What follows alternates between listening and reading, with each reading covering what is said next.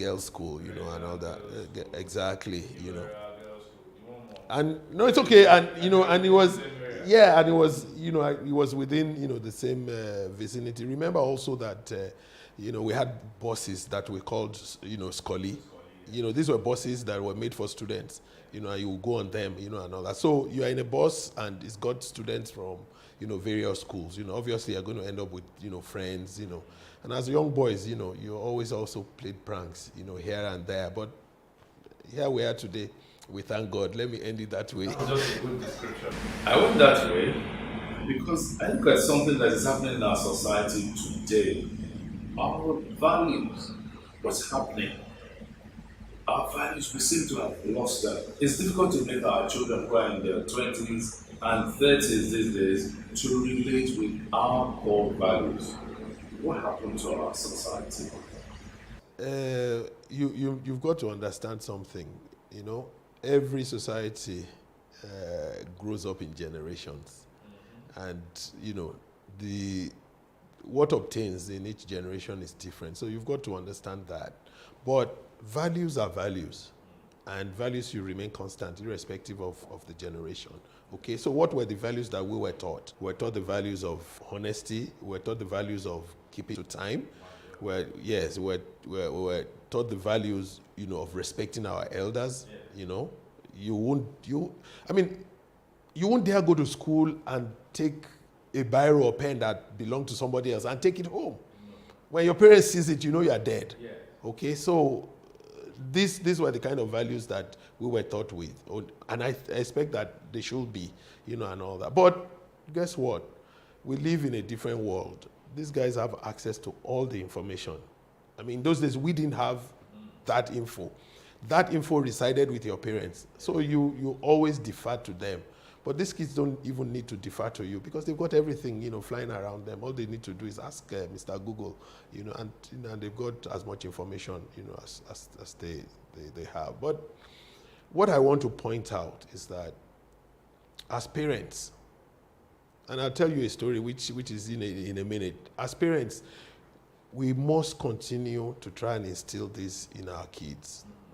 Now the story is about, NSAS, that we witnessed, not too long ago. And, my son and my daughter, they were like really into this thing, like you guys have failed us. They have, they just kept, banding this, and all that, And when I wanted to shut them up, what I told them? I gathered them together and I said to them, listen, your friends that you all go out and shout NSAS and all of these things. I said, some of you are beneficiaries of the corruption you're talking about. Says that, what do you mean? I said, but some of your friends whose parents really shouldn't be able to afford the kind of schools they send their kids to because you know what their parents do. Okay? I said, so I don't see the difference between you, the beneficiary of corruption, and the people who actually perpetrated corruption, and all that. And Lekon, guess what? They shut them up because they saw the point. I said, how many times have you told your friend that, listen, I don't want that because I don't know how you can be able to afford, what you're carrying around? How many times? I said, these were the things that we could do in our days. I remember in those days, your friends whose parents could afford to give them vehicles, they did not bring them to your house. They will have a lot of explaining to do. They can't.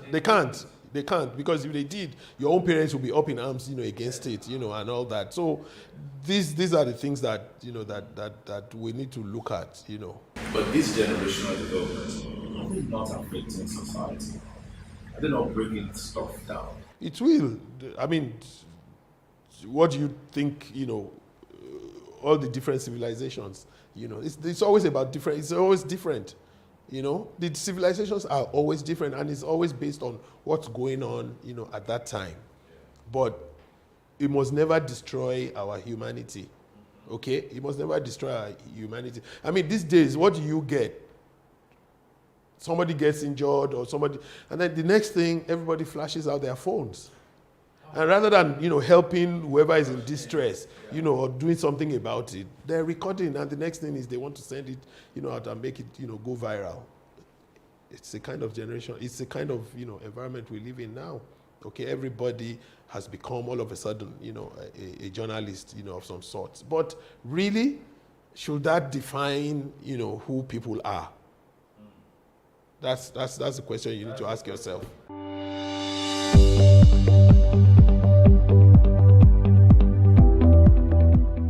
Now, Deola, you will always be a generational representative anytime. For someone who belongs to the same generation as you, they always see you as someone who is smart, who is committed, who is restless. I also know that you're a sports person. I remember that you played football in school, you did some tracks and issues then. However, you spent some time as chairman of Ikorodu United. Yes. You ran it. All of a sudden, you stopped. Why? Sports, from school, I'd always been a sportsman, played football for Unilag, for Igbobi College, I represented Lagos State, at the National Sports Festival, doing the sprints, and so on. So I've got that affinity, with sports. Even now, I still play my football, every Sunday, with a group of old men like me. A few of us, got together, were passionate about football. And, my friend, Deomi Ogunsoya had said that, guys, we should put our, money where our mouth is. Why we're always complaining, about things, we need to do things. And that's how Ikorodu United, came about. Obviously, we named it Ikorodu United because one, we had got a team from out in Ikorodu, and of course, Deomi, it's also from Ikorodu, okay? And we got these young men together, and we thought we could run football like it's done elsewhere, in the world, okay? We're lucky also, we're able to pull in sponsorships, okay? And we started, with this young man, and we're doing okay. But the truth was that the odds were against us. The guys who were supposed to be managing the league itself looked like, they were more interested in what, monies they could pull out from this, when even the guys who were pumping money, running teams, could not even make money from this game. In what sense? Okay, for example, I'll tell you, they forced us to buy, footballs from them. Yes, the round thing. Yes, every Supermarket for that? I don't know. Somebody was selling football or something, and they would take. You can go and buy other balls, but you must buy that 50 from them. Yes, from the guys managing the league. It's standard. Okay, you will play a home game, and they will still insist that you be the ones paying for security for the stadium. Whose league was it? It's their league. But because you are the home team, you pay. Look, earlier they changed that later on. Earlier, the home team would pay the emoluments of the referees. Yes. Okay. I mean, where is the loyalty of the referee supposed to, and all that? They changed it at some point. I have to be fair on them.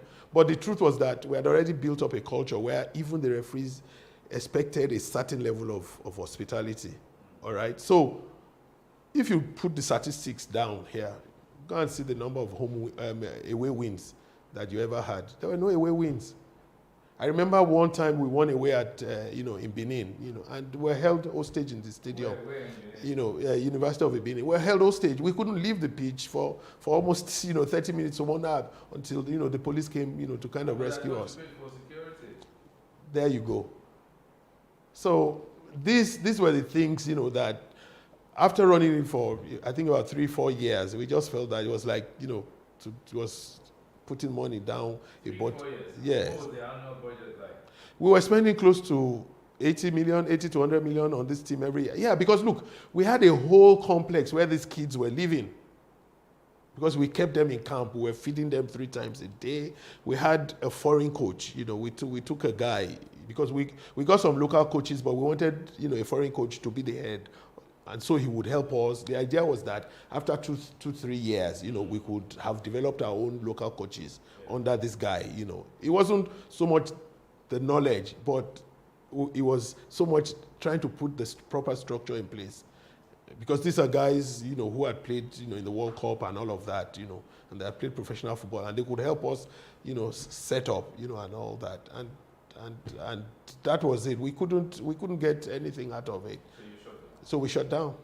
Any hope of opening again or restarting Ikorodu United or getting involved in sports management again? No, no. Look, I'll tell you why. We need to change things. Have you ever asked yourself why it is only the teams that are owned by state governments that are thriving? And when I said thriving, That's where I was going next. yeah. Have you ever wondered? It's because they have a government budget. There's an annual budget. There's another budget for every team. Enugu Rangers, Shooting Stars, call them, Plateau United and the rest of them. They all belong to states. And that's the reason. If you look at it, I mean, we all knew what happened to the man. Eventually, he gave up. Abiola Babes, what happened to them? He gave up. These are private people who came into football. But you remember that all those clubs of those days, the stationary club of those days, they were private clubs. Things were different. And I would, okay, so how were things different? Yes. Look, if you even look at the way the league is structured, if you have a team in Lagos and you expect that team to go and play in Maiduguri, they're going to drive all the way? Or are they going to fly? You can see the difference. How is the guy supposed to? We didn't have all of those, then. Okay? We didn't have all of those then. We had the major cup was the Challenge Cup. Okay? And even the Challenge Cup in those days was played on a regional basis until, they merge the guys, and then, you play each other. Okay? And the truth was that sports was managed differently in those times. Okay? I think where we missed the point, really missed the point is when we scrapped the National Sports Commission. Okay? And then moved it to the Ministry of Sports. Are you saying that the Ministry of Sports is killing sports? I'm not saying it's killing sports, but this is the difference.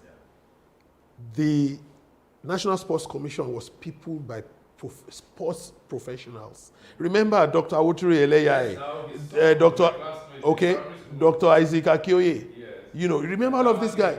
Exactly. Remember these were guys they were true sports professionals. Okay, and they ran sports. They ran sports. But all of a sudden, we've moved it, to the ministry.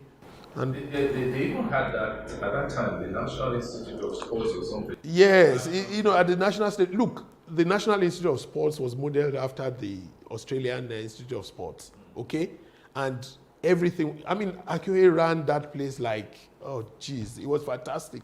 Even the Eagles used to camp at the NIS. They didn't need to go to it because NIS was actually like a 5-star hotel in itself. They had the rooms that were beautiful, and then they had the swimming pool. They had the cafeteria, and everything was there. And it was just the practice pitch was just a few meters away from the place. Okay, and all of a sudden all of that is gone. Let me ask you a question. You're the one interviewing, but I'll ask you a question. What do you think happened to Festac? What happened to Festac then? Festac. Festac. Yes, the place. It was killed because people stopped respecting the rules and the regulations put in place to preserve it. That's it. So I answered your question. Yeah, it happened in Abuja until El Rufai came. All the open spaces, what happened to them? They were giving them up. People started building. How, No, I think there's a problem with us in Nigeria. You should extend that. I think it's a black man's problem, really. Because we don't recognize and respect open spaces. I know many estates in this country that were fully sold out, and the new administration or group of people will step into office, and what do? They have their eyes on that place. Rather than opening somewhere fresh, they will go and cut up all the open spaces there and sell to themselves. Nigeria is a beautiful country. I still will not, give up on Nigeria, because I think that, look, despite all this gloom, we still have a country, all right? And the earlier, people realize that look, the Yorubas have a proverb. They said, if the sky is going to fall, it's not going to fall on only one man's head. Okay, so we have to do everything, in our power to make sure that, this trend is reversed. Okay, people are shouting restructuring and all of that, and so on. Whichever way we want to do it, what I know is that we need to get our acts together. Yes, we need to get our acts together and see things as we see them Oh, absolutely. in order to help our society. For instance, what is your own take about these scourge that's developing amongst us? Kidnapping, abduction, it's coming to the cities now. What do you think can be done to save us? It's a very, how do I put this? It's sometimes you want to look at, the effect of social media. Okay, so sometimes you get the feeling that there are actually people who are so disgruntled, and they would rather, everything breaks up. There's absolutely no doubt about that in my mind, because I've seen some things that are circulated on social media. Sometimes these are even images that comes from other countries, and they say it's happening, trying to whip up. I think this was on some last night. Trying to whip up, the sentiments, and all of that. Okay. I also feel that, the people at the top of this government haven't helped a lot. And why do I say so? The whole country is beginning to perceive that there looks like a plan of a certain tribe to want to dominate everybody else. Okay, that picture has been painted, all right? But not only has that picture been painted, but you see government give credence, to this picture. Yes, to this picture that we're talking about. So you look at that, and then you ask yourself, where is this going to take us? Where will this take us? The moment we started to pay ransom, I knew that it was never going to end, because it then became a business. What's the difference between kidnapping, asking for a ransom, and Yahoo Yahoo? Really? Some people do the Yahoo Yahoo, and some people find it easier, because they cannot operate computers or whatever. So they would rather, kidnap people and ask for money. And we continue to pay, ransom. Let's take a break. We'll be back shortly.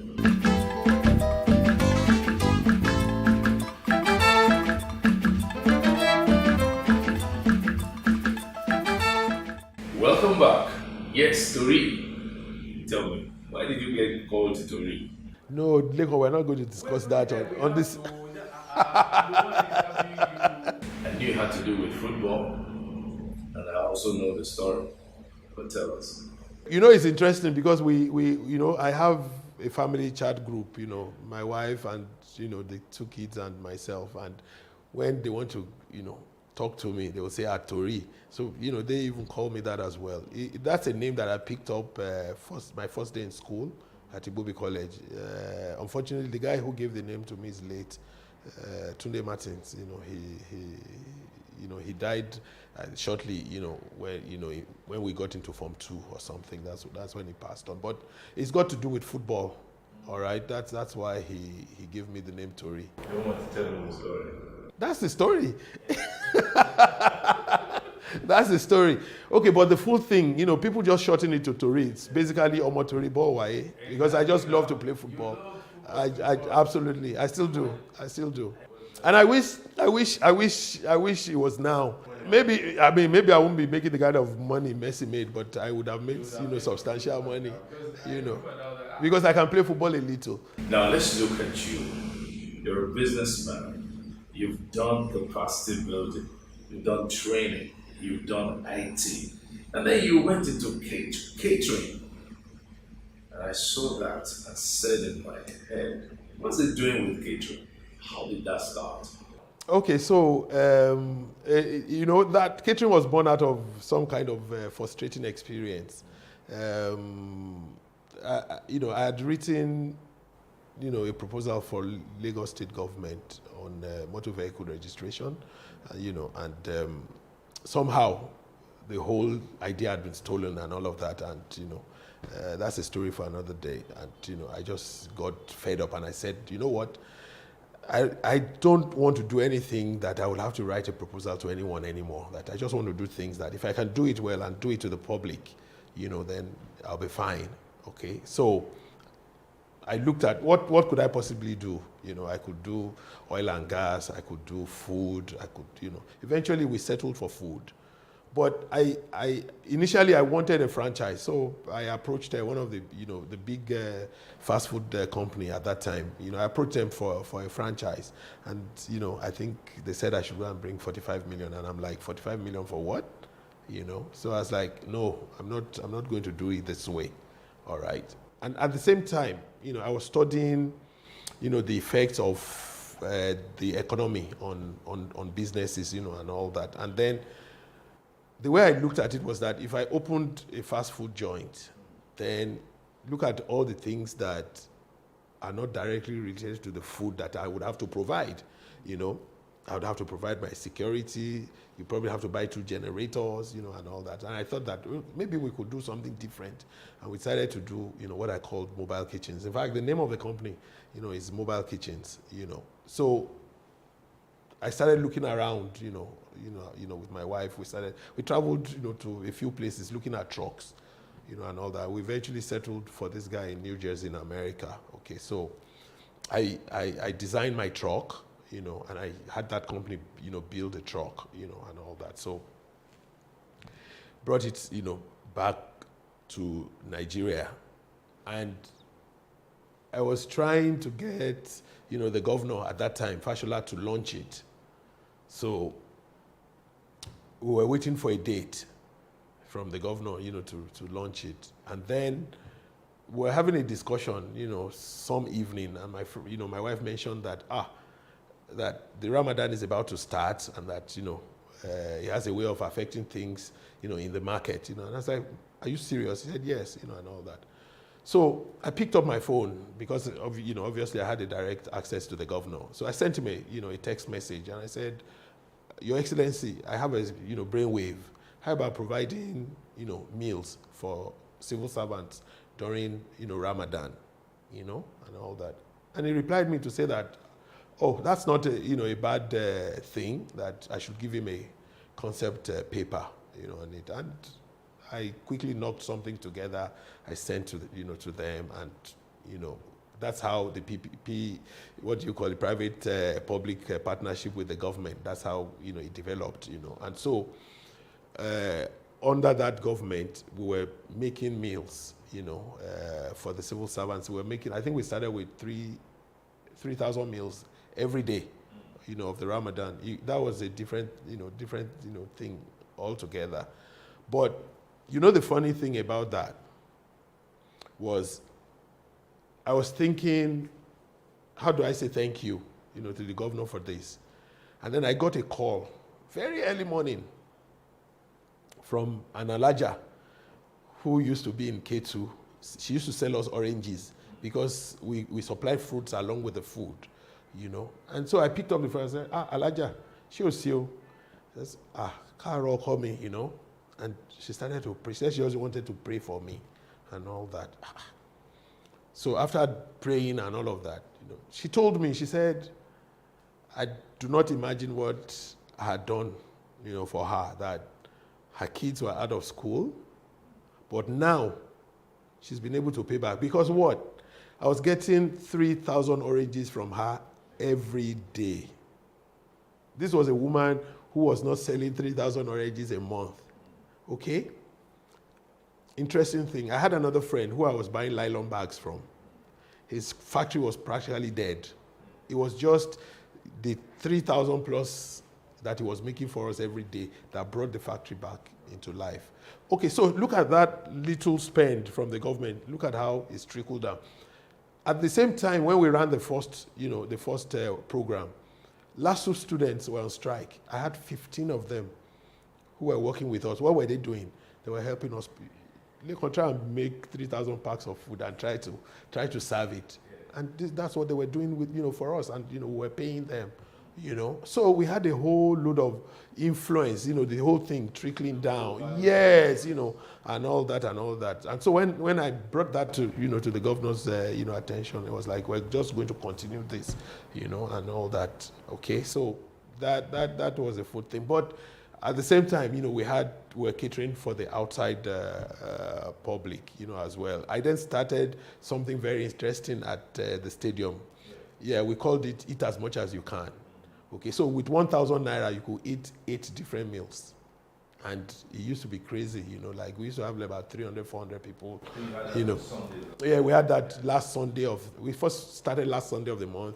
Then we moved it to first Sunday because we realized that last Sunday, most people probably spent their salaries. So we moved it to the first weekend. But it ran really well. And we had people come to even have, their birthdays there, and it was great. For 1,000 naira, you could eat anything. Why did you stop? Okay, so we became really busy as a catering outfit, and we couldn't, because we were getting jobs practically every Sunday. And so we had to, put an end. Yeah, we had to put an end to that, because that in itself was actually designed to make us popular as a catering outfit. Okay, so, and once we became popular, it had served its purpose and we stopped. But, the catering business is still on. Okay, so while doing the catering thing, we will do what you call school meals.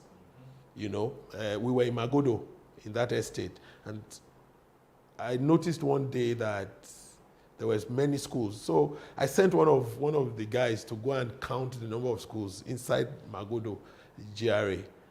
Lekon, you won't believe it, we counted 22 schools inside Magodo.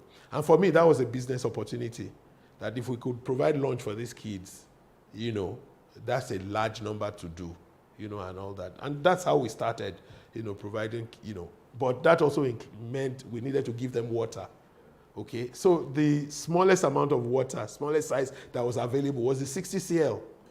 And the 60 cl was a pain for the kids. I mean, for the guys who would park after the kids, it was a pain, because kids, some would drink the water, some won't even drink, and you had, so I started thinking to myself that, listen, there's got to be a smaller size of water, and all that. And then, I did a little bit of research and then saw that there were one or two, Aquadana or something were doing, so, but they were, basically not out there. And I then thought that, there's a gap in this market, okay? And that's how Hagnos, Premium Still Water was born. And we started with the 33 CL, which is really iconic. The only thing I've done is that I've made the packaging look really, really attractive. And so when people see it, they just want the water. It's different, it's the only water in the market that's got the black cap, and the bottle is beautiful. But before even deciding the shape of the bottle, you need to get to my house. I have a whole cabinet full of bottled water from different parts of the world. So everywhere I traveled, I always brought back a bottle of water. My friends, when they want to put a smile on my face, when they travel, they bring me a bottle of water, because they know I would appreciate it, better than the perfume, and all that. So I had all sorts, So by the time I came out with my bottle, people just love the packaging, and every time, people call me up to see how beautiful, Sometimes I even wonder myself that is it not just water, but apparently, the packaging is done a lot, to put us out there. So that's water. That you also force your friends that they shouldn't drink any other water. Okay, so this is something about me. I'm a fiercely loyal person, to my friends. So I demand that same loyalty from them. That's why we're doing this interview. Okay, so I demand that kind of loyalty from them. I mean, if you're my friend, you drink water anyway. So if I have water that is good, that is not poisonous, why shouldn't you be drinking my water? So the truth is that almost all of my friends, drink my water. The interesting thing is that 3 years now, I haven't drank any other brand of water. unless I'm outside Nigeria. Okay, even when I go to Ghana, I usually go with my water. Okay, so because it's my brand. Okay, it's my brand. When I go to parties, I carry a whole cooler load of water, and my friend, yes, my friends even know. They know it. So when I'm coming to the same party that they're not using my water for that, they know. They wait for me because they're going to drink, the water. Look, we're all talking about brands. How would you feel if you saw the MD of Coca-Cola drinking Pepsi? What's the message? Is it testing a competitor's brand or what? He has a love. And you won't, I can imagine, you will not go on another channel, watching another channel when Plus TV is there. Exactly. But more importantly, when you give people your word, you must stand by that word. You must make it happen, even at personal costs. Okay? Because you don't have integrity, forget, you can have all the money in the world. People are never going to, take you seriously. So for, people who are watching, have a plan. Be committed to your plan. And that's it.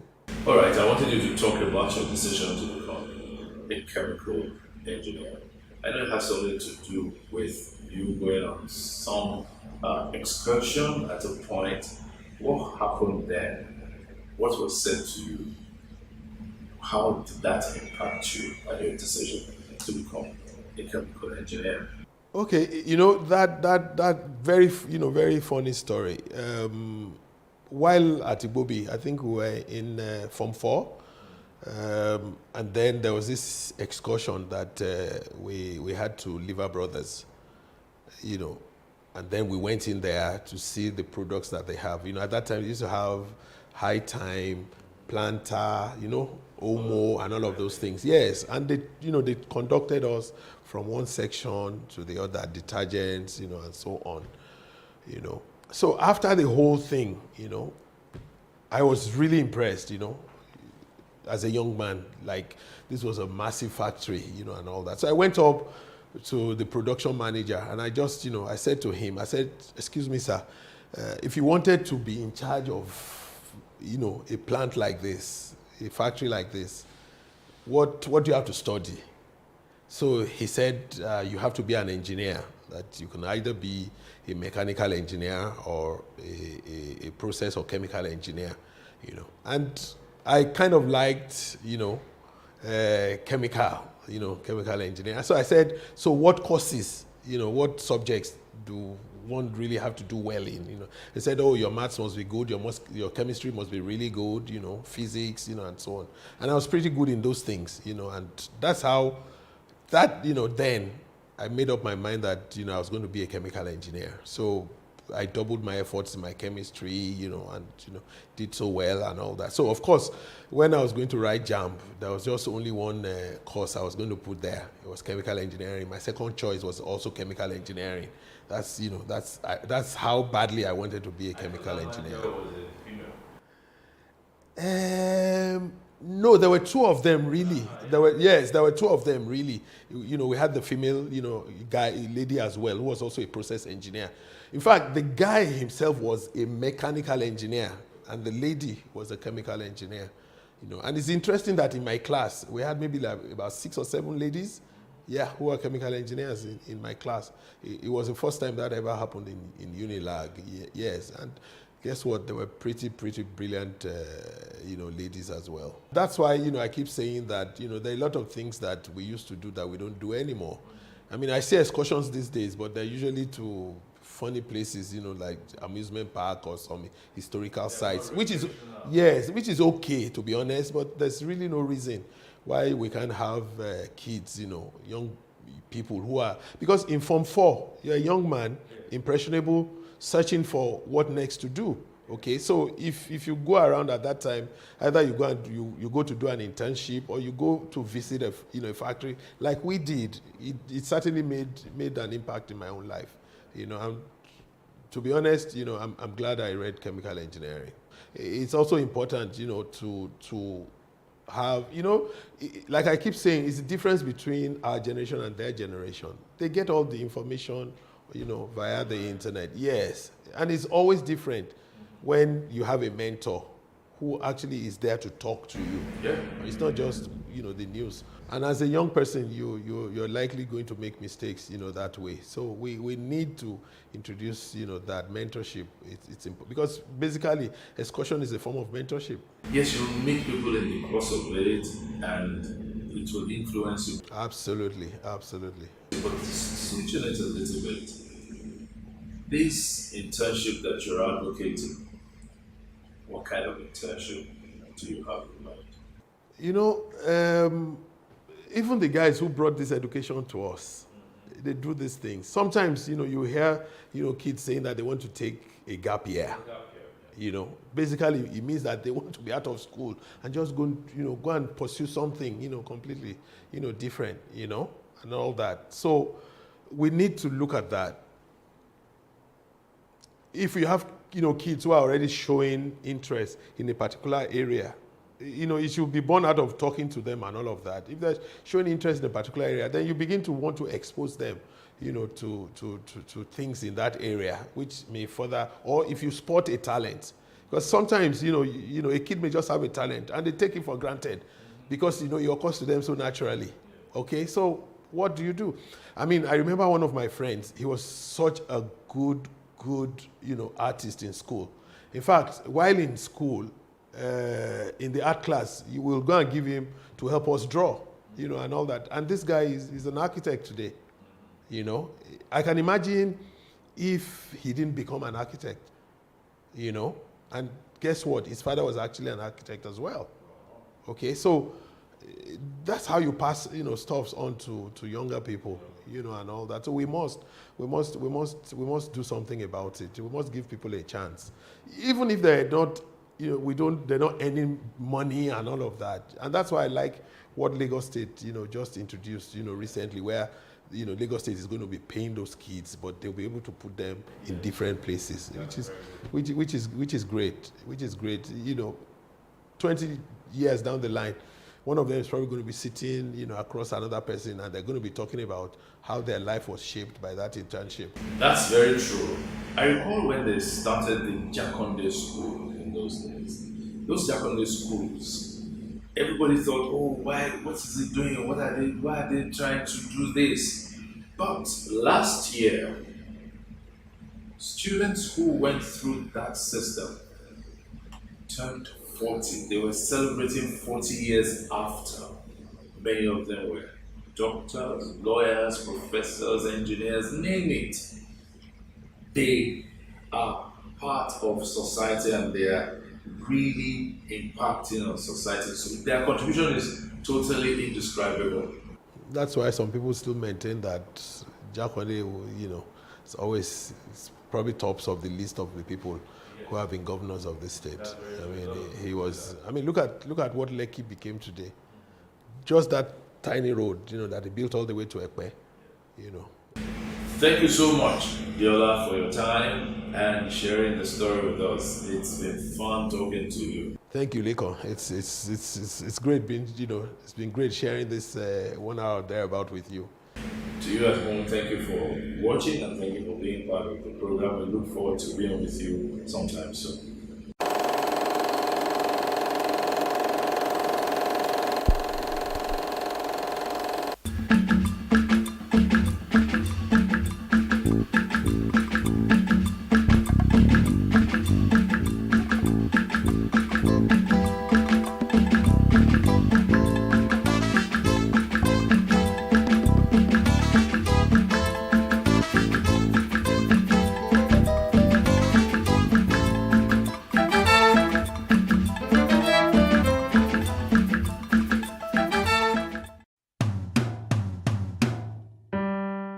Good people, I greet you. My name is Akintomiwa Aina, and here is my good old days story. My birthplace is Ibadan. I hail from Ijebu-Oru, but I was raised and nurtured by my maternal grandmother in Owode Egba, where I had my primary and secondary education. Call me Omo Iya Agba, and you won't be far from the truth. But I bet you, the wisdom and knowledge garnered under the tutelage of this our grandparents cannot be bought with money. You grow fast, you learn faster. Growing up in Owode was fun and peaceful.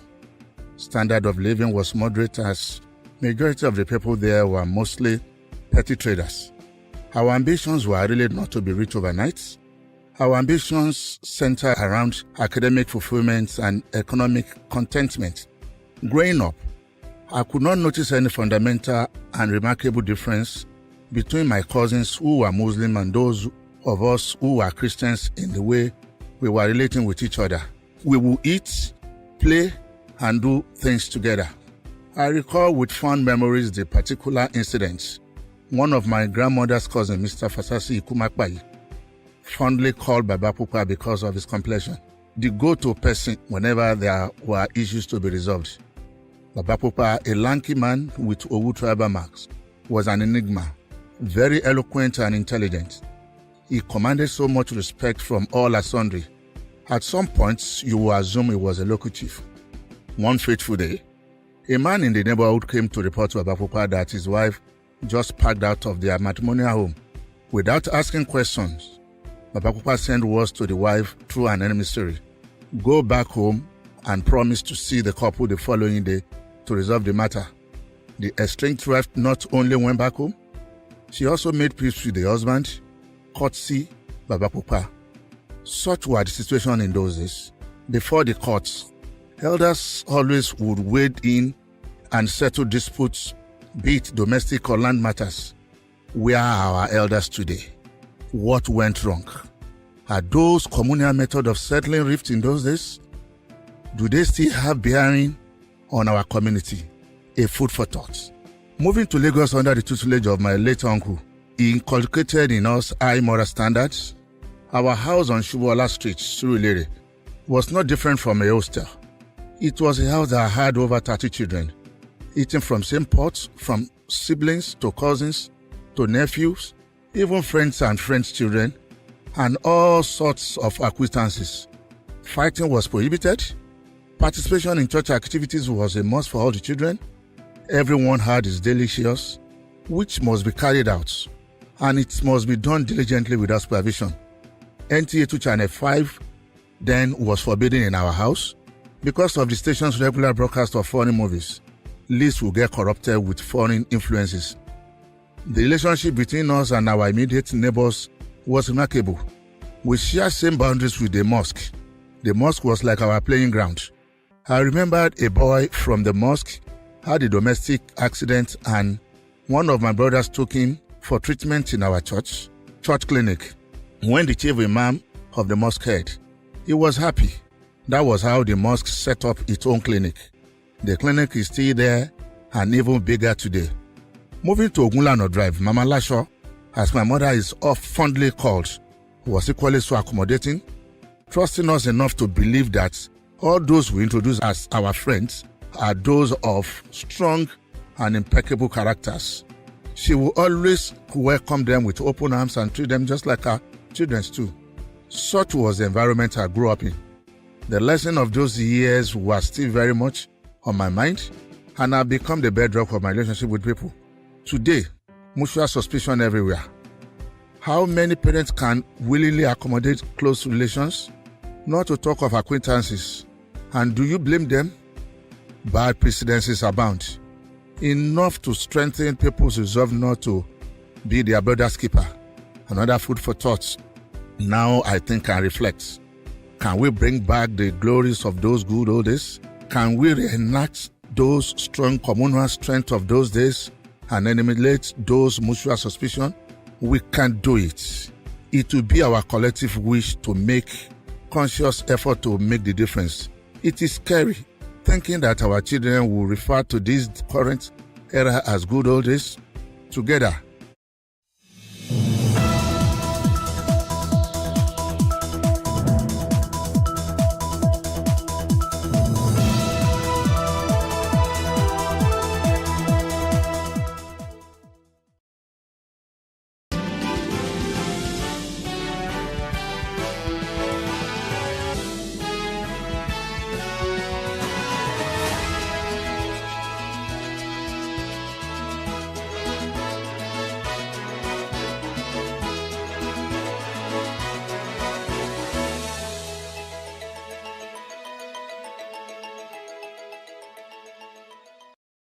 Good afternoon. My name is Nyamgul Agaji. This is a news brief.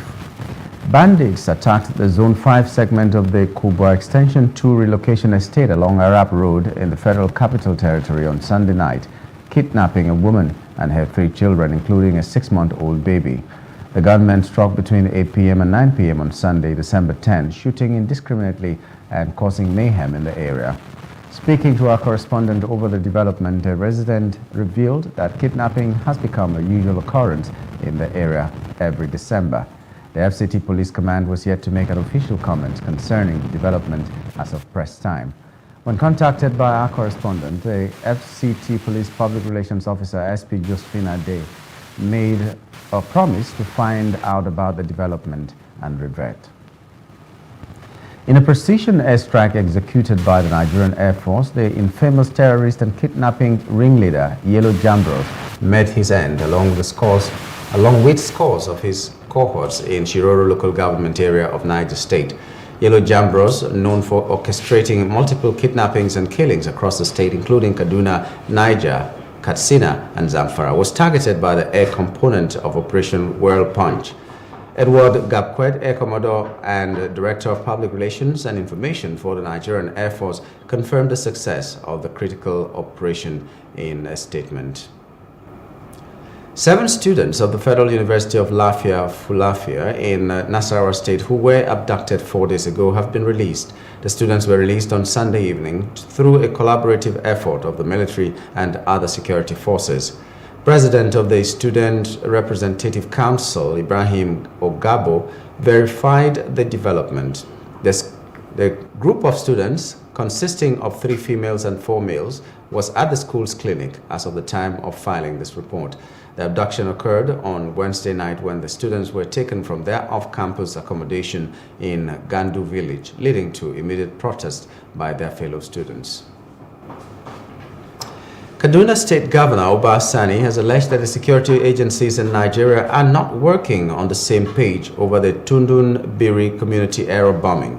He called on the Senate to help ensure that the survivors get justice. The governor was responding to remarks by the Deputy Senate President, Senator Barau Jibrin, who represented the Senate President Godswill Akpabio on a condolence visit to Sir Kashim Ibrahim House, Kaduna. Governor Sani assured that the Kaduna State government would continue to support the security agencies in the discharge of their constitutional duties. Meanwhile, a human rights lawyer, Femi Falana, has asked the federal government to compensate the victims of military airstrikes in the past 7 years. The human rights lawyer issued the warning in a statement on Sunday. Falana, who is the chairman of Alliance on Surviving COVID-19 and Beyond, warned that if the federal government failed to meet the demand within 2 weeks, it would be sued before a federal high court. This warning came following last Sunday's accidental bombing of residents of Tudunbiri in Igabi local government area of Kaduna State. Over the years, the country has recorded several accidental strikes by the armed forces, which led to the killing of hundreds of civilians across the country. President Bola Tinubu has encouraged members of the Economic Community of West African States, ECOWAS, to remain committed to ensuring that democracy remains the only form of governance in the sub-region. Speaking in his capacity as chairman during the opening ceremony of the 64th Ordinary Session of ECOWAS Authority of Heads of State and Government, which is taking place in the State House, Abuja, President Tinubu asked the leaders to fight for democracy and stand against unconstitutional change of government among member states. West African leaders are meeting for talks with the region in deepening crisis after 4 countries fell under military rule and with risks growing from Sahel jihadist conflicts. Security in the region is the focal point. And we must achieve this regardless of other commitments. I would like to reiterate the imperative of the regions to continue to re-engage under the military rule and basis of realistic and short transition plan that can deliver democracy and good governance. No alternative. I wish to underscore the fact that we stand against unconstitutional change of government in our sub-region, and we will continue to do so. I therefore urge all of us to stand strong and highly committed in the face of any challenge in Sierra Leone and Guinea-Bissau. The message must go down clearly that we will support a democratically elected government, not unconstitutional exercise without let of hindrance. Democracy must win if we fight for it. And we will definitely fight for democracy. The West African leaders met in Abuja Sunday, December 10, for talks on their region, which faces a deepening political crisis, growing threats from jihadists wreaking havoc in the Sahel and criticisms of its leadership in some member countries. The political crisis in Niger was high in the agenda. A commission was set up to engage with the nation's ruling CNSP to decide on progress towards a short transition and other conditions for lifting sanctions. The announcement comes after Niger's de facto ruler, General Abdourahmane Tiani, met with Togo's President Faure Gnassingbé, from whom he had requested mediation. According to a Togolese source, General Tiani is ready to negotiate on the duration, transition, and the fate of deposed leader Mohamed Bazoum, who is detained. The authority decides to set up a committee of heads of state made up of the president and head of state of the Republic of Togo, the president and the head of state of the Republic of Sierra Leone, the president and head of state of the Republic of Benin, to engage with CNSP and other stakeholders with a view to agreeing on a short transition roadmap, establishing transition organs, as well as facilitating the setting up of a transition monitoring and evaluation mechanism towards the speedy restoration of constitutional order. The authority will progressively ease the sanctions imposed on Niger. Failure by the CNSP to comply with the outcomes of the engagement with the committee, ECOWAS shall maintain all sanctions, including the use of force, and will request African Union and all other partners to enforce the targeted sanctions on members of the CNSP and their associates. The National Secretary of the New Nigeria People's Party, Olaposi Ogini, has described the purported coalition involving the party and 6 other political parties tagged coalition of concerned political parties as fake and untrue. Ogini insisted that the party has not authorized any coalition with any political party, urging the public to disregard the involvement of NNPP in the purported coalition with the People's Democratic Party and the other 6 parties. He said these in a letter addressed to the Board of Trustees chairman of the PDP and made available to newsmen on Sunday evening. The party secretary cautioned the PDP to stop dealing with people who did not represent the interest of the NNPP. The Lagos Chamber of Commerce and Industry says it will continue to engage with the state and federal government on all matters of policy that will improve the economy and address concerns of the business community. The new president and chairman of the Council of the Chamber, Gabriel Idahosa, stated these while speaking with journalists shortly after his investiture. Plus TV correspondent Love Ikuku Oyedekun was there and now reports. It was a two-in-one event for the Lagos Chamber of Commerce and Industry, LCCI. Celebration of its 135th anniversary and the investiture of Mr. Gabriel Idahosa as the 43rd president of the chamber. Adorned in different colorful attires, members of the LCCI community turned out in their large numbers to grace the occasion as the outgoing president, Michael Olawale Cole, transfers the reins of leadership to the new president. The moment was indeed that of mixed feelings for both men. As a president, we will do well. We will exceed our performances. The Lord will give you strength. He will give you the health. He will give you all the elements to be extraordinary. And you will be very, very uncommon person. In Jesus' mighty name.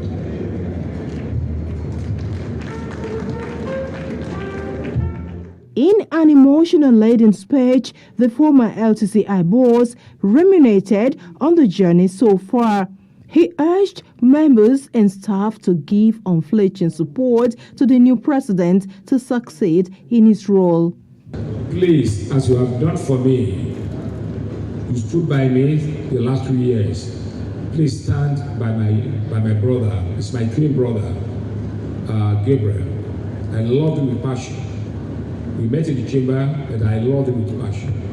Please, as you have supported me for the last 3 years, please stand by him and see that he takes the chamber to the next level. Gabriel Idahosa is a new LCCI president. For him, the investiture marked not just a destination, but a continuation of a journey filled with possibilities, growth, and new horizons. I am relying and expecting the energy that is in the chamber among our officers, among the staff, to continue to be at a very high level. The president cannot do anything without the management of LCCI and the officers on my executive.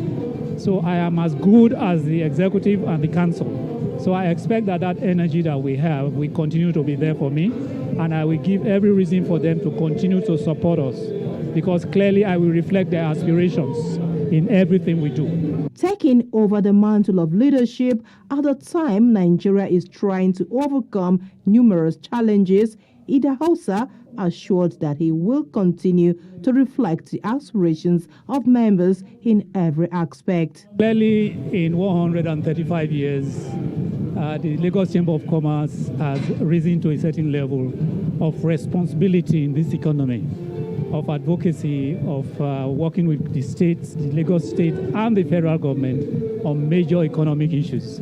So that tradition will remain. We will continue to engage with the Lagos state government. We will continue to engage with the federal government on all matters of policies that can improve our economy and address any concerns that the business community has. That is our mandate, and that is what we will continue to do. The LCCI boss stressed that he hopes to draw greatly from the well of historic legacies of the founding fathers and also embrace the realities of the present to uplift the Chamber's brand.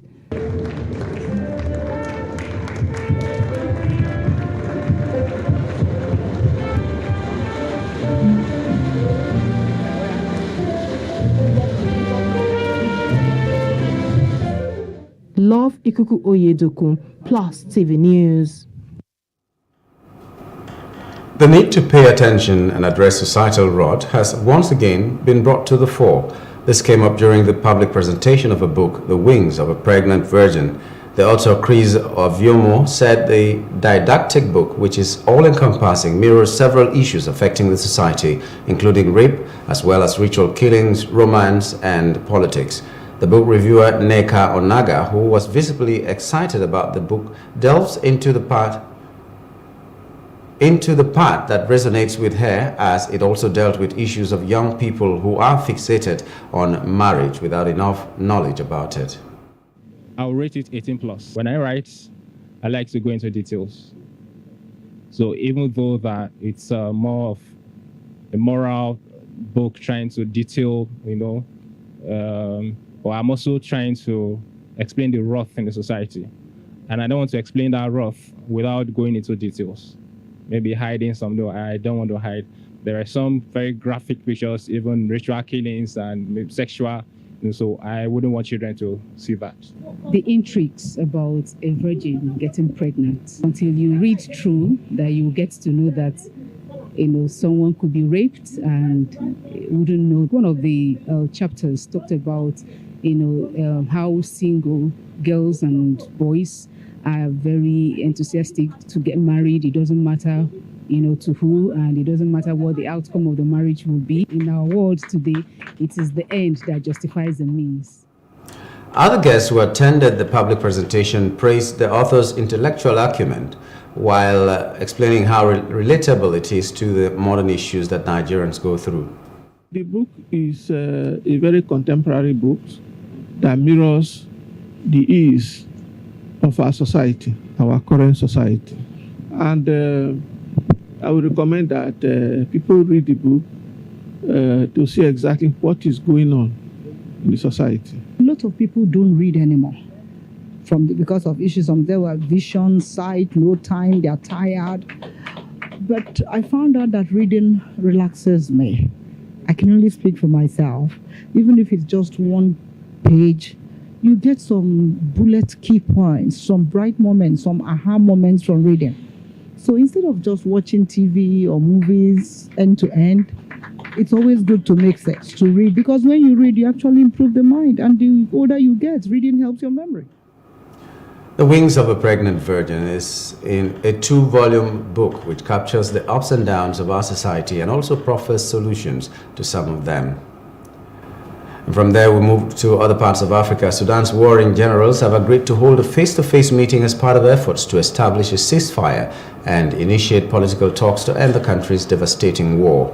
Meanwhile, the government has ordered the expulsion of 15 diplomats from the United Arab Emirates over Abu Dhabi's alleged support of rebel forces. Sudan slipped into chaos after soaring tensions between military General Abdel Fattah Burhan and General Mohamed Hamdan Dagalo, commander of the paramilitary Rapid Support Forces, exploded into open fighting in mid-April in the capital Khartoum and elsewhere across the country. Outside Africa, Hamas warned that no hostage would leave Gaza alive unless its demands for prisoner release are met, while the World Health Organization said the territory's health system was collapsing after more than 2 months of war. Hamas triggered the conflict with the deadliest ever attack on Israel on October 7, in which it killed some 1,200 people according to Israeli figures and dragged around 240 hostages back to Gaza. Israel has responded with a relentless military offensive that has reduced much of Gaza to rubble and killed at least 17,997 people, mostly women and children, according to the Hamas-run health ministry.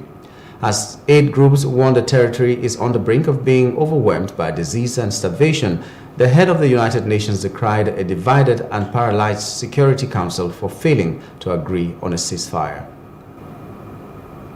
In business news, the Chartered Institute of Taxation of Nigeria, CITN, says it will continue to support the government in its advisory role to ensure a better tax administration and effective system in the country. President of the CITN, Samuel Agbeluyi, said this during the Institute's fellowship conferment and annual dinner and awards. Details in this report.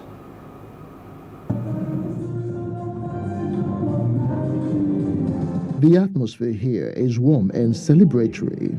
As with tradition for year-ends, it is not unusual for organizations to celebrate and award members for outstanding performances. This year, senior members of the Chartered Institute of Taxation of Nigeria, CITN, gather with kith and kin for their conferment as fellows of the institute. Obey all rules and regulations of the Institute from time to time. The president of the CITN, ably represented by the Deputy Vice President, Simon Kato, appreciates Justly, and only confers its highest class of membership to deserving and qualified members. Fellowship is not merely an honor, it is a responsibility, a commitment to uphold the highest standards of profession, to mentor and inspire the next generation. As the evening swings in and members are feted to a time of wining and dining, issues of taxation and government fiscal policies also hold sway. The guest speaker, Executive Chairman of the Federal Capital Territory Inland Revenue Service, Haruna Abdullahi, gives an analogy between residents getting their PVCs and having their tax clearance certificates. Government is also charged on trust and effect of tax payments. I was trying to make a point regarding why it is very important for people to file their tax returns and have a tax clearance certificate. because it's important. I compared it to having PVCs. So I said, if you have a PVC and you pay your tax, you've done your part, you voted, and then you've paid tax, and then you are able to interrogate. We're able to interrogate political leaders, because people decide not to, and then you are also expecting so much from government, but you are not doing your part. And CHN has been contributing not just today. The entire Finance Act that have come up in the past administration, we've always been part of it. And that is what we are out for, supporting to ensure there is a better tax administration and an effective sound tax system in the country. And we won't give up. But there must be trust in governance. People are willing to pay, but when we pay, what does government do with the money? We must see the effect of our payment of the taxes complying. Then apart from that, they should make it easy. They should not allow the tax administration to give way to things like corruption or under the carpet activities. At the end of the day, awards are presented to various district societies. The media and individuals are proving themselves worthy.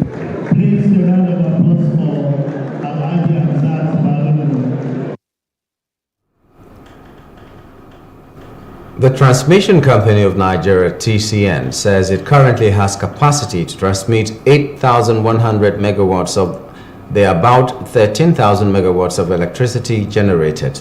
Disclosing this during a news conference in Port Harcourt, TCN's General Manager for Port Harcourt Region, Dr. Thomas Inugonum, said they are supposed to be able to transmit about 15,000 megawatts but are unable to meet this capacity due to weak and aging infrastructure. Inugonum bemoaned incessant attacks on TCN's facilities and called on the media to create awareness of the consequences of destroying these facilities. He stressed that daily attacks on TCN facilities in Abia, Akwa Ibom, Bayelsa, Cross River, Imo, and Rivers were impacting negatively on efforts to supply uninterrupted electricity. In entertainment news, Nollywood's Iyabo Ojo has called out late singer Mohbad's dad, Joseph Aloba, for distracting people over his son's case. In a post online, the actress revealed that, contrary to opinion, the request for DNA by Mohbad's father for his grandson, Liam, is not part of the demand for justice for the singer's death and is just a distraction. Iyabo added that the issue is a family matter, and if the decision is to have the test carried out, they should sort it out within the Aloba clan. She stressed that if the DNA test is done and Liam is confirmed Mohbad's son, it doesn't cancel the fact that Wumi is still a suspect in her husband's death. In sports news, high-flying Girona reclaimed top spot in La Liga after beating champions Barcelona 4-2 away on Sunday, condemning Xavi Hernandez's side to their second league defeat of the season. Girona, who remain unbeaten away from home in La Liga this season, topped the standings with 41 points from 16 games, having leapfrogged Real Madrid on 39 points after Carlo Ancelotti's side were held to a 1-1 draw by Real Betis on Saturday. Barcelona, whose only previous defeat this season was to Real at the end of October, are fourth on 34 points, level with the third-placed Atletico Madrid, who have a game in hand. And that's the news brief. For more stories, please follow us on Facebook, X, and Instagram, and do subscribe to our YouTube channel at Plus TV Africa and Plus TV Africa Lifestyle. You can also view us from Limex on limex.tv and Glow TV apps anywhere in the world. My name is Nyamgul Agaji. Thanks for being there.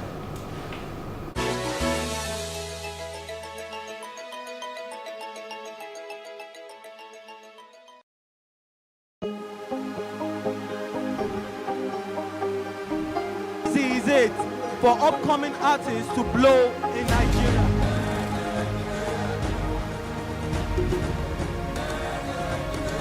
Welcome to Plus Trending. I am Buki November, your host, saying thank you for joining us on today's episode. Welcome back. It's tea time on Plus TV Africa. Practice makes perfect. I'm not perfect yet, but I'm a lot better than I used to be. He's a king. He's entitled to marry 100 if he wants to.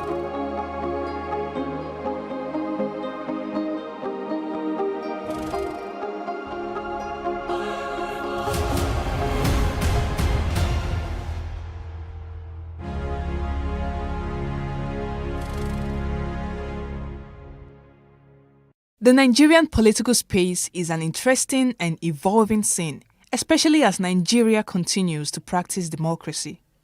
Over the years, many celebrities in the country have been appointed by their state governments as commissioners, special assistants, and advisors, while some have intentionally delved into politics with the plan of serving the people and pursuing a career in politics. Today, we will be highlighting 5 female Nigerian entertainers who have been in politics or are in politics.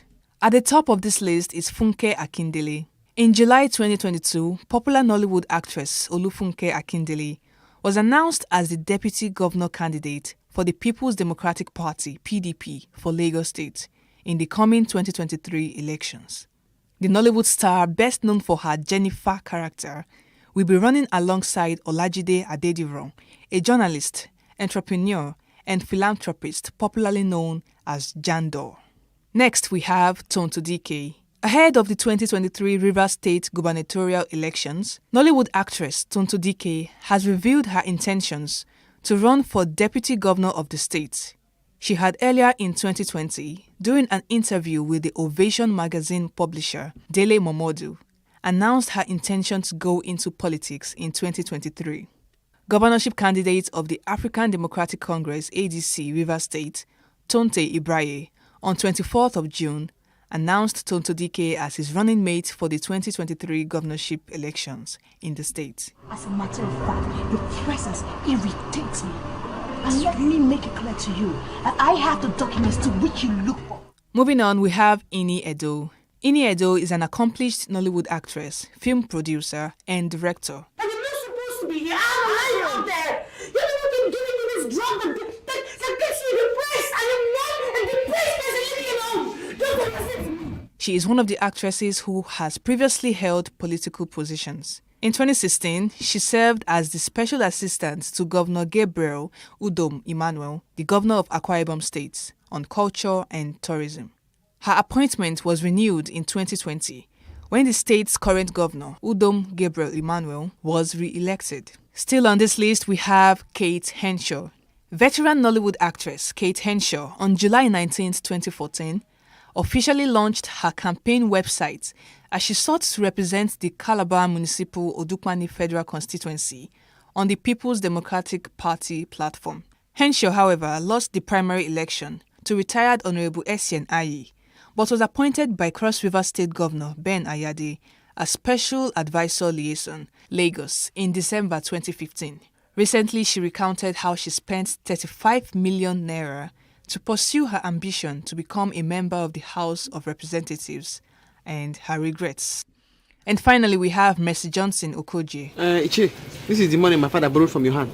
Please, do not go near my father's Siroko tree. Do not go near my Iroko tree. Biko, Popular Nollywood actress Mercy Johnson was appointed as the Senior Special Assistant on Entertainment, Arts and Culture to Governor of Kogi State, Yahaya Bello, in 2017. The actress has stated that she will not enter partisan politics because she believes she has enough influence as a filmmaker and appointee. Interestingly, her husband, Prince Odianosen Okoje, won the APC 2022 House of Representatives Esan North-East South-East Federal Constituency primary election. A popular quote from Charles de Gaulle states that politics is too serious a matter to be left to the politicians. And in Nigeria, with more Nigerian entertainment celebrities in the political space, this quote is true.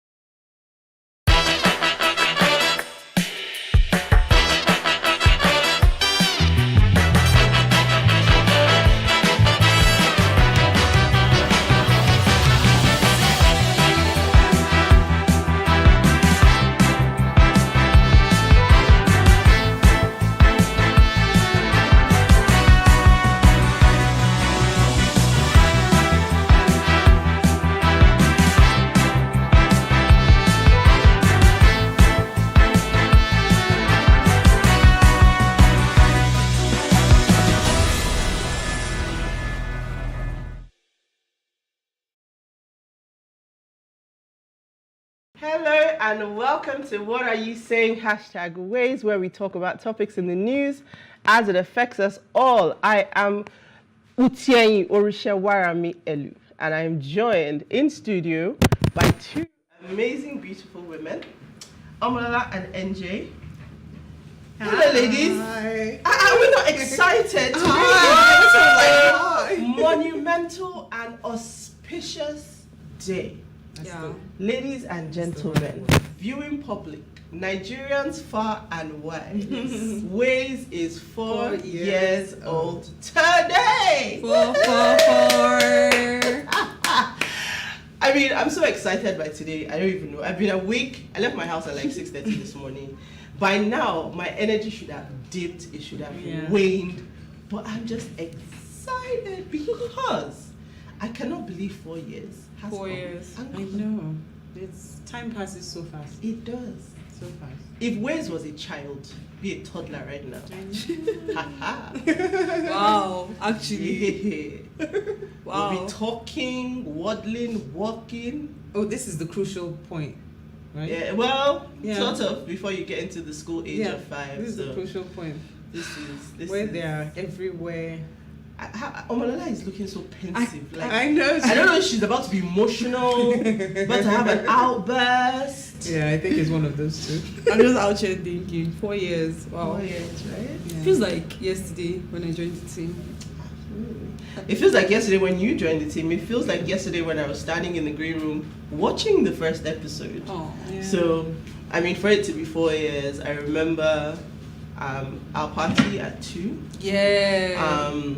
And it's just been a wonderful ride. But today we have a absolute cornucopia. This episode today is not the usual episode. Today we're here to celebrate. We're here to talk about all the wonderful things that Ways means to us, and what you mean to us as our viewers. So here's what we found as today's quote: "Whoever controls the media controls the mind." And that's by Jim Morrison. I think that's a very important quote for us here on Ways, because I think the concept of it really speaks to informing people, inspiring people, and influencing people to take action. So when we say Ways, it's a beautiful and wonderful thing. But what are your thoughts on the comments, on the quotes, very quickly? Whoever controls the media controls the mind. Not a lie. Is the truth in itself, whether you choose to believe it or not. We have seen the power of the media in so many ways. We've seen relationships, friendships, both business and personal, and even social, get rocked. They are both rocked due to something that came out in social media. Maybe I told you something and I told you not to tell anyone, and eventually someday we quarrel, and then there out there is on social media. And it has been known to bring either good or bad. It's incredibly powerful. So it's a very, very important tool. That's the reason why we always have to be very careful what we put out there. And there's a responsibility, a very, very strong responsibility. And you know, they say the internet never forgets. Never. So you got to be careful. Yep. You don't want to, in a couple of years, someone Googles your name and they see something. Hey, God! And it's always the bad things that come up first. Yes. So, and then you're mature, you're having this kind of conversation, you're sitting down beside the president, and you just finish having a major conversation, thought-provoking conversation with maybe an ex-president or a current president, and then the next morning, you wake up to a lovely video of you. Something you did 25 years ago. Twerking on the dance. Do you know that's one of my biggest fears?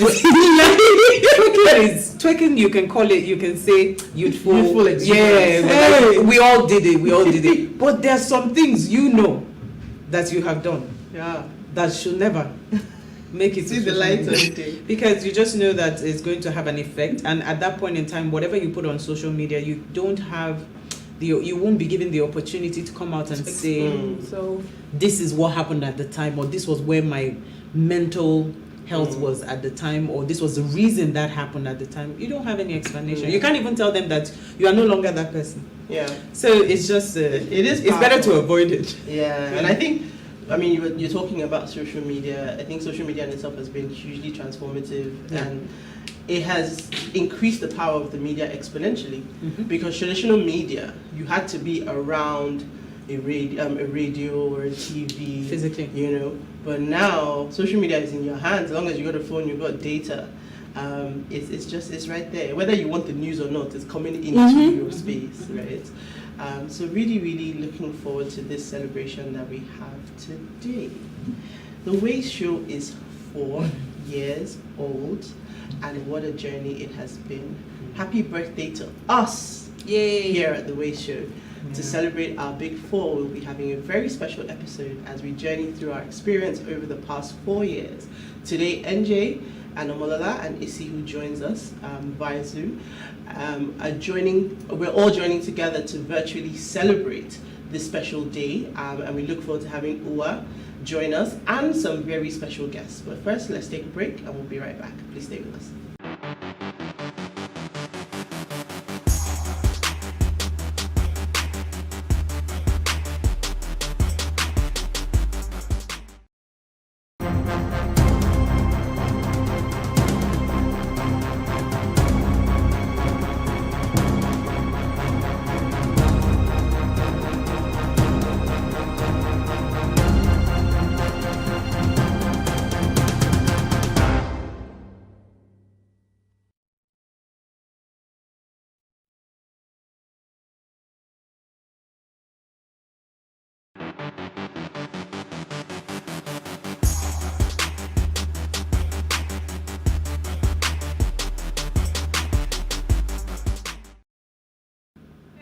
And co-anchors.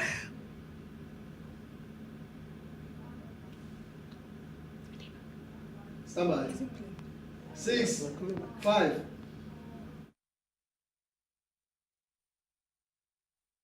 And I am joined by my amazing co-anchors. We have Issy and Nasa. Hello. I was gonna call her Naza. No, Naza. No, don't you dare. I think she's gone through that enough. Nasa with an S. She was so traumatized. She was appalled. Issy, how you doing? I'm very well, thank you. And you? I'm good. You're glowing, girl. Oh, really? Newspaper that we have 12.5 million Nigerian children, and currently we have about over the number wasn't actually stated, but we have about 5 to 14 years of age out of school or not having quality education. And we also have 61% of children who are between the ages of 6 to 11 years of age who are not in school. Education. The education sector to other uses. And so what this means is the already the education sector that is already not thriving, and we need to put more money in. So because the allocation from the government isn't enough as it is, and then it's been diverted. It doesn't even make sense. So some of the key challenges for education in Nigeria is poor infrastructure, teachers not getting paid enough. So he said the Senate needs to enact a law to penalize governments that are doing this, and he's concerned for the youth who then don't get into university because the infrastructure doesn't exist to accommodate the applicants that Who has ever visited the Ministry of Education? Who has ever visited the Ministry of Education? She was calm. She was relaxed, like she was unperturbed. Okay? But if somebody tells me that you have committed a crime, the very eloquent and beautiful Issy Bakome Fodele. Ways has had a lot of wonderful anchors over 4 years. Issy is the oldest on the team, and she was actually on set on the very first episode, and Issy joins us now via Zoom. Hi, Issy. Hi, Issy, are you there? Yes, I'm here. Happy birthday. Can you hear me? Yes, I can. Yes, we can.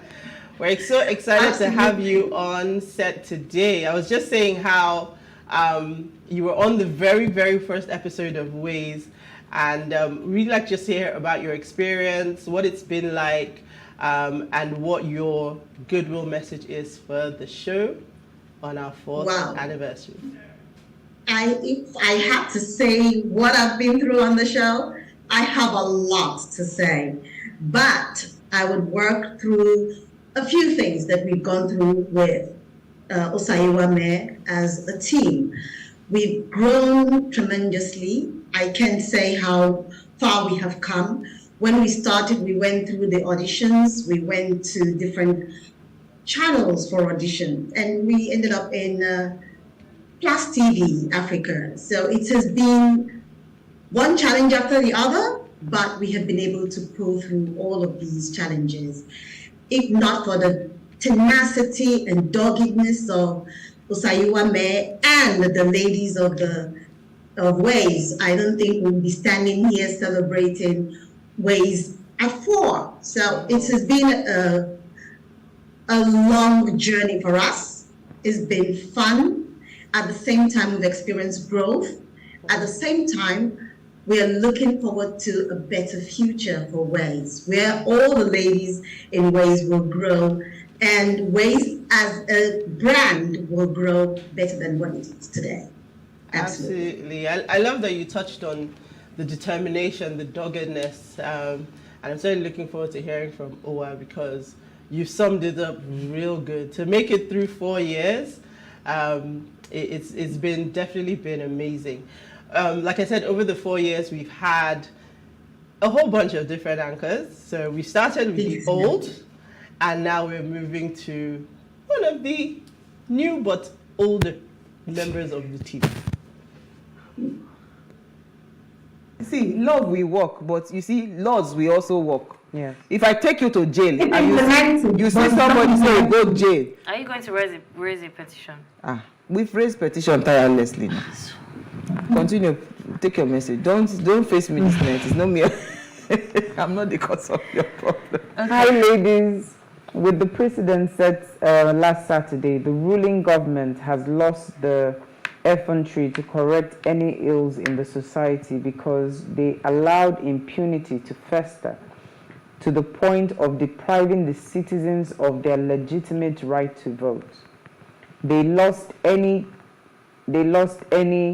shade of authority to correct anyone for wrongdoing, and that is tantamount to anarchy. Absolutely. How ridiculous can we be as a people?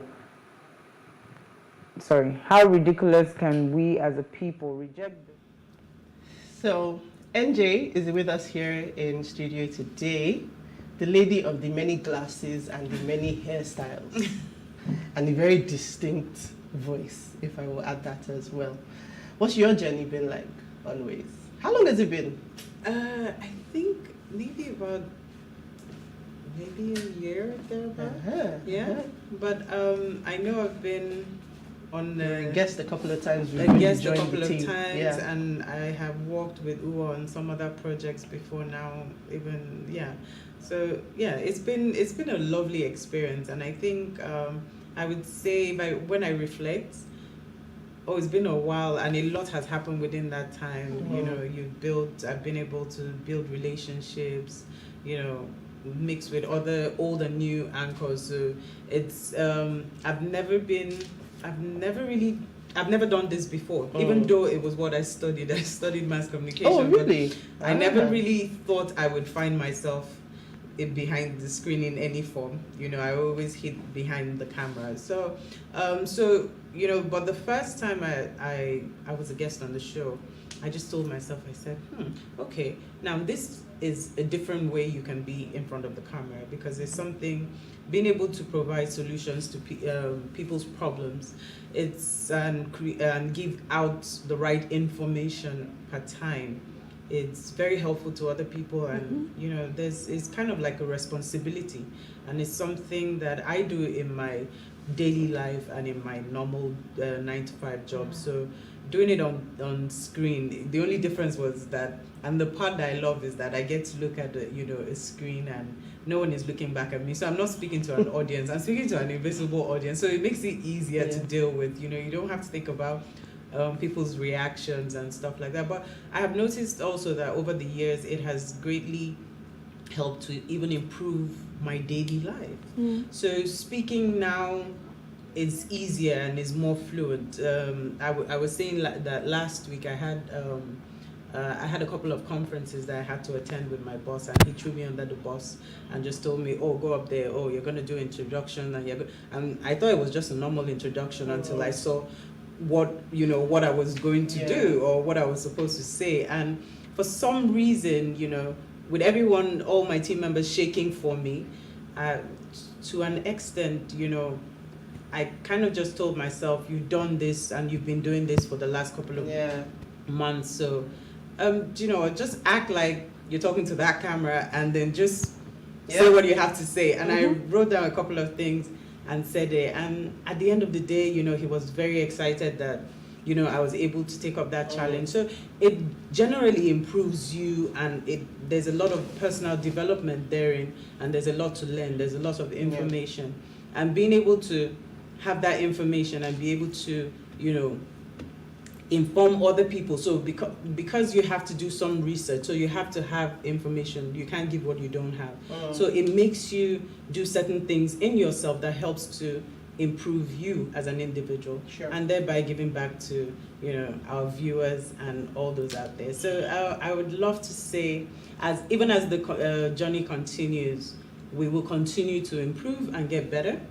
Happy 4th birthday. And we hope that we'll continue to get bigger as a group and better even as a show. Happy birthday, Will. Thank you so much, NJ. The next anchor / do everything person has a very interesting journey on Ways. I had like menstrual issues, and then it was really hard for me to even be able to track or to understand what was going on. And then I realized, well, enough is enough.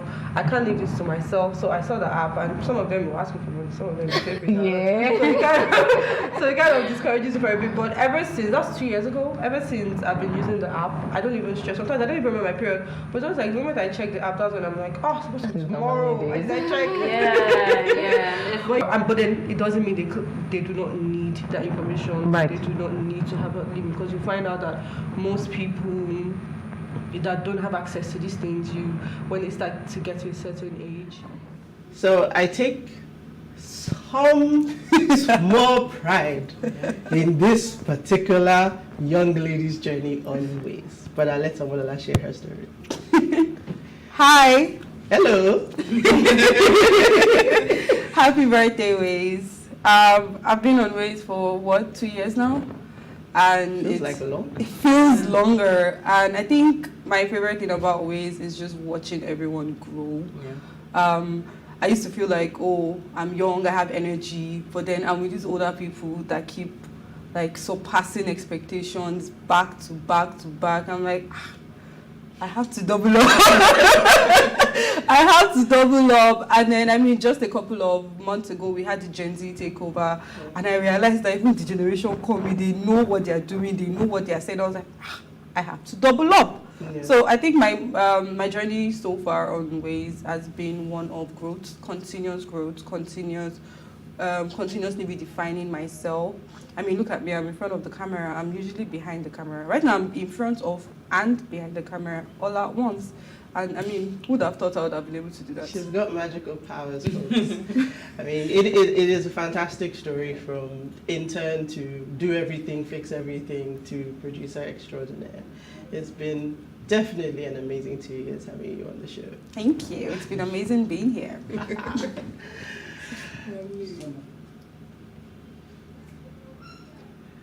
So I think we have another clip coming, and this one is my favorite. Yes, I'm biased. Thank you. is a program set up by the Nigerian government during the military regime to involve Nigerian graduates in nation building and the development of the country.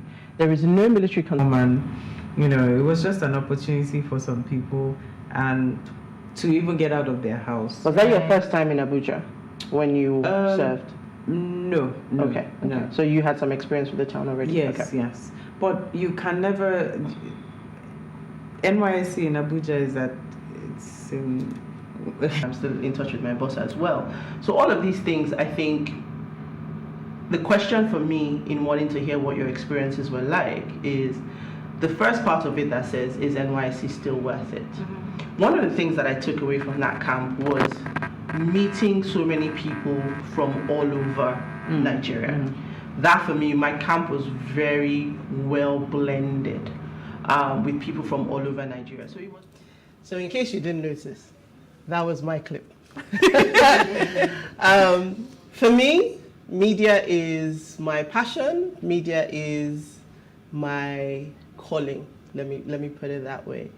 As we celebrate for today, I am excited. I know I've said it a few times, because this is probably the longest I have spent on one single show. I've always done media. Ways for me is a labor of love. It's an opportunity to do something that I'm extremely passionate about, which is to spread logical information and to educate people and cause Nigerians to see Nigeria and my fellow Nigerians the way I see them through my eyes. I hope that over the last 4 years, I've been able to give something to each and every one of our viewers and and to bring some insightful information to your screen. So that's been my goal, and I hope I've achieved it, and I hope that for the next 4, the next 5, and maybe even the next 10, that I continue to get the opportunity to do that. So happy anniversary to Ways. Please stay with us. We've still got a lot more. We'll be right back.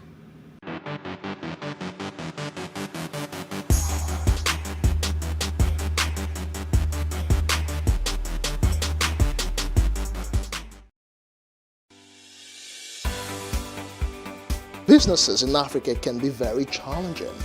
In Nigeria, it is particularly intimidating, and successful builders have learned how to navigate a hostile environment to unlock opportunities. But one major challenge businesses face is how to filter through the noise and identify where their ideal customers exist.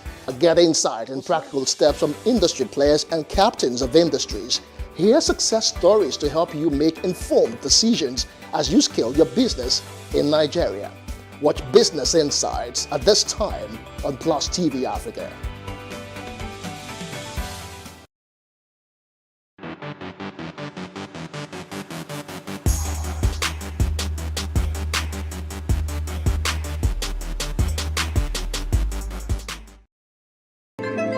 Nigeria, by extension, Africa, is faced with a lot of challenges. The growing youth population with little engagement, that is a ticking time bomb. We are a blessed people with diverse culture and highly cerebral minds who have a lot to say. And yes, we are talking. It is important we drive the right conversation that informs, inspires, influences thought and action. If we say there's beauty in our diversity, then let us embrace our diverse culture. We must continue to courageously be the voice of transformation as we are the hope for the future. Yesterday's conversations shape today. What are you saying to shape your tomorrow? We know you have a lot to say, and we are here to hear you.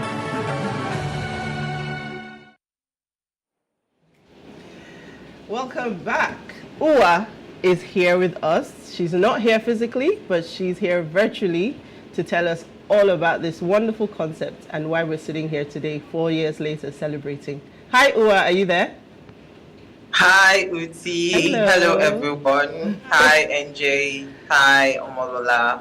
Hi, Uwa. Hi, Isi. Hi, everybody. Hello. So, I don't think there's anything I have to say again. Apologies. We have work. Parallax Consulting is the one paying our fees, so we have to work. But I don't think there's anything else I want to really add, because I am.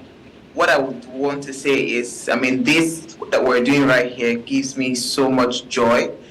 It gives me so much fulfillment, knowing that, you know, it's one thing for you to have a vision, it's another thing for other people to carry that vision, you know, and hold it dear to their heart as though it were, you know, their vision as well. So I'm super grateful. I don't take it for granted for every single member of the team that has been a member of Ways from inception. We all have been amazing women. I mean, just watching some of the old clips brings a bit of nostalgia, you know, but I'm grateful. The call for Ways has always been, you know, passing the right information, transforming lives, right? And I know so many people that they never had experience with TV, you know, just encountering us on Ways, and, you know, their lives have transformed. I mean, so many people have gone into politics, gotten some appointments. I mean, it's just been one testimony after the other, and, you know, I'm grateful to the platform that we eventually chose. I mean, EC was with us on our very first episode where we shot. We were supposed to air somewhere else, but, you know, God did not want us to be there, so we then moved, and we've been with Plus TV for the past 4 years. So we're grateful for that. We're hoping that it's going to be bigger, it's going to be better. And I just want to say thank you to every member of the team. I think, you know, sometimes you know that, yes, these people, they got you, right? That's the kind of confidence that I have with the women on Ways. Like you rightly said, Uti, is a labor of love. It's not something that, you know, if you say, okay, maybe it's financially rewarding or something. And this is, you know, what people are always used to now. You know, it is something that it has to be financially rewarding for them, for it to make sense. But, you know, that has not been our story on Ways. It has never been our story. Our commitment or our motivation has never been financial. It's the fact that every member of the team truly believes that their voice counts and can change and transform lives, right? We can truly make a difference. And I love the quote for today. And that's the call for Ways. We understand the power of media, and we know what media can do in terms of transforming the minds of people. Once you're able to transform a mind, you have transformed that life. So, and that's our call for Ways. We are very, very deliberate about, you know, mind transformation and making sure that we, even in our topic selection, the kinds of things we talk about, you know, of course, again, we're passionate about small businesses, we're passionate about your health, your mental health, your well-being. We're passionate about personal growth and development. And that's why you can hear testimonies like NJ saying that even her personally, and what's her name, Omolola, personal journey, you've grown. I mean, I watched myself, I said, now, wow, things have changed though. We have been upgraded. But hey, we give God all the glory. I remember that our tiny table. Oh my God, that was so small. The tiny chairs. You remember the table? I remember the chairs. You sort of had to you balance on one side. Complaining about that chair. Wanted to frustrate you. You know, look at the tiny table that Issy, Nata, and I sat in. I said, oh my gosh, we've really grown, and you know, it can only get better. It can only get. I'm grateful for the past 4 years, and we know that bigger things are coming. So I'll stop here because I know we have a lot of people, you know, to speak with. But thank you again, everyone. Absolutely do. Thank you, Uwa. Thank you for the vision, and thank you for keeping the team and Ways going. Like Uwa said, we have been here, and there have been a lot of ladies around this table as co-anchors. We have had, at any given point in time, I think there's about 9 or 10 anchors if you sort of see the montage we've had. And I think the main thing to mention, I think is really unique about Ways is we're not media people. We're all subject matter experts in different areas of our lives, whether it be customer experience, whether it be law, entertainment, public speaking, development, MSME experts. We've had all sorts of wonderful, beautiful, and bright women on the show. We're going to run through a clip very quickly to celebrate them all. Uti, sorry, quickly, can I just say something before you run through that clip? Just one thing, because what you just pointed out, I wanted to just quickly touch on it, that it was important that we brought women that were not, you know, your regular TV people. They were 9 to 5 women that had their day job, but they were also passionate about the things that concern the nation. So it was a blessing finding those women, you know, out of their busy schedules, you know, coming every night after close of work to come and what's it called? Contribute to the conversations that happens on Ways. We were very deliberate and intentional about the kind of women, and we've been so blessed to have every single member of the team. Yeah. I'll keep quiet now.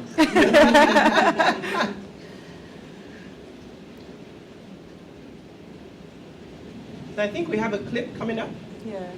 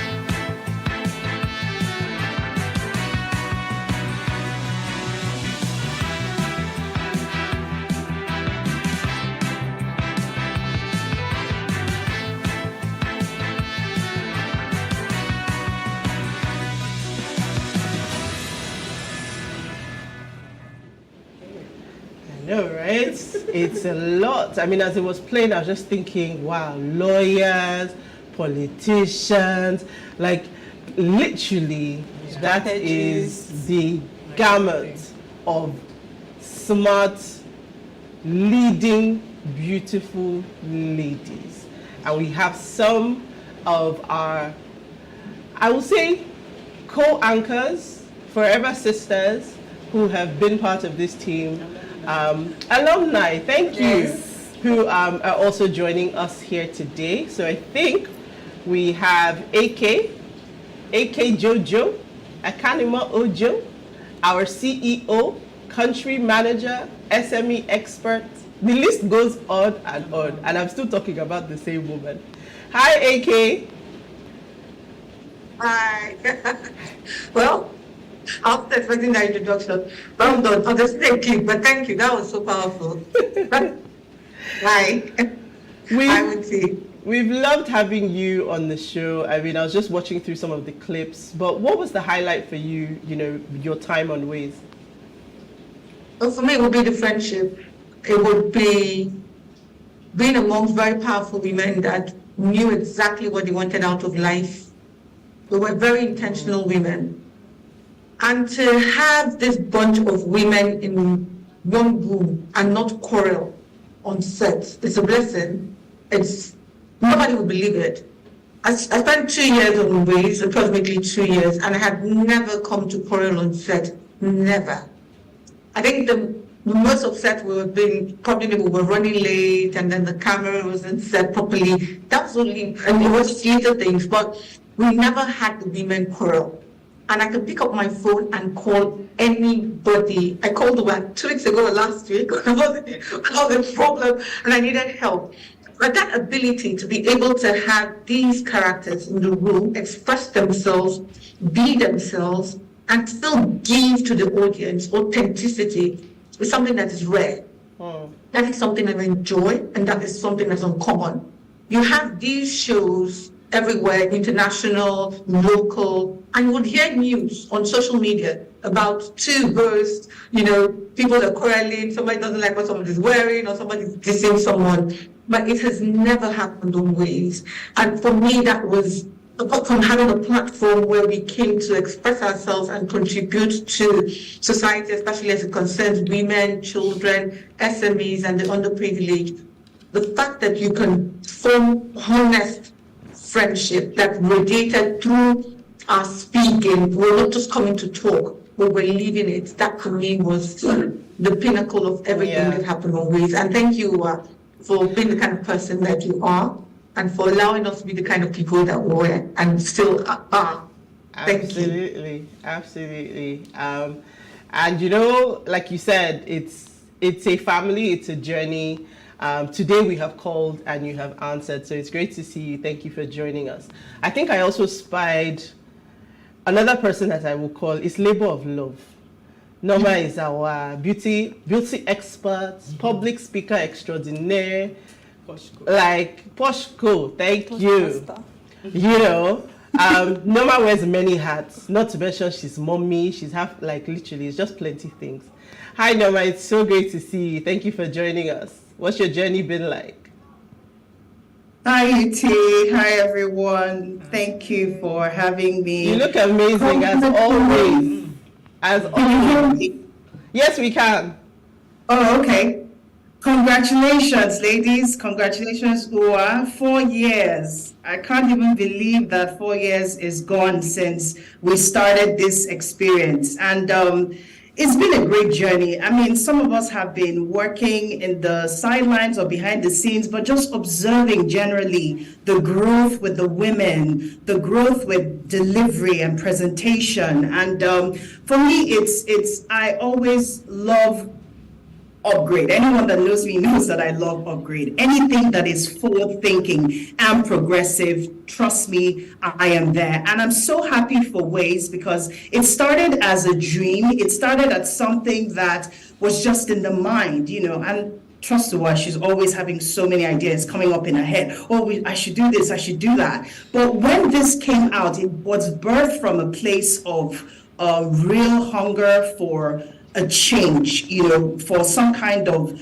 change in the direction of young people, young talent, to help people to have a rethink and a recalibration of their minds in the way they think about the world in general. So it's not just about face washing or just shallow thinking, but really thinking deep about how our actions or how our behavior changes the narrative everywhere we find ourselves. And that's what I love about Ways, the fact that it helps you to take away something to think about and see how you can even plug in and be like the solution. That's what really it's about. And that's what drew me to the caliber of women, the people that just involved. It's a family, it's become a family. And anyone that comes in finds their place. You're not trying to be somebody else. You're original, you're authentic. So this is a very beautiful place to grow.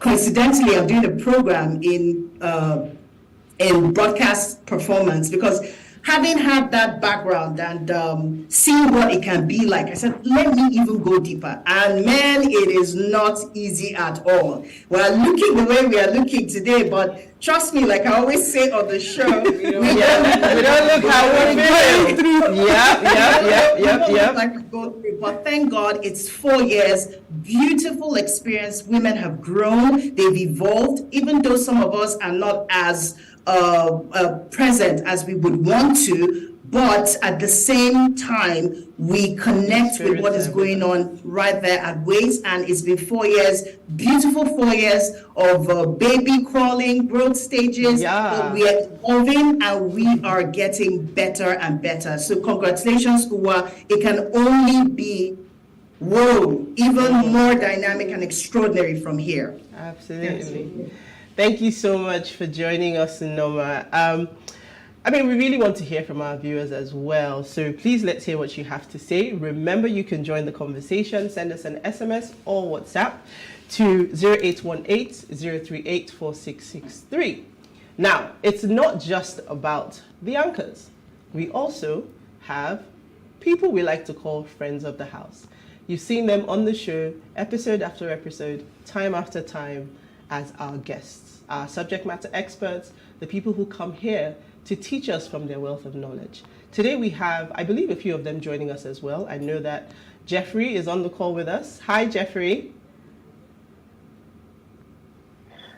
Hi, how are you doing? Good evening. Good evening. Thank you so much for joining us. You absolutely qualify as a friend of the house. How many times have you been on Waze now, Jeffrey? Do you remember? About five or six times now. 5 or 6 times. So you're the real MVP. You're the man supporting the women of Waze. That deserves a round of applause. I try. Thank you for answering the call every time we call and for bringing new things to this table and to the conversation. What are your thoughts around your time and across our different episodes on the show? Well, when you walk into the room and you're the only guy around 4 to 3 women, you need to be calm and understand that you need to, let them lead and enjoy the conversation. I think for me, just thinking back as everyone else was talking, is just to see how typical day-to-day people that can really make a difference. And I like what Hua said when she mentioned the last point, that we didn't want celebrities, we didn't want people that were influencers, we just want people who live daily lives, who have original, realistic view of what's going on and are able to contribute real time to conversations. And that was always the case. And the second thing as well, everyone is always so prepared. They know the topics, they understand the context of the conversation, so you don't feel like you have to say everything. Sometimes, because of how informed the ladies are, it allows me to breathe. I can just take a break, listen, and then join the conversation, because you're talking to people who understand most of these conversations and are able to make realistic contributions to that as well. And to be honest, a lot has changed. I remember the studio way back. Now, there was a time I walked in and there was like a lot of expansion. The lights were different, the decor was different, the seat was different. And someone did mention, I think that was Naomi or so, she said, I like how things evolve, and things have evolved. Even the topics, the conversation, the audience that you have, the followership that you have, it just means that you're doing something right. Right? Every time you come on, people want to know what you want to talk about, people calling, people contribute. And I thought it was more than 4 years.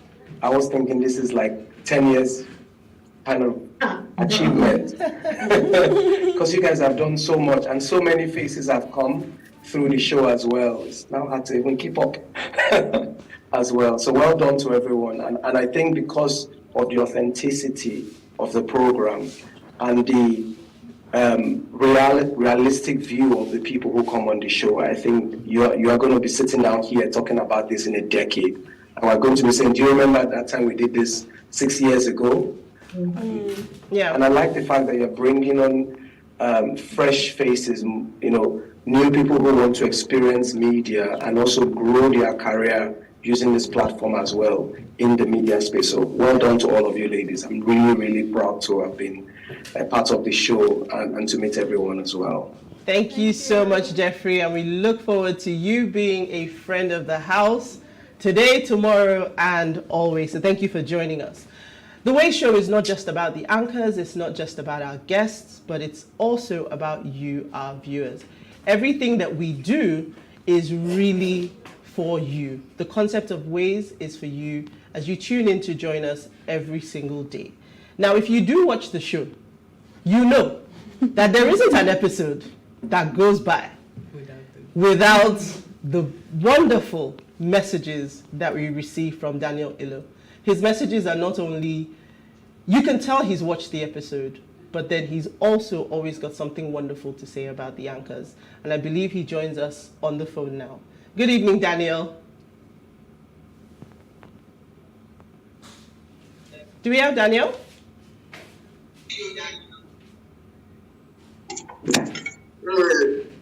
I'm coming. Hi, Daniel. Good evening. We can hear you. You're live. Yeah, hello. Good evening. Hello, I'm hearing you. All right. Hello. Thank you for joining us. This is the first time we get to hear your voice. Yeah. Good evening. How is everything? Fine, thank you. So I think there's an echo. Maybe you want to turn down your TV set? Yeah, it's off.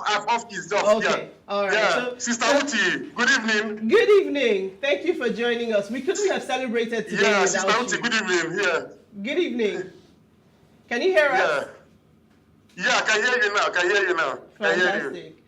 Fantastic. We couldn't have celebrated the show today without you. It's important, like we said, you as our viewers, you're very important to us. What is it about the show that you like so much that causes you to, be consistent in communicating and engaging with us? Well, I love this show because of wonderful, beautiful women that God has gathered to keep us informed about the happenings of the things in Nigeria. Because I always tell people that if you are not informed, you are deformed. I always tell people that if you are not deformed, you are deformed. But I enjoy this show because the beautiful ladies on set, they allow me to know the happenings of the things in Nigeria. And I want to commend Sister Uwa. She's a wonderful leader, a great anchor. I respect her. She's doing a wonderful and marvelous job. God bless her in Jesus' name. Amen. We hope that God bless her. At some point we get to meet you in person. Maybe when we turn 5, you'll join us for a physical celebration. Yes, I really want to meet you ladies because you ladies have transformed my life through your program, everything, and I have never regretted being a fan of this wonderful show. Thank you I've so never much. regretted being a fan of this wonderful show because I love you ladies a lot. And you are doing a very good job. Beautiful Thank you ladies very much. that are doing what they're doing. Excellent. Yes. Thank you so much for joining us, Daniel, and we'll certainly look forward to continuing to receive your messages. It's been a wonderful Sister Uti, just take care of yourself and have a wonderful day. Thank you so much. Thank you. It's been a wonderful celebration. It's been a wonderful journey down memory lane.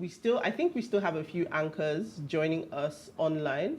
Dami is there, but before we come to Dami, we're fast. As we always say on the show, we're running out of time.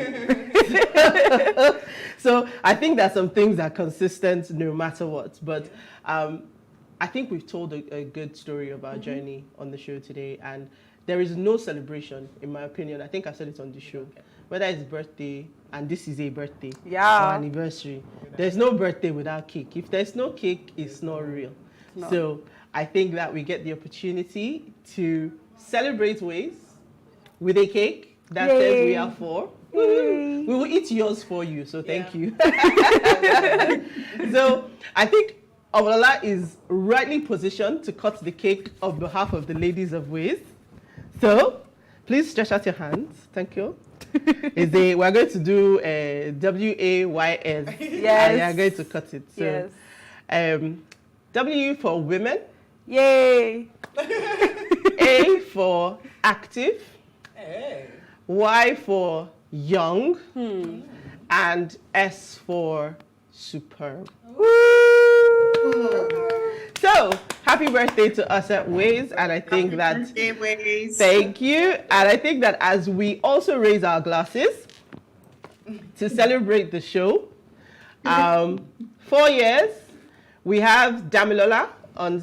I think Damilola is joining us virtually as we toast to say her own few words about her time as part of the team, because she's also a multifaceted human being. She's our voice on the streets. Yes, Hi, so. Damilola.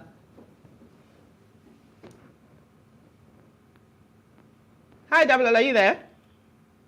Anyway, so whilst we wait for Damilola to join us, ladies, a toast to Ways, to 4 more, and another 4, another 4, to a table filled with beautiful women spreading the right information, inspiring Nigerians, and influencing everyone to do better.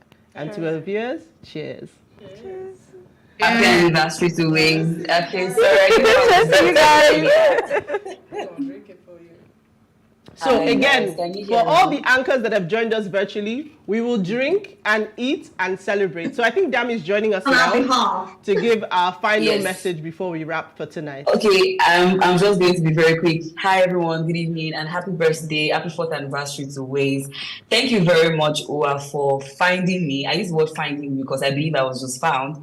I mean, because I joined in last year and I just started off by accompanying my friend to the studio because she was the original co-anchor on the show. But then I just accompanied her every time she came to the show because, I mean, why not? But then Owa just found me and realized that, okay, yeah, this person actually is a natural. She can do this. And then that's how I started off on the street and now even hosting a separate show by myself. I mean, I'm very happy for my own progress. Thank you very much, Owa, for the opportunity because I count it an opportunity, trust me. And one more time, happy birthday to Waze. Thank you, Dami. I think, like I said, we've run out of time. We do also have another friend of the house in, Vumile. I got it right? I hope so. To just, if she's there, to give us a quick wave for taking the time to join us again as we celebrate. As we close out the show, I don't know, is Vumi there? All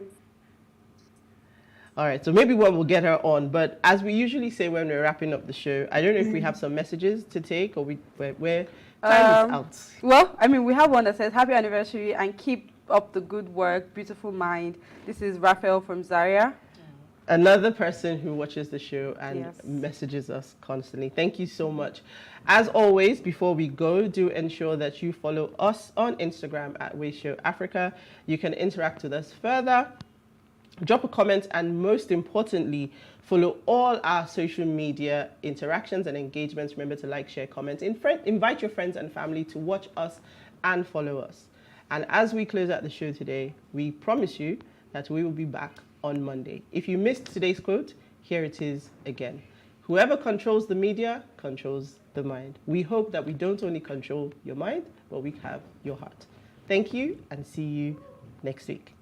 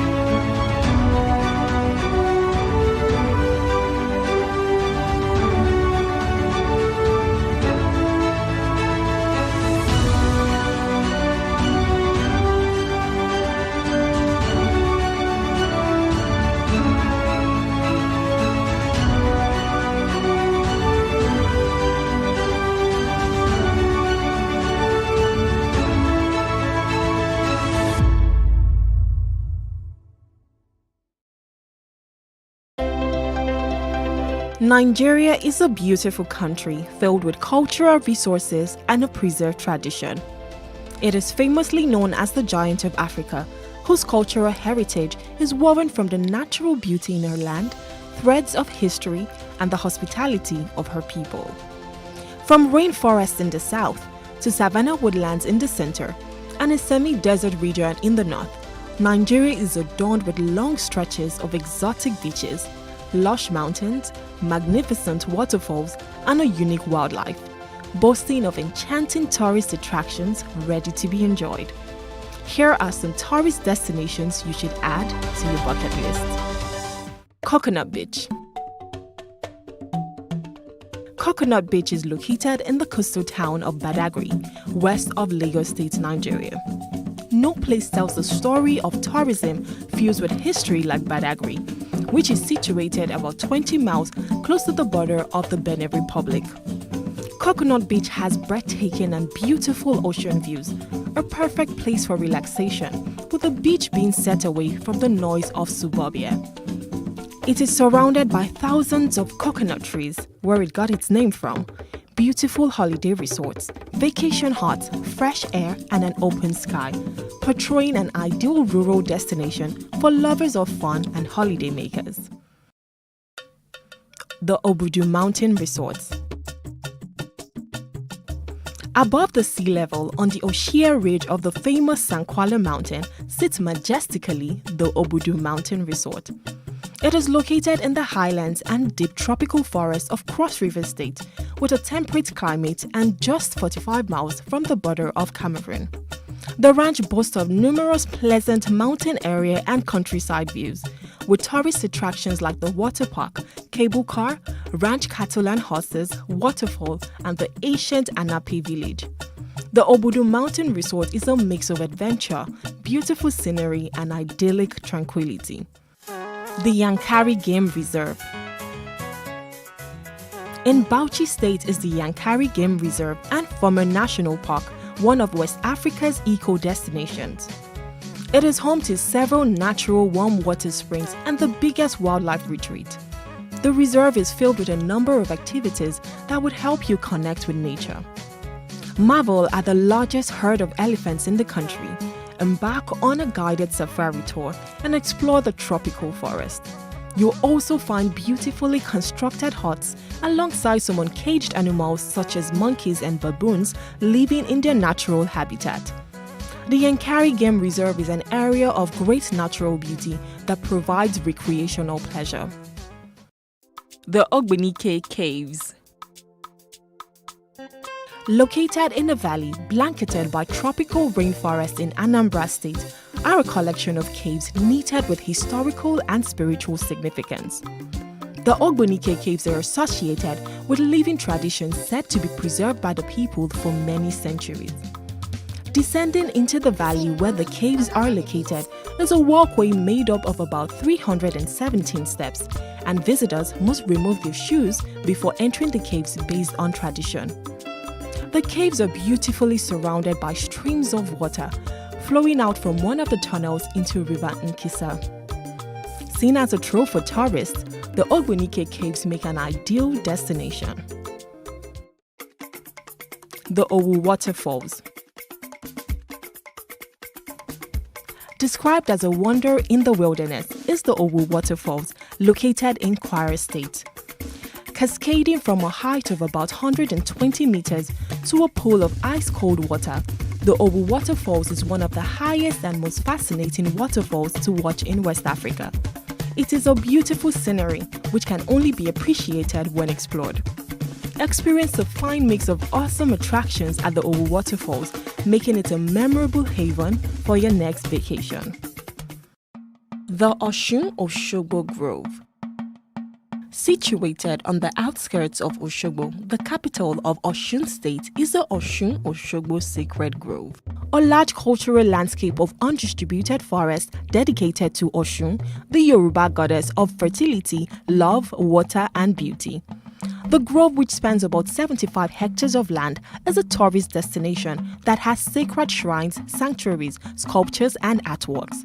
The forest contains about 400 different species of plants that are used for medicinal purposes.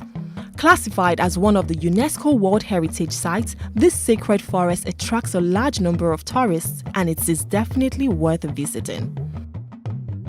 Nigeria is a beautiful land waiting to be explored, and you are encouraged to visit and enjoy these wonderful tourist destinations.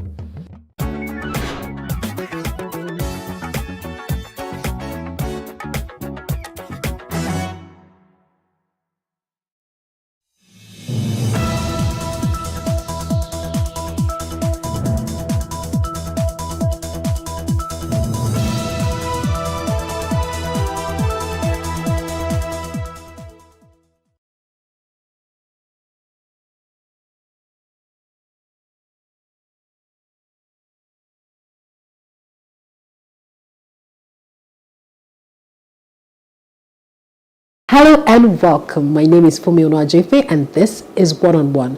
So in today's episode, we're focusing on how customer service can help with the business community. Now in 2021, a study by Deloitte Consulting states that feeling like you belong can lead to a 56% increase people in job performance and a 50% reduction in turnover risk and a 75% decrease in call for sick days. Interesting. Now, technology is a crucial tool in the development of communities in the modern workplace. It affects how employees interact, how they converse, and how they recognize and socialize on a daily basis. My guest today is Kehinde Ogundare. He's the country manager of Zoho Nigeria, and he'll be speaking to us about how tech can help businesses and build and manage employees and customer communities. He possesses exceptional technical knowledge and is proficient in business automation and optimization. He's enthusiastic about aiding businesses. Thank you, Kenny, for joining us this afternoon. Much for having me. Interesting profile that you have there. You're really interested in businesses. So I always ask my guests this question: what was growing up like for you? Did you see yourself doing what you're doing today? Not in this capacity, but then I've always known I am cut out to be to help people. Okay. Right. I grew up in a family of 5. My parents are civil servants, so you've always seen the attitude of servitude growing up. So they are teachers, so they impact knowledge. So that is something that's always motivates me to always be better and to help people as well around me, especially small businesses. Oh, interesting. So do you enjoy your job? I love my job. What do you love about your job? I love the fact that I can actually wake up one morning and get to help. I mean, I've helped a lot of businesses, and when I see them succeed, that is my joy. So the opportunity for me to go out every morning, go to work, speak with my clients, and see how I can help them optimize the way they do their business, that gives me joy. And also, I can see the result. Okay, so let's talk about how technology can be used to build employees and communities. And people. How? Okay, so 2020 COVID-19 was a kind of a catalyst. I always refer to it because that was when technology became a thing globally, right? Before then, what we normally used to see is when people go to work, there's a normal setup, piles of files, we've always seen that. But 2020, something happened, everybody have to be inside their home. So how do you proceed? How do you manage your employee? How do you make sure they are well taken care of? How do you maintain the work culture? So this is where the infusion of technology into the way you do business is very important. Interesting. So how have you been able, because in this side of the world, in as much as a lot of people after COVID has taken use of a lot of technology, we also have a lot of the informal sector, in this part of the world. How have you been able to, educate them on the importance of using technology in their businesses?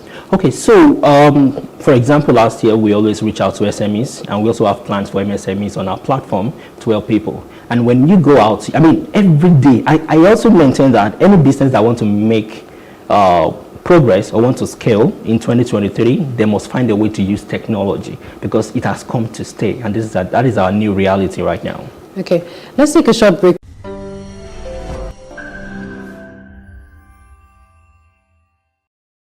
So what features of tech tools do you consider when planning to build and manage customer-employee communities? Okay, so basically what you try to look into is human resource management application. Okay. Now, the question goes further to be what aspect of your human resource you're trying to optimize. There are a lot of tools out there. There are a lot of software and technologies that you can use to manage your employee database. So there must be a particular tool that is designed for your internal process. So those are the things you have to consider when you're trying to take a technology. So how do small businesses know which tools to take? Because not even just small businesses, because now everybody wants to make money. Everybody is launching one app or the other, creating something that is, so how do I know that this is useful for me, for example, and then this, I don't need to spend so much money to go and get, because sometimes you see all these apps, yes, they're functional, they're nice, but they're quite expensive to subscribe to. So how do we begin to choose and know which one is relevant to us? Okay, so what I normally do is, what I advise people to do is do consultation. Okay. So internal and external. So internally, what are the things what are the pain points?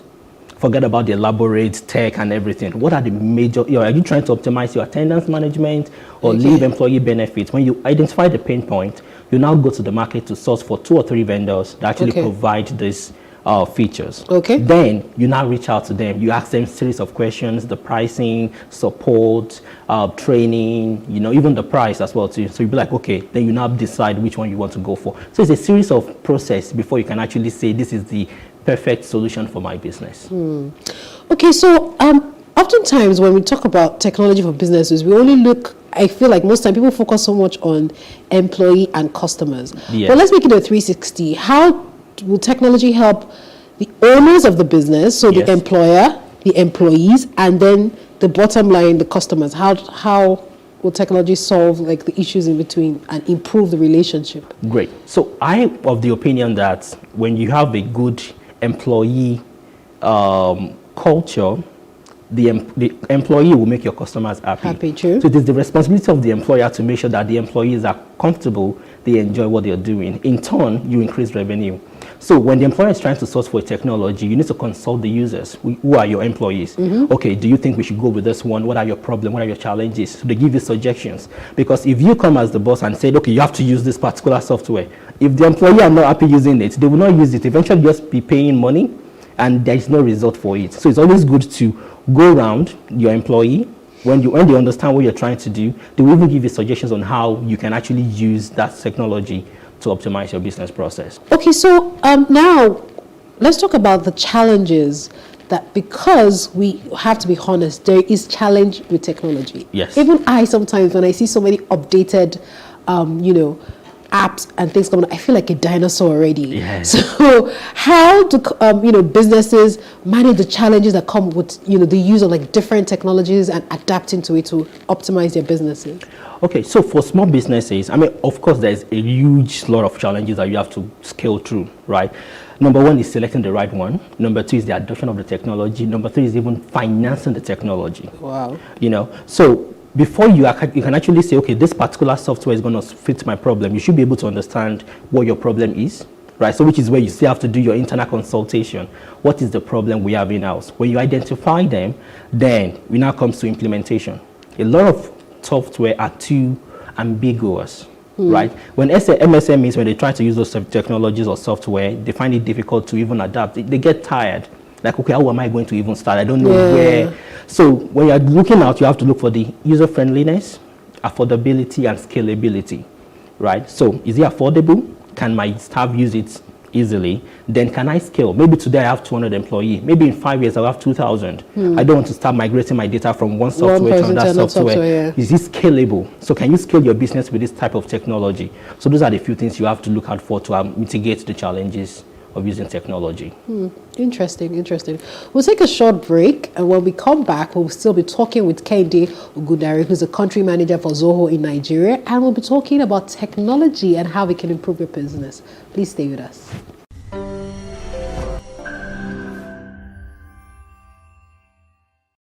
Thank you for staying with us. My name is Femi Onuajefe, and you're watching One on One. I still have Kehinde Ogudare with me. He's the country manager for Zoho, and we're talking about how businesses can optimize their functions, their customer and employee relation using technology. Now, how do you see technology evolving in the future to better serve businesses in building and managing communities? So my response to that is going to be automation. Okay. 5 years ago, or maybe 10 years ago, we have no idea what an automation is. But today, as a business owner, you can actually be sleeping on your bed and your software is actually sending emails to your clients. Can you imagine what it's going to be like doing the business when your software is telling you that the best time to call for me is going to be 4 p.m. That is when she will be available. Instead of you trying to reach out all day, wasting your time, right? The best time to send email to your clients will be around 2 a.m. and 3 a.m.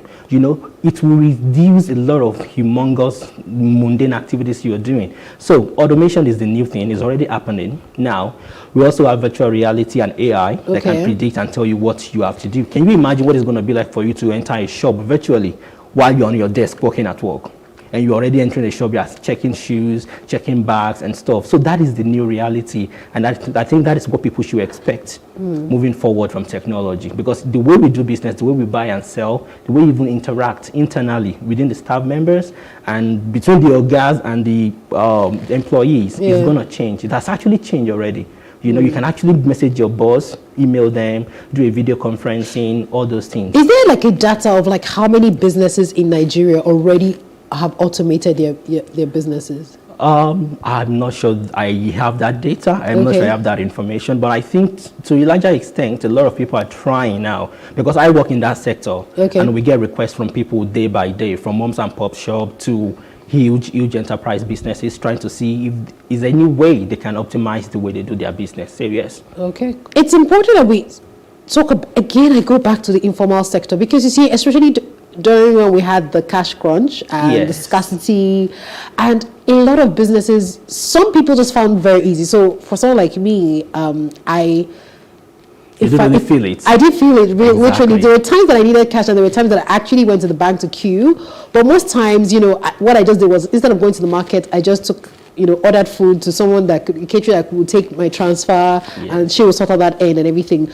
But let's go back again to the informal sector and see, how are you educating a lot of these people who are the unbanked, literally, even though during a cash scarcity, a lot of them now try to get into the bank accounts and into the banking system and all of that. How are you educating them? Because I feel like there's a huge market in the informal sector in Nigeria. That is actually very correct. I mean, one of my concerns when the cash crunch happened in Nigeria is, how do you expect those people to survive? People to depend on this daily cash, right?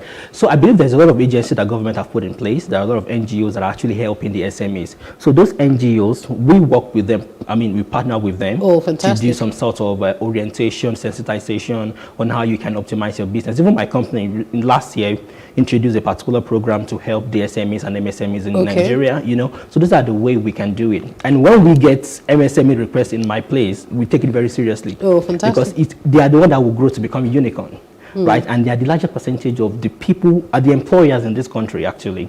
They contribute a huge percentage to the GDP.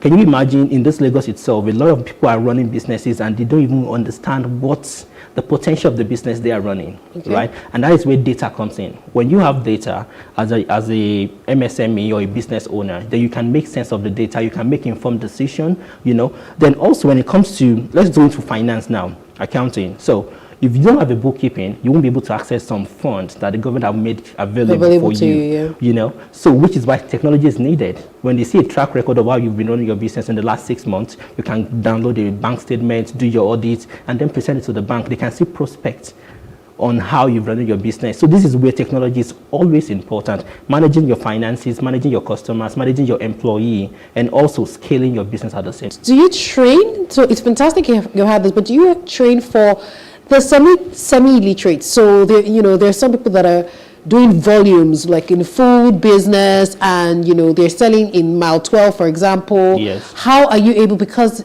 he or she in that local market have a lot of potential. So how do you do you take them from the markets and train them, or do you send out your agents to them, or how does the NGO help to collaborate with you on this? Okay, so this is where the collaboration with the NGOs also come in, and some government sectors that is much more parasiters to help these small businesses. So in my own organization, what we do is, when you subscribe to our software, we have a duration called onboarding period. Okay. So we onboard you for a period of 45 to 60 days. It's more like an hand-holding, right? Because it's a new software, you don't even know where to put your name or where to go. So it's always important for you to have somebody at your, press this, go here, go here. So that is some sort of training that we do. And also looking forward, we are trying to organize some mini trainings with our partners to see how we can bring everybody using our software together, and then train them on how you can actually optimize the usage of your software. You will be surprised that a lot of people are using powerful tools, and they're only scratching the surface. Wow. So when you now sit down with them, you understand, okay, your problem is already here. Just click 1, 2, 3, and you can have this thing done. Okay. Yeah. I like that we've talked about all the nice parts and all the butter parts. What are the challenges that you've faced with your business and, growing it in Nigeria? The major challenge is going to be adoption. Adopting technology can be very challenging because it can be too ambiguous for a lot of people. Imagine the people in the market now, you're telling them to use the CRM to automate something. They'll be looking at you as you are speaking French, So you have to break it down to them little by little and make them understand what they need to do. And also, I always suggest for people to not use big software for a start. Start small. You know, if you're trying to optimize your finance, start with an invoicing, right? When you have a track record of invoicing, you will then understand that you need a finance software to actually do your finance accounting and everything, right? Then you move into CRM, you go into marketing, you go into human resource, project management. So adoption can be a huge problem, a challenge, not even a problem, is a challenge. And secondly will be the price, the cost. Right, people don't want to spend money. They're trying to optimize our technological costs. Because we are Nigerians. We just want to, we want to look at how to just balance everything. Yes. At the end of the day. So, Kehinde, talk to us. So now we've talked about technology and businesses. Yes. How did you get into technology? I always find that I'm intrigued by that, and a lot of people want to know, what are the skills that I require if I want to fill into Kehinde's role tomorrow, do something like what he's doing? Okay, so I entered technology in 2019 when I joined my current company. Okay. Right, Zoe Technology. But before that, what were you doing? So before then, I was working with an outsourcing company in India. Okay. I did that for for 4 years before I joined Zoe. I actually joined from India as well. So Can you speak Indian language? Yeah, you understand this? Yes, I can. Oh, really? Oh, nice. At least 80% of your language. Oh, fantastic. Yes. So I can actually speak. I got trained, and when I joined the organization, I understand the potential of this technology, right? And the first thing that comes to my mind is Nigeria. I'm a pro-Nigerian, I'm a Nigerian man, proud Nigerian. And the thing is, okay, can we actually replicate this in our country? And I can see what it can do. So I'm like, okay, I joined the company, and since then it has been a really, really good So ride. what skills did you have, or what skills did your current company see that they said, okay, we have to take this guy on? And I'm asking honestly, so that many people want to, learn how to optimize. What skills are required for them? I think one of the skills you would need to do your willingness to help. Okay. Right? When you're willing to help a particular business, the first thing you ask me is, do I enjoy what I do? Yes. And that is the first thing. Even all my colleagues at work, do you enjoy what you do? When they enjoy it, that's where you can go extra mile to take trainings, to take courses on leadership, on technology, get yourself updated on what is the new trend, the latest trend, the next trend in technology. Okay, so what courses? Can you just mention like 2 or 3 courses for? Anything in tech. I don't want to mention a few courses. I don't want to. Okay, but do you train? Does your company train? So if people came to you, if I came to you, for instance, and I said, okay, I'd like you to train me, do you train people? Or we train you on how to use our software. Oh, just that? Yes, on the usage of the software, not the core. It will be very boring for you. But for people like us, it's very interesting. You see a problem, you want to resolve it. So even the process is a journey for people like us. But for you as a user, you'll be like, this is too much grammar and too much coding. Let's talk about getting the right staff to work with you, getting people, especially in this Japa season, where a lot of skilled hands have left the country. How have you been able to balance that and then finding people who are willing and skilled enough to work with you currently? Okay, so I can approach it very differently, right? When I'm doing my interview, I'm trying to interview the new candidate, you get to see the vibe, right? You tell them, are you planning to Japa? I ask them point blank, do you have any Japa plan? They'll be like, okay, no, they don't have any. But I think what keeps employee in the organization is the work culture. Okay. A lot of people are leaving a good job in Nigeria just because they have a terrible boss. Yeah. Or because they think there is no hope for a better tomorrow, right? But then when you are trying to interview people, you take them through the work culture of the new company they might be joining. So when they see it, they see all the value they can get from the organization. And company like mine, they allow you to develop, self-development. You would look at me now, in the span of however many years, I'm the country manager. My colleagues will see that. They can say, okay, when you put in the work, you can actually live better than people that are Japan. So that then work culture and a good environment for people to learn, to skill up, and also scale their career at the same time too. Is one of the skills that you should have as a boss or the employer. Interesting. Thank you very much. Thank you, Kehinde. It's really been interesting talking to you this afternoon. Thank you for having me. All right. Okay. So that's all we can take on one-on-one today. I hope you enjoyed the conversation as much as I did, and you learned something from it as well. And if you're a small business owner or a big business owner in Nigeria, you have to look for how technology can simplify your life. Thank you, and enjoy the rest of your day.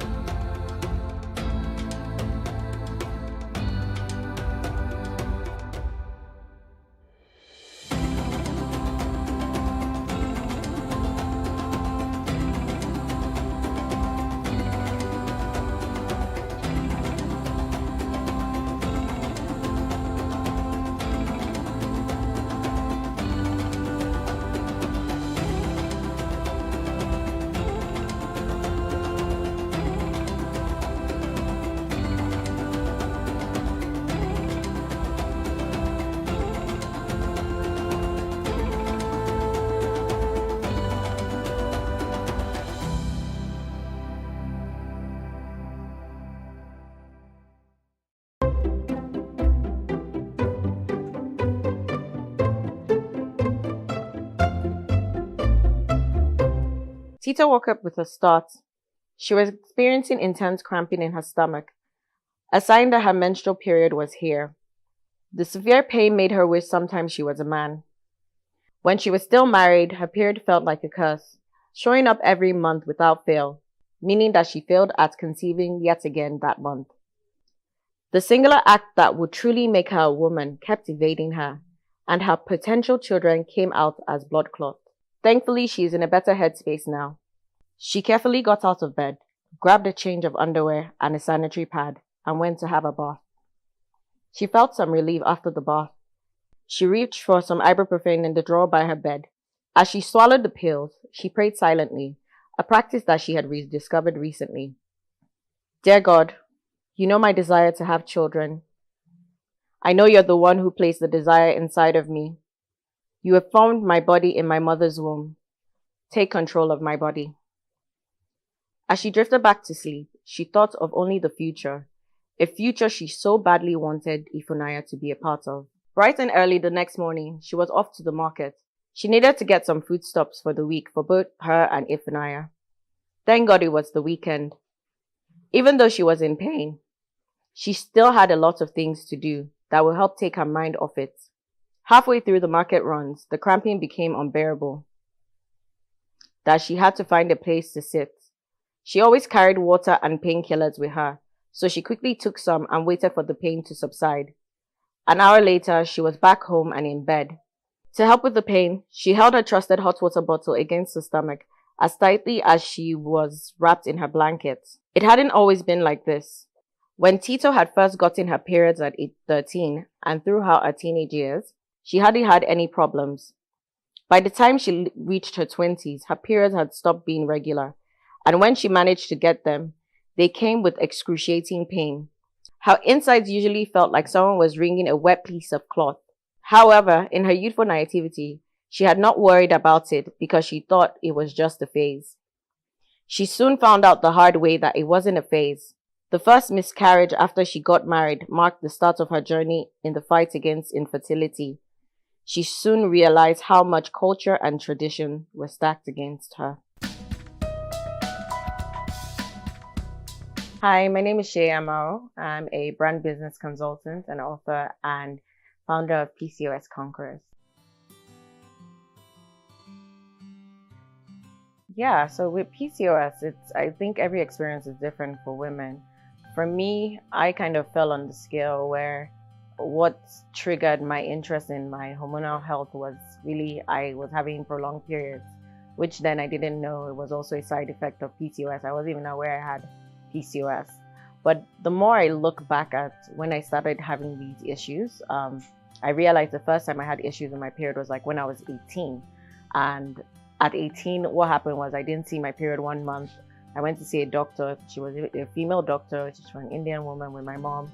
And basically, she all but, I don't even know, accused me of having premarital sex. And I was like, okay, first of all, I'm a young girl, fine. I know people are active and stuff, but I said I'm not active. But she didn't believe me, just basically gaslighted my experience. And then my period came the next day. So I just thought, you know, I'll never ever do that again. And once I didn't, so that for me was almost like, oh, it's like my body is now giving me a break from periods and stuff. So when it started becoming regular, like every year, because it was after 18, I started noticing I would miss my periods. I didn't pay any attention to it. And it didn't, and that was until maybe I was like 26 or so, when I started noticing my body was changing and everything. So I went to see a doctor. That was when the doctor, they didn't call up PCOS, but he was just like, okay, you're getting married soon. You know, just let's watch and see. It was always let's watch and see, nothing definitive. And even when one doctor said, okay, he was going to put me on birth control, he didn't really address my concern. I was concerned I was gaining weight. He was telling me I'll put on more weight. So obviously I was like, yeah, I don't think I need birth control.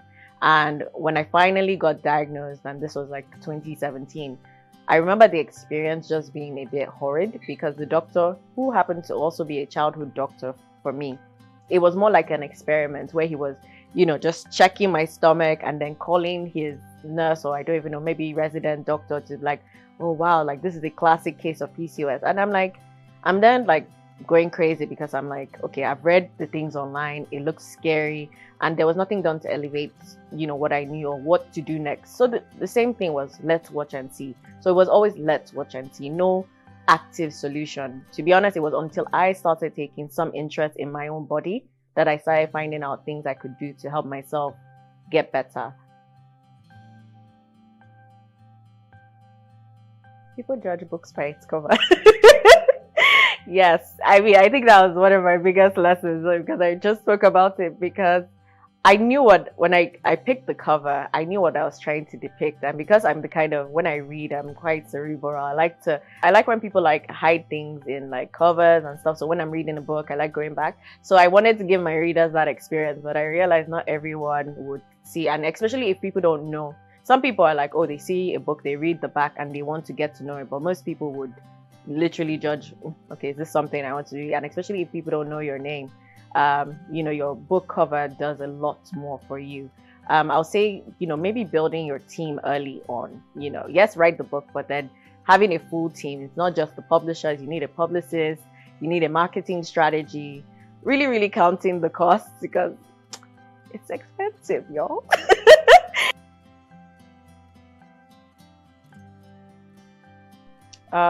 Well, it happened during lockdown, so I think, we're stuck at home. So that was, I don't know if I'll call it, I'll call the challenge, kind of getting discovered, because I've never written a book before. People don't know me. So it was almost like coming into a whole market and trying to get the message, and not really knowing the process. There was nowhere I could go to be like, and I'm sure maybe there was, but I couldn't really find anything.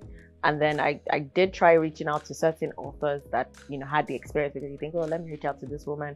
She might be candid enough. But yeah, I didn't really get that much feedback.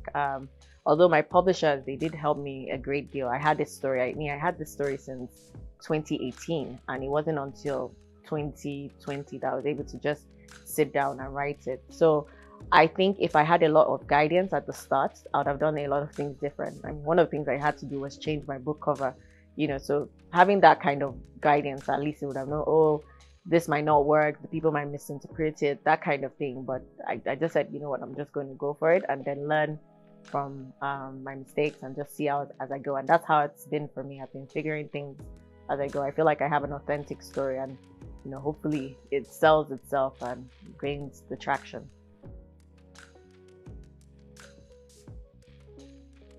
I think it's amazing. I think it's a thriving, right now, I feel like it's such a thriving market. I've seen a couple of books come out recently, and I've been seeing more female authors. So initially, it seemed like something that only select people could be a part of, and then you have to, have that name before you even get to sell.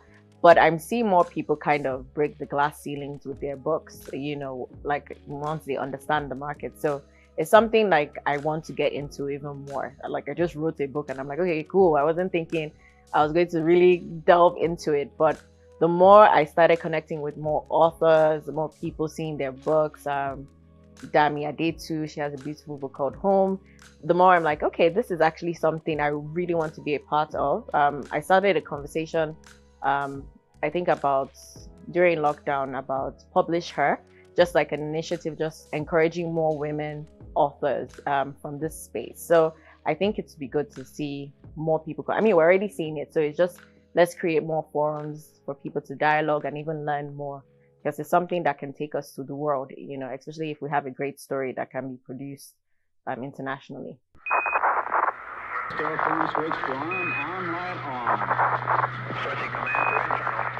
Expectedly back, TW. Easy on 50.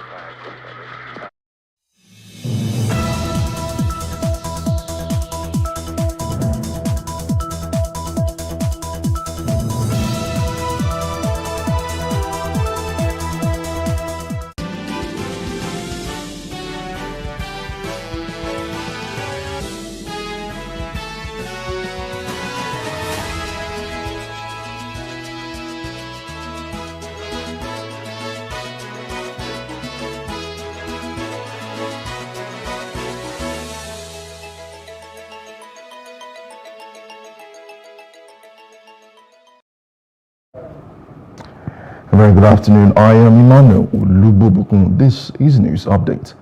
Now, Rivers State has seen 27 members of the House of Assembly defect from the People's Democratic Party (PDP) to the All Progressive Congress (APC).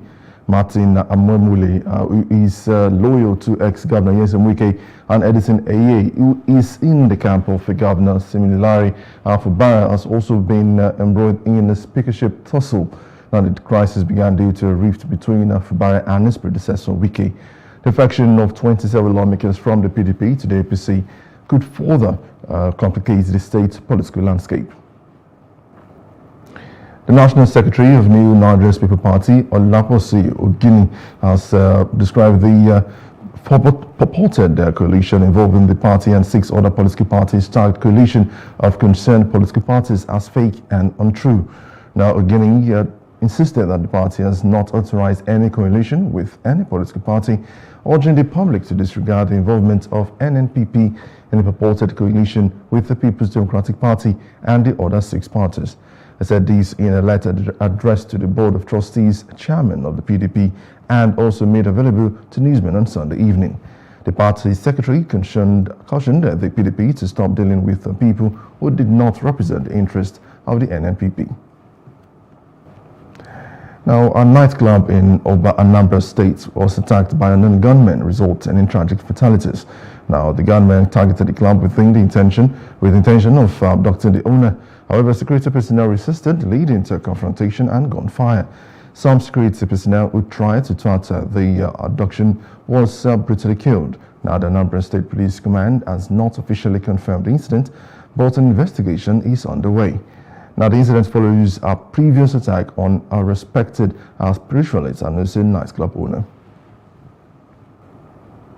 So, news update: bandits attacked the Zone 5 segment of the Kubwa Extension 2 relocation estate along Arab Road in the Federal Capital Territory on Sunday night, kidnapping a woman and 3 children involving a 6-month-old baby. The gunmen struck between 8 p.m. and 9 p.m. on Sunday, December the 10th, shooting indiscriminately and also causing mayhem in the area. Speaking to a correspondent over the development, a resident reviewed that kidnapping has become a usual occurrence in the area every December. The FCT Police Command was yet to make an official comment concerning the developments as of press time. Now, when contacted by our correspondent, the FCT Police Public Relations Officer, SP Josephine Ade, promised to find out about the development and revert.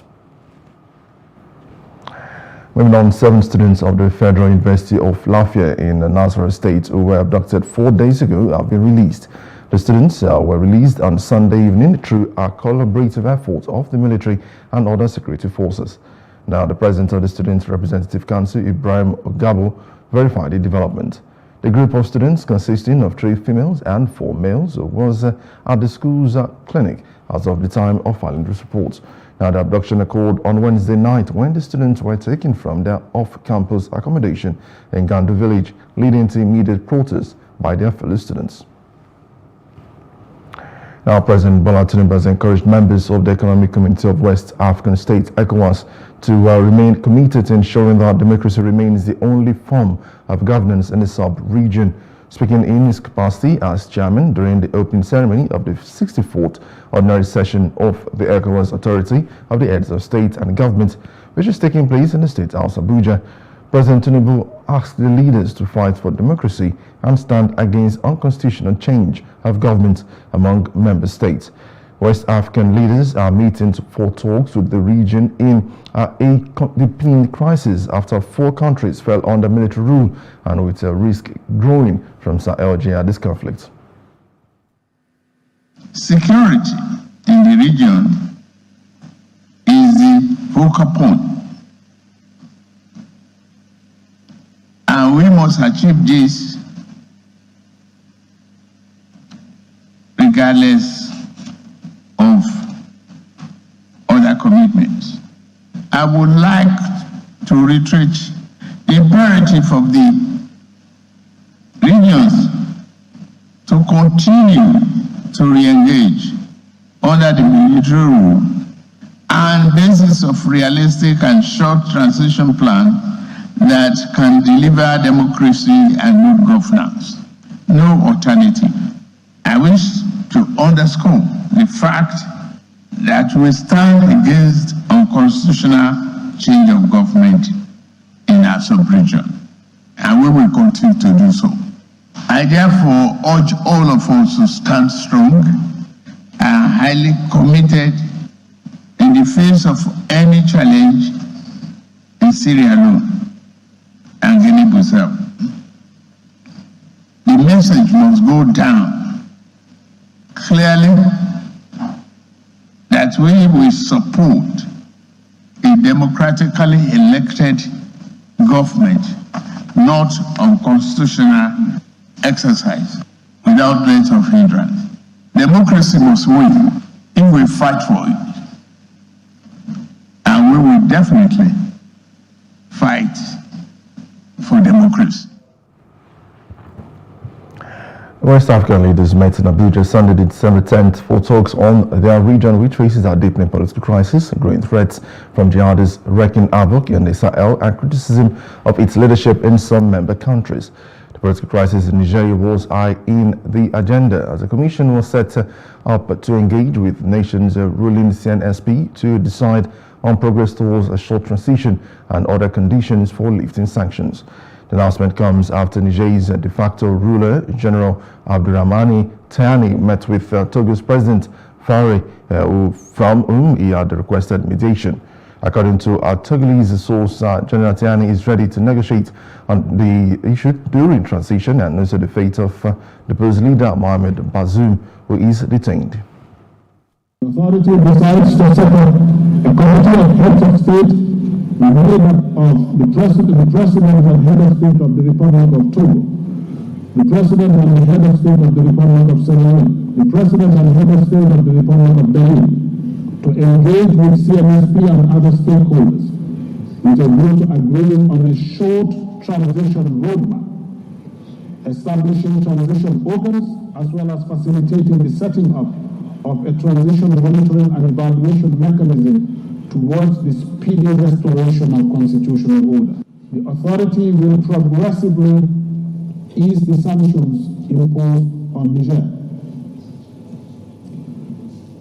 Failure by the CNSP to comply with the outcomes of the engagement with the committee, ECOWAS shall maintain all sanctions, including the use of force, and will request African Union and all other partners to enforce the targeted sanctions on members of the CNSP and their associates.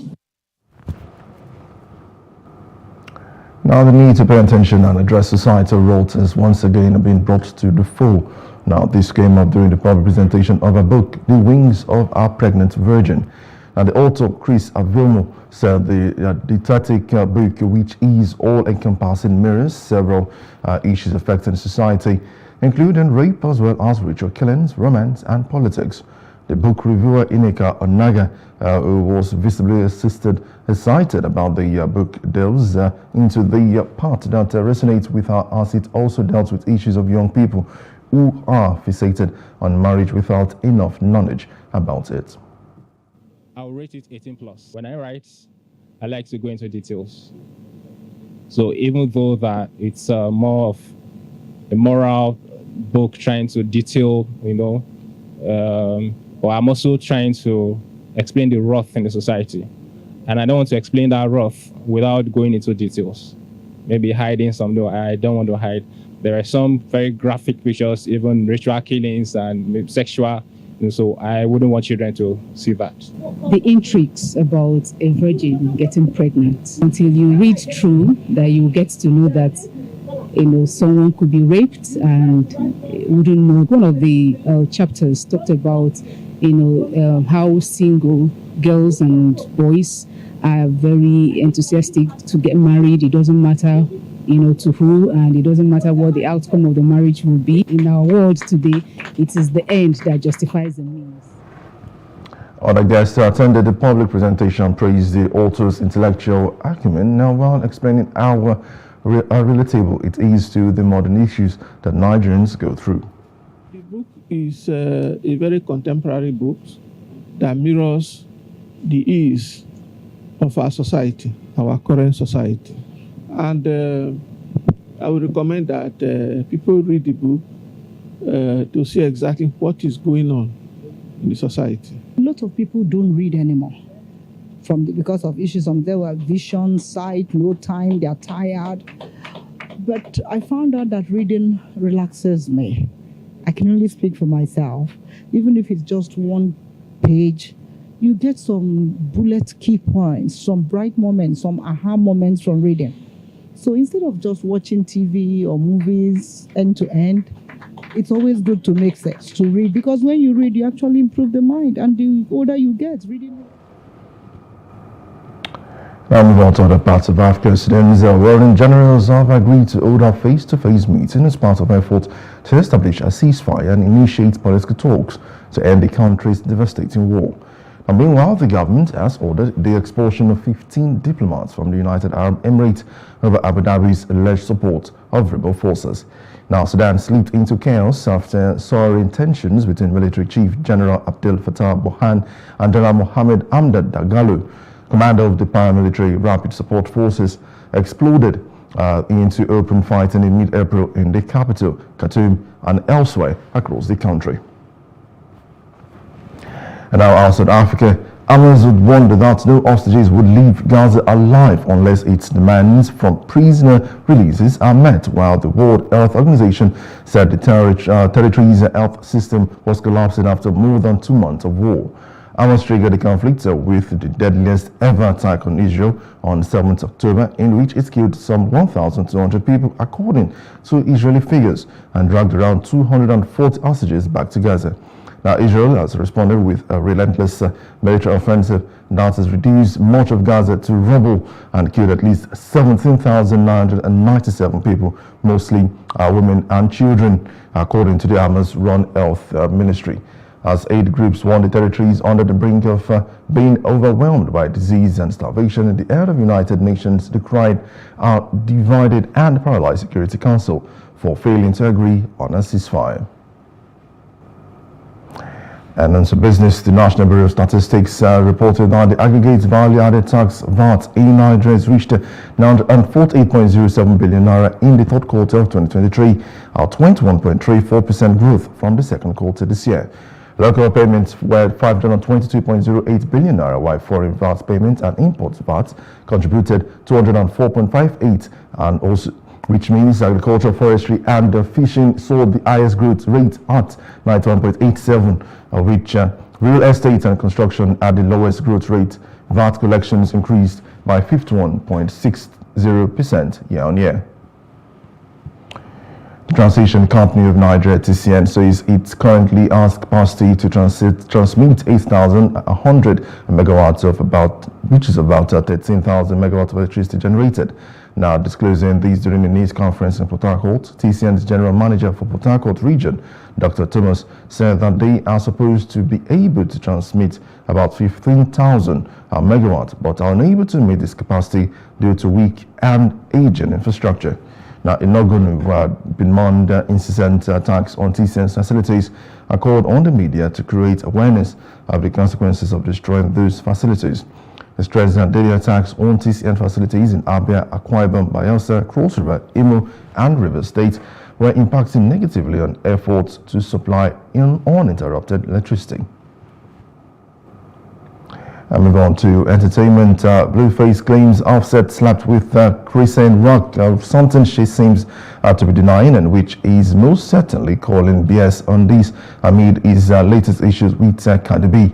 The rapper made the allegation online on Sunday amid his ongoing feud with Chrisean, with the latest audio between them now being about their child together, which Blue just announced the other day was not in fact his after he allegedly got confirmation. Cardi hasn't responded to any of these mess so far, but she very well might soon. And lastly, move on to sports. Boxing fans have been delighted with the pay-per-view prize for the December 23 boxing card in Saudi Arabia, featuring Anthony Joshua versus Otto Wallin and Deontay Wilder versus Joseph Parker as the co-main event. Now, the undercard will play host to a number of other exciting contests, such as Dimitri Bivol versus Lyndon Arthur, Daniel Dubois versus Jeremy Miller, and Philip Ogovich versus Mark DeMurray, among other clashes.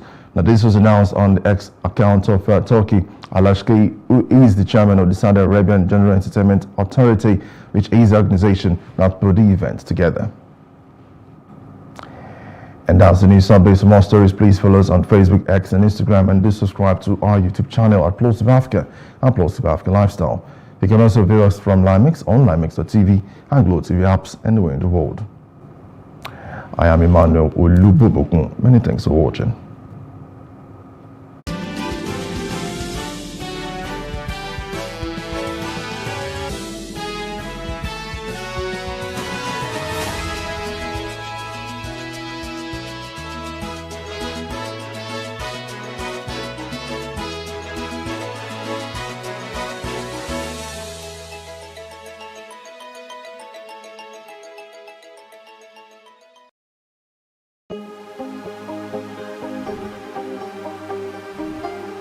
It for upcoming artists to blow in Nigeria.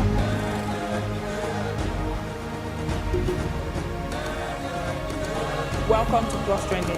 I am Buki November, your host, saying thank you for joining us on today's episode. Welcome back. It's tea time on Plus TV Africa. Practice makes perfect. I'm not perfect yet, but I'm a lot better than I used to be. He's a king. He's entitled to marry 100 if he wants to.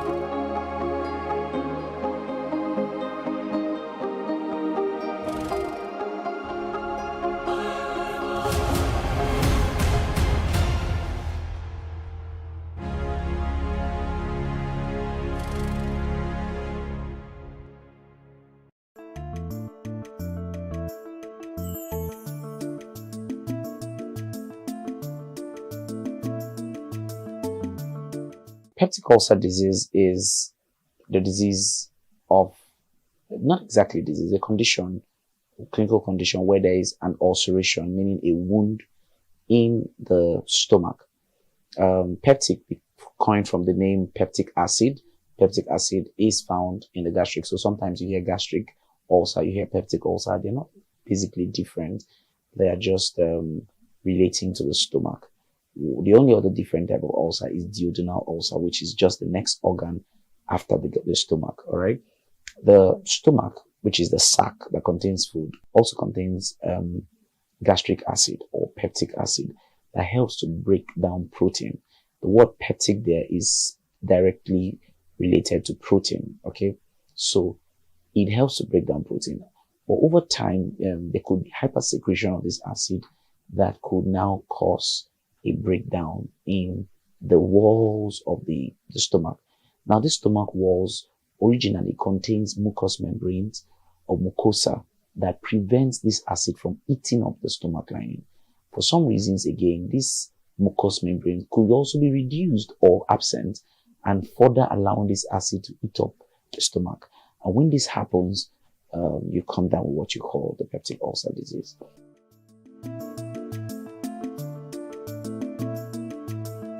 Peptic ulcer disease can be caused by a couple of things. One of them is stress. During stressful moments, there is a hypersecretion of acid, right? Just to break down the food in it. It's natural. In the whole body, when you're stressed, the body metabolic rate is increased and intensified, and you have many activities going on. Carbohydrates is broken down, more proteins are broken down, fatty acids are broken down to provide one major thing, which is glucose, to allow you to think, send glucose to vital organs. One of them is the brain, the other is the eyes, the other is the heart. All these organs, want to function optimally. Now, the gastric juice is also enhanced to break down any food in your body. So that's why if you just ate and you get into very major activity, not long after you'll be looking for the food. Or if you're chewing gum, because those are signs of stress. Now, so stress is one of them. But then when you try stress in an empty stomach, recurrently, you are giving room for this acid to act on the walls of your intestine. The second major cause of peptic ulcer disease is a bacteria called Helicobacter pylori. Helicobacter pylori is a very dangerous bacteria because, a bacteria that dwells in acid, I really don't know what you want to do to that bacteria, but basically, it stays there and it eats up the lining of the intestine, all right? So this is one of the implicative factors for those who are positive for ulcers. One of the third causes is the use of drugs, certain drugs or certain chemical substances that are erosive. Okay, caustic soda. One other one is some of all these drugs you buy on the road. You just ingest them, you swallow them anyhow, especially pain relievers. That's why you don't just go out to take pain relievers just anyhow. They affect the stomach, and of course they potentiate, because what they do is they inhibit that mucous membrane I talked about that prevents the acid from getting on the stomach, and then they remove it. And you see, you have the acid, the direct contact, and then you have some ulceration, wounds in your stomach, and it can get so bad that by the time those wounds get then straight to a vessel, it ruptures the vessel, and then you have bleeding. So you have people bleeding sometimes. All right. And then one other cause is a genetic factor. So sometimes ulcers can be genetic. All right. It's called the Zollinger-Ellison syndrome, where the vagus nerve that supplies the intestine is hyperstimulated, and so you have excessive secretion of acid. And listen, this is specific for certain people. Okay, just the way some people sweat more than other people, just the way some people, eat more than the other people. Some people produce saliva more than other people. You can also produce gastric acid more than other people.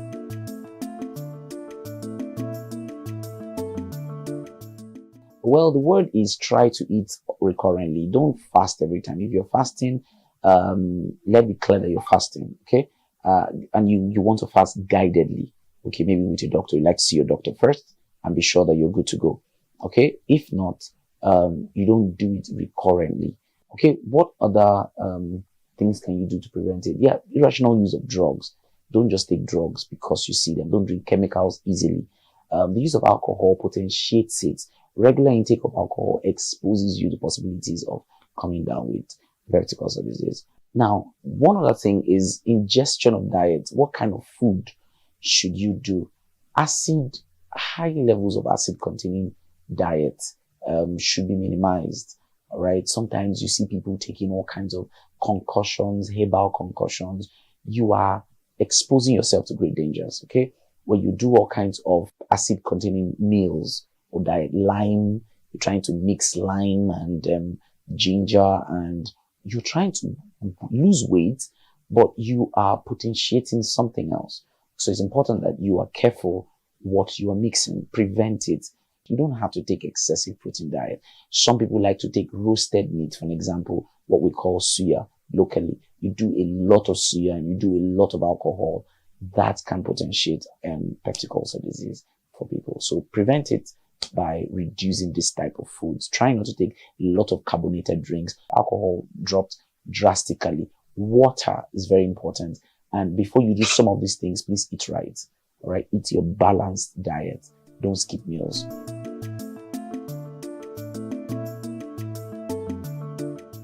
For basic treatments, you just get to meet your doctor who would prescribe the drugs for you. But you're not supposed to eat heavy foods, but just eat in bits. All right. So you wake up in the morning, you want to sometimes do alkalinized water and then a slight breakfast, not anything acidic. A balanced diet is fine. If you must go for a fast, then tell your doctor.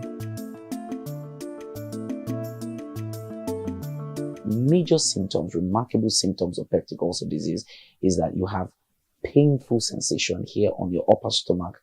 Many times that gets you to the back. Many people have diagnoses of peptic ulcer disease, which are really not peptic ulcer disease. So they come up to the hospital and they say I have ulcer. And I say, who said? And they say, well, my auntie said, or my uncle said. No, you have to have a diagnosis of peptic ulcer disease. And one of them, like I said, is a test of H. pylori. The other test is, which is usually the gold standard. There's URABRETH test, one of the tests, but the gold standard is an endoscopy, where you get to see the internal organ and be sure that there's a wound there. And this usually happens when there's bleeding, from the mouth or from the anus. All right. Other symptoms, like I said, is bleeding. You have bleeding. So you don't just have pain, pain that spans from this upper stomach down to the back. So it feels like a dagger piercing through you, down to the back. It's characteristic of that. Okay. Especially worsened when you've not eaten or when you just ate. The moment you take in food, you feel that sharp pain that, wanes for a while. So food affects the pain. Okay, of course, bleeding is one of the side effects, one of the symptoms of peptic ulcer disease, bleeding, either from the mouth, just see slight trace of blood, or from the anus. One more thing is the heartburn. You feel that constricting pain, heartburn. Then lastly, there are few other symptoms, but one of the remarkable symptoms is a headache. You have a persistent headache that can be called a migraine. Not necessarily a migraine, but many people just say, oh, it's a migraine, but it's not.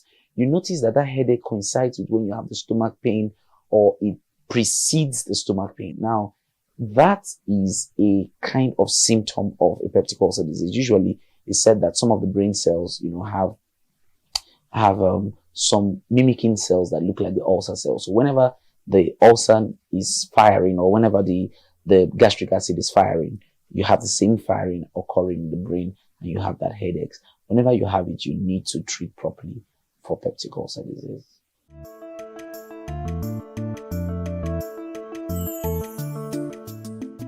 World Day Against Child Labor, held annually on June 12, is an international day to raise awareness and prompt action to stop child labor in all its forms. The International Labour Organization launched the first World Day Against Child Labor in 2002 as a way to highlight the plight of these children.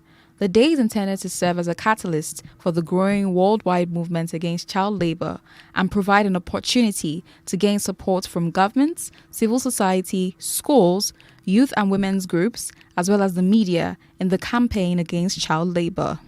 Child labor is the employment of children in any work that deprives children of their childhood, interferes with their ability to attend regular school, and that is mentally, physically, socially, or morally dangerous and harmful.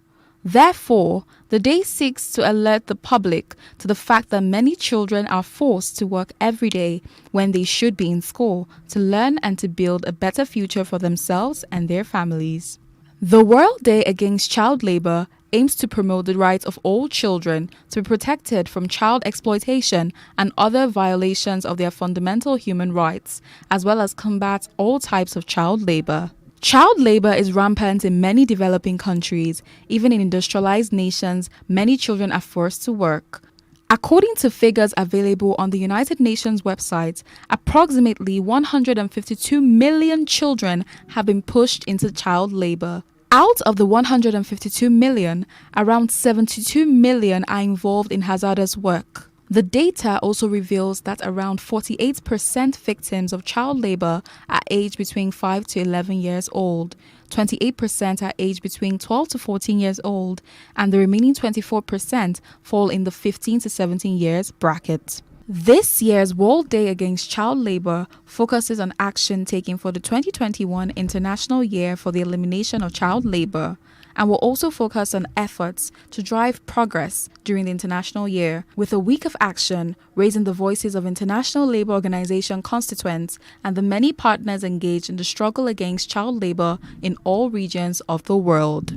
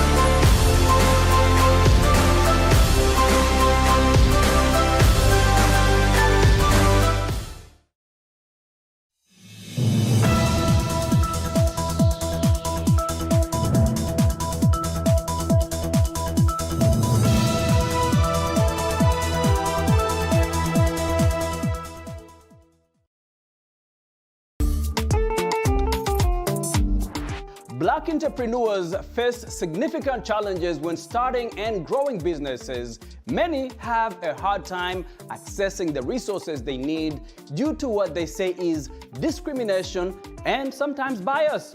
However, some successful business Black entrepreneurs have found ways to overcome these obstacles. The Black Startup Series is a new documentary series about successful Black-owned business founders in America. It is produced by Ethiopian-American filmmaker Net Araya, who is currently screening the series to audiences in colleges around the country. He joined me to talk about the series and the importance of financial literacy in Black communities. Let's take a look. Well, Jackson, I'm ready to showcase a new film and financial literacy tour called the Black Startup Series. And it's a 3-part documentary series that spotlights startup stories of successful Black-owned business founders.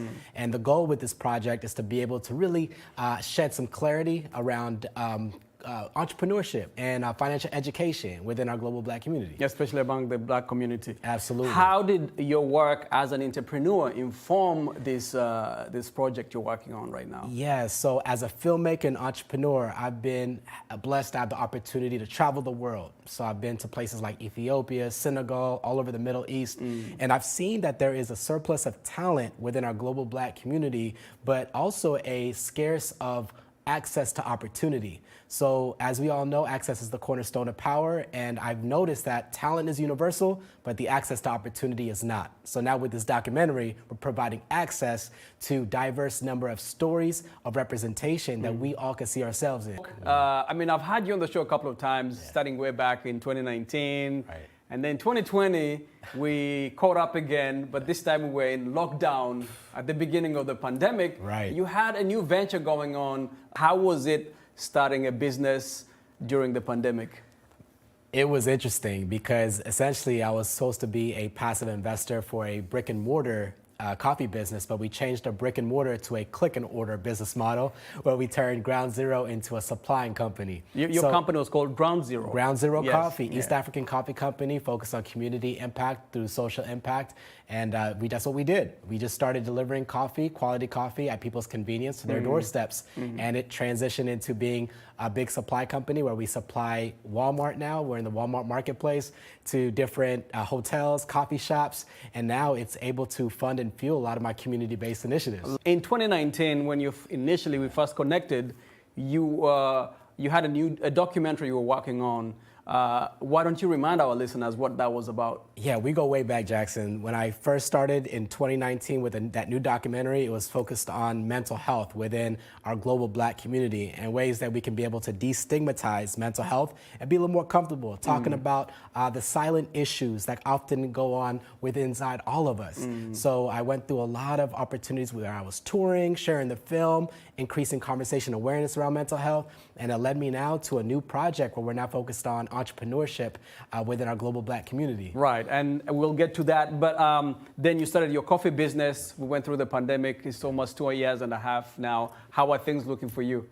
It's amazing. The coffee business now funds and fuels the community-based initiatives, and one of them is happening right now. Right. How did your work as an entrepreneur inform this project you're working on right now? Yeah, so as a filmmaker and entrepreneur, I've been blessed to have the opportunity to travel the world. So I've been to places like Ethiopia, Senegal, all over the Middle East, and I've seen that there is a surplus of talent within our global Black community, but also a scarce of access to opportunity. So as we all know, access is the cornerstone of power, and I've noticed that talent is universal, but the access to opportunity is not. So now with this documentary, we're providing access to diverse number of stories of representation that we all can see ourselves in. So the documentary series, 3 parts, right?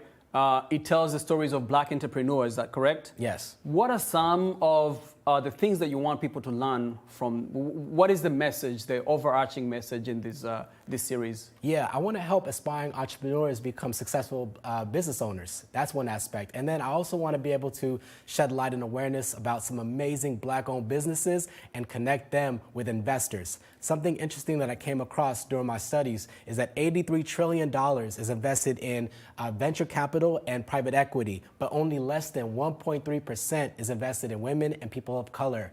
total. Less than 1.3% Wow. is invested That's in women a and very people of small color. figure. Right. So how do we increase that? That's what we're here to talk about, and those are the major questions I'm wrestling with. So the goal is, with this Film and Financial Literacy Tour, to focus on ways that we can make opportunities and capital more accessible within our global Black community and make entrepreneurship more attainable. So these are the type of conversations that's listed in the documentary that we want to spark within our community. So what is the gap? Why is there less money going towards Black entrepreneurs? Is it because they don't know how to access these resources? Is it because the owners of these resources are not willing to invest in these Black businesses? You know, it's important that we focus on Black-owned business, not as charity, but as lucrative business opportunities for investors to really invest and grow significant profit. So I think there's an educational, there's a bit of educational gap within Black-owned businesses, because I don't think we have the access to education resources as we need to. We're good at starting business because I think we're very entrepreneurial at spirit, but scaling has its own different challenges, right? And scaling requires a significant amount of knowledge base and resources in order to kind of improve the business and bring awareness to investors, for them to really identify opportunities that really can profit. And in this series, you feature some entrepreneurs, Black entrepreneurs. What did they tell you is the thing that made them get ahead of the game?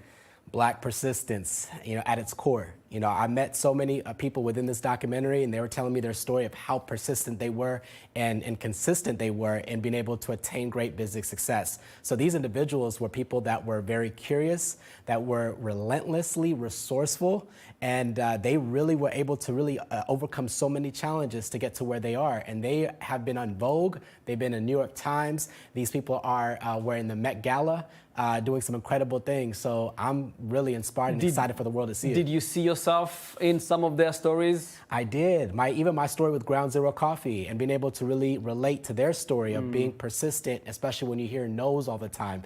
And I tell people all the time that, one yes can change the trajectory of your life. But the question is, how many no's are you willing to go through to get to that one yes that will change your life? And these people are people that are relentless to get to that one yes. They've gotten so many no's, but that one yes has been the thing that has actually given them access to... Absolutely. And most importantly, they said yes to themselves. They were able to see the greatness in themselves before they were able to amount to great things. I like that. And that's what I want the film, that's what I want a lot of people to see within the film, that these are amazing people and you can see yourself in them, but it's important that we say yes to ourselves, our own ideas, our own entrepreneurship business concepts, and really step out and make it happen. Aside from access to resources, what would you say is the thing or some of the factors that impede Black entrepreneurship? One of them, I think, is just access to education, because I think it's important for us within the ideation stage of business development to not just think about just starting a business to start a business, but really think about incrementally scaling, or eventually looking at ways for the business could be acquired or going IPO. A lot of these have gatekeepers, and it's important that we understand that how we can get access to the information early within the ideation stage of business development, so that we can be a little more strategic and sustainable as a business and community. And who are you targeting with it? Is it the people that, is it people in the Black community? Is it the people who are the resource holders? Yeah, I think it's gonna be a little bit of both, right? Because it takes a partnership, right? I heard that, if you want to go fast, go alone, but if you want to go far, go together, right? Yes. So I think it requires investors, a community of investors, startup founders, and different people, professionals, to really get together and really look at ways to really elevate business and community. Tell us some of these people, some of the stories of the people that you feature in these stories. Well, the first one is Paola Mate. She's a Haitian-American entrepreneur that came from Haiti to America, and she was based in New Jersey, then moved to New York. She was managing many different restaurants and decided she wanted to launch her own luxury head wrap brand. And from there, now she's been able to transition to Austin. She has a storefront, beautiful store, and she does so many different things. She does workshops for young Black women, like head wrap workshops, and she's doing some exciting things. Another one is Kobla Tate, CEO and co-founder of Break the Box, which is a home ownership empowerment program helping Black professionals get into home ownership. And then the last person is JP, and JP has his own company called JP's Pancake Company. He launched the first gourmet pancake food truck in Austin, Texas. Wow. So these are stellar, successful entrepreneurs in 3 different industries that are dominating the game right now. What are some of the tips that you can give, financial literacy tips, so financial tips to people who have aspirations to be entrepreneurs? I think one of the first things that I've learned that's helped me within my financial literacy journey was to see my life as a business and to understand that you are the CEO of your life.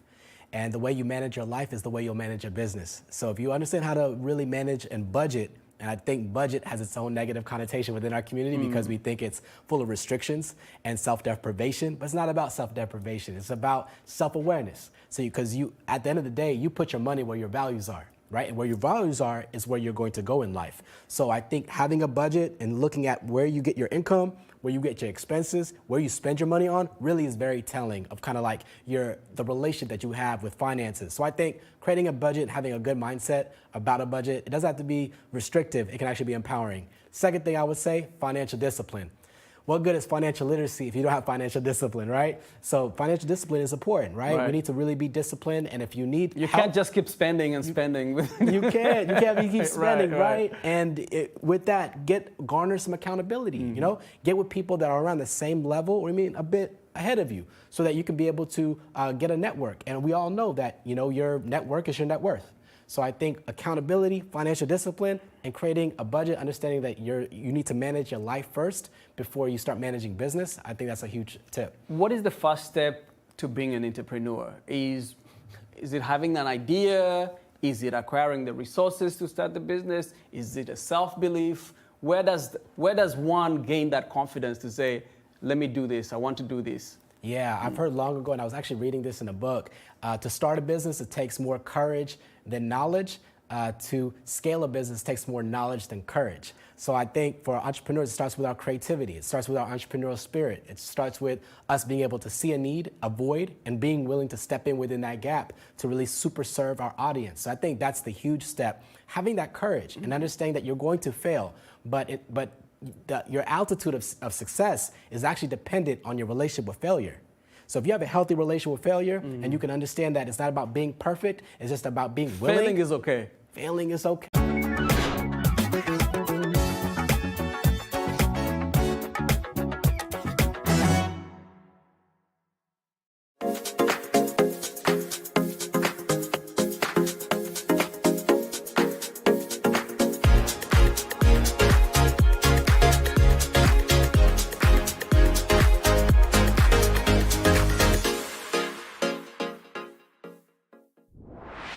Hello and welcome to VOA's Red Carpet. My name is Jackson Bunganyi. Thank you so much for joining us today. On this episode of Red Carpet, we'll feature a Malawian painter's work illustrating the unbreakable bond between music and culture among Africans, an event by Mashoud Creations celebrating Black History Month, and FESPACO opens in Burkina Faso.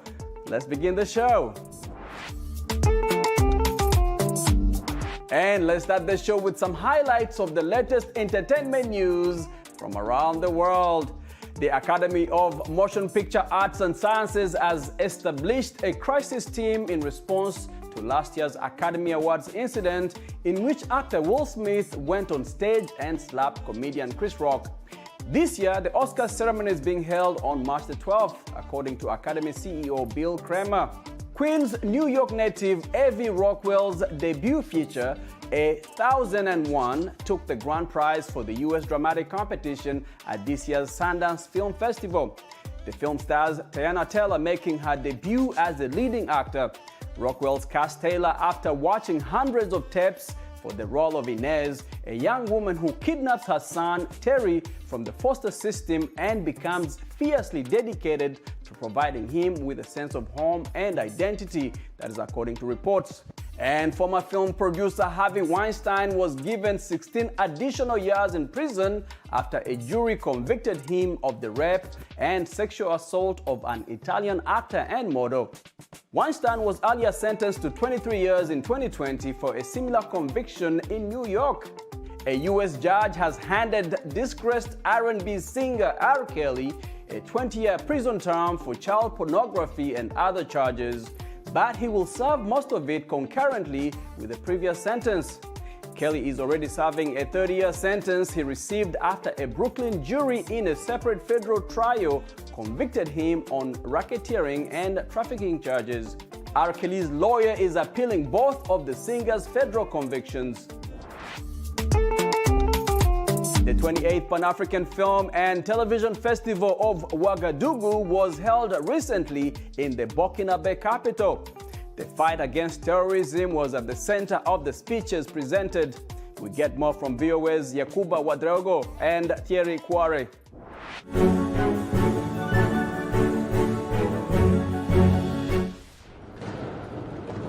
The 2023 opening choreography of FESPACO by Serge Aimé Coulibaly was inspired by Martin Luther King's famous phrase, "I have a dream."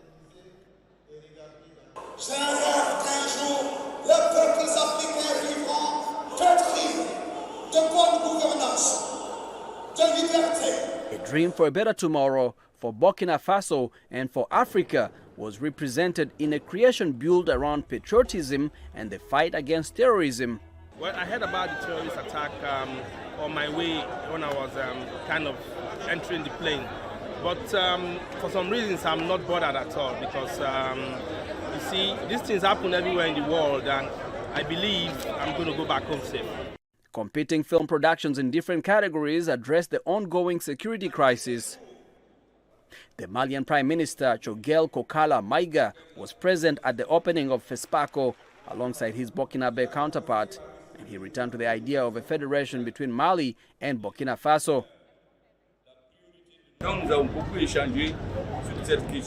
We have discussed a lot on this issue of the Mali-Burkina Federation with other countries, and what I heard today from men of culture is to say to politicians, carry on, follow your people, don't fail, don't hesitate, don't look back, your people are with you.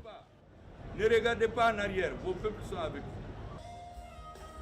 competition divided 170 films into 10 categories. 15 films from 13 countries are battling for the Yenega Gold Stallion, the most coveted trophy. The closing is scheduled for March the 4th.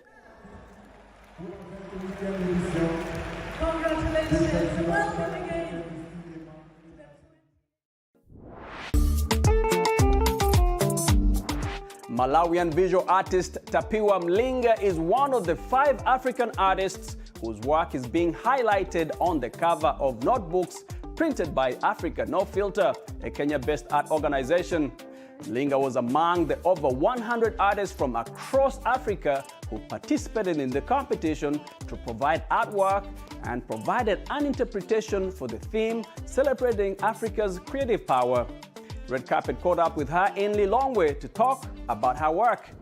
The painting that won Tapiwa Mlinga a top 5 spot is an illustration depicting the unbreakable bond between music and culture among Africans. The 26-year-old visual artist says that success came as a surprise but has inspired her to aim high. So I did about the music, because music actually has been part of African culture for like a while. You go to any ceremonies like funerals, weddings, there's always music to it. So I created that piece. I posted about it. People loved it. It is a good sword. I think that was my expensive painting. So when I submitted to it, when I submitted to African No Filter, they actually loved it. The Africa No Filter is an arts organization with branches in Ghana, South Africa, Kenya, and Nigeria. And each year, the organization comes up with themed competitions on paintings aimed to empower visual artists in Africa with the aim of changing the narratives within and about the continent. I'm excited in a way that people actually, now they're recognizing my work and my name is out there, and people, when they say it's T, people actually know me. That's exciting for business part. Also, it's scary in a way that now people expect more from me. I don't know how much they want from me and how much I can deliver to them. So now it's really, really scary. But I promise to do my best. Yeah, I hope it works out. Mlinga's success comes 2 years after she went into arts, a new career she started after working as a social worker. She has been collaborating with several professional local artists, including the country's renowned pencil artist, Henry Buddha. Yeah, she's a very good artist, very good artist. Like the way she come up with the concepts, like the concepts are very nice, and how she mixes the paint, it's very nice as well. She knows how to mix the paint, how to put it out there. Mlinga markets her work through several social media platforms, including Twitter, Facebook, and WhatsApp. But her success is not short of challenges, including the rise in prices of painting materials on the market. Get me a pencil. And another challenge that I have is most people actually here in Malawi, they take art as a white people hobby. So if you post about it, just like, okay, it's nice. But for them to appreciate it and actually buy or actually keep it, it's really a struggle. I think right now they are coming into place, but then still we have a larger number of people that they shy away from getting involved in art. But challenges aside, Mlinga is pushing hard to explore international markets. As an artist, I need to be in the platforms whereas I can go outside the country. Yeah, there's a Mexico art show, like it's a wide art show. There is a Texas art show. I need to be in those spaces. That'll be like, that's my goal.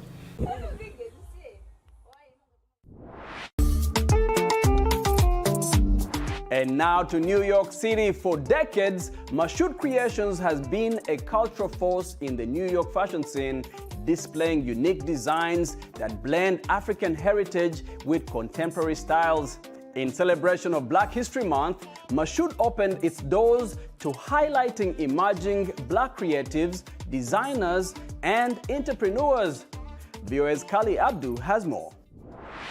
Fashion designer Moshood Afariogun, a Nigerian immigrant from Lagos, opened his first store in Fort Greene in 1994. Over the course of 27 years, the name Moshood has become synonymous with Brooklyn streetwear. At his latest store, an event curated by multidisciplinary artist Folu Ogunyeye is a tribute to Black creativity. So right now we are at Moshood Official, which is a Nigerian designer he's sat over there. I don't know if you can see him from here, but he is a legendary designer whose designs have been worn by so many superstars. I can just list off some names. Stevie Wonder, Erykah Badu, Lawrence Fishburne. Like, we actually have them all along the walls of the store here. You can see the history of this place, and the whole point of this is because this is the final weekend of Black History Month. I wanted to organize a demonstration of what Black history really means. Vendors from all over are presenting their products, from clothing and jewelry to handmade ceramics and art. I have a clothesline called Triple G's, and that stands for God Gets the Glory. God Gets the Glory. It's more for men to feel the royalty, or women to feel when they put on the clothes, they feel like royalty, remind them back in our ancestor days of we was being kings and queens. Among the many talented artists featured at the event was Uzo Njoku, a Nigerian American whose colorful work was on display. So she creates these beautiful prints like this that you can pray and put in your room.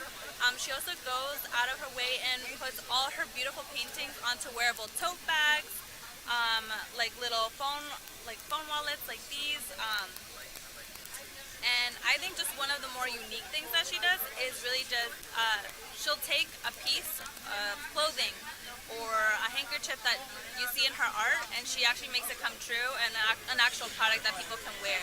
Eliza, an attendant at the event, appreciated Uzo Njoku's work. So I started looking at her work online and just loved it. So I got the same bag, have gotten so many compliments on it, and knew that she'd also be doing a pop-up here, and wanted to come see the artists, local artists who were, and like designers who were showing.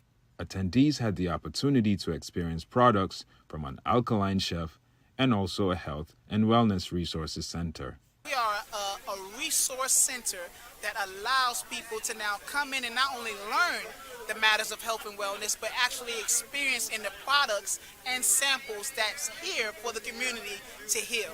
I'm an alkaline vegan chef, so I educate about smoothies, liquid foods. If you see here, we have sea moss, a lot of liquid foods, soursop, Green Life Tonic.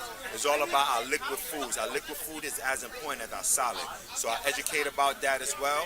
And also I sell sound vibration music.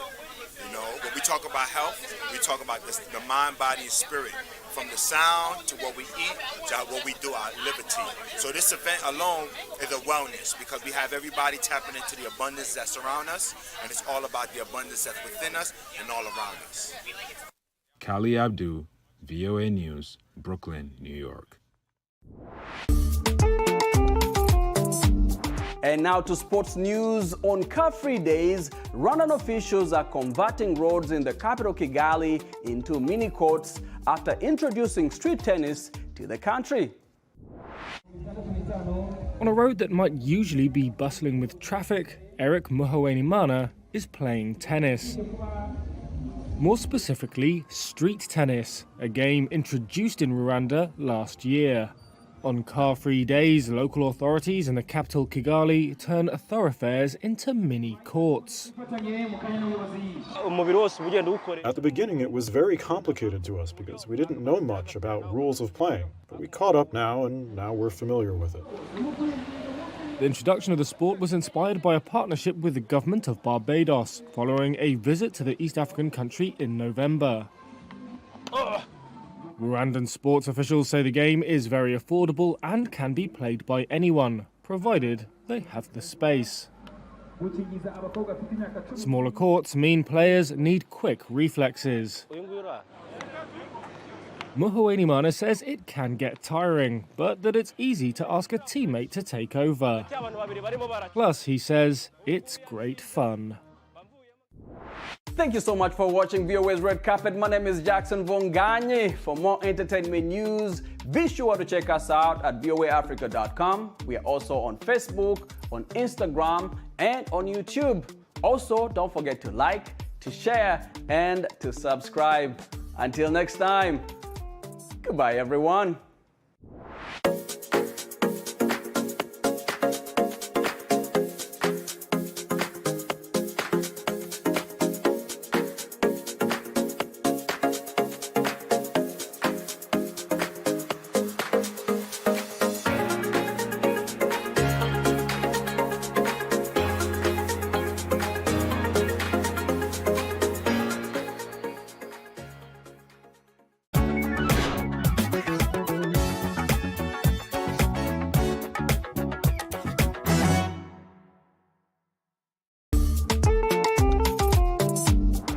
Nigerian artist Malik Afebwa is using artificial intelligence to reimagine elderly African people who he says are often marginalized, strutting on the catwalk.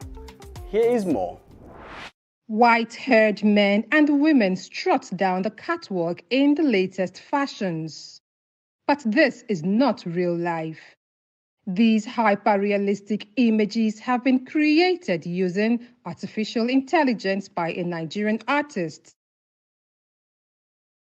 Malik Afebwa was first inspired to reimagine the roles of elderly African people after his mother fell ill.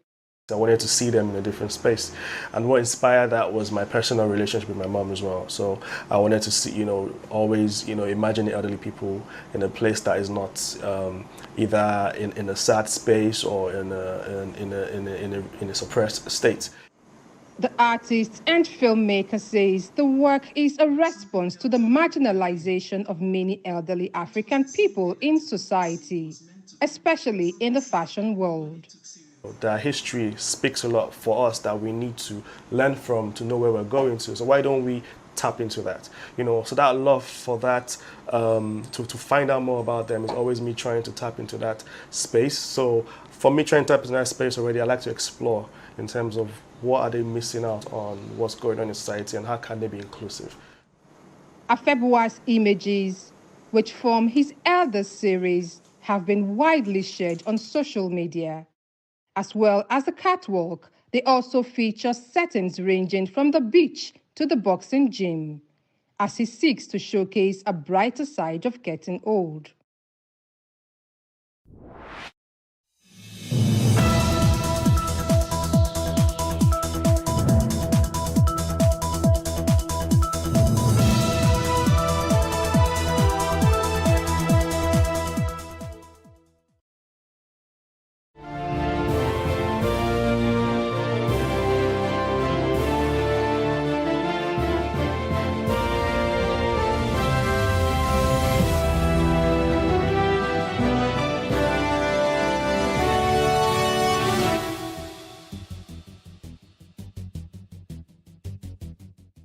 Ahead of Edo 2024 governorship election, a member representing Esako Federal Constituency at the House of Representatives, Honorable Dekeri Anamero, has cautioned against politics of turn by turn, and Nigerian Army claims responsibility for airstrike which killed over 30 Kaduna villagers.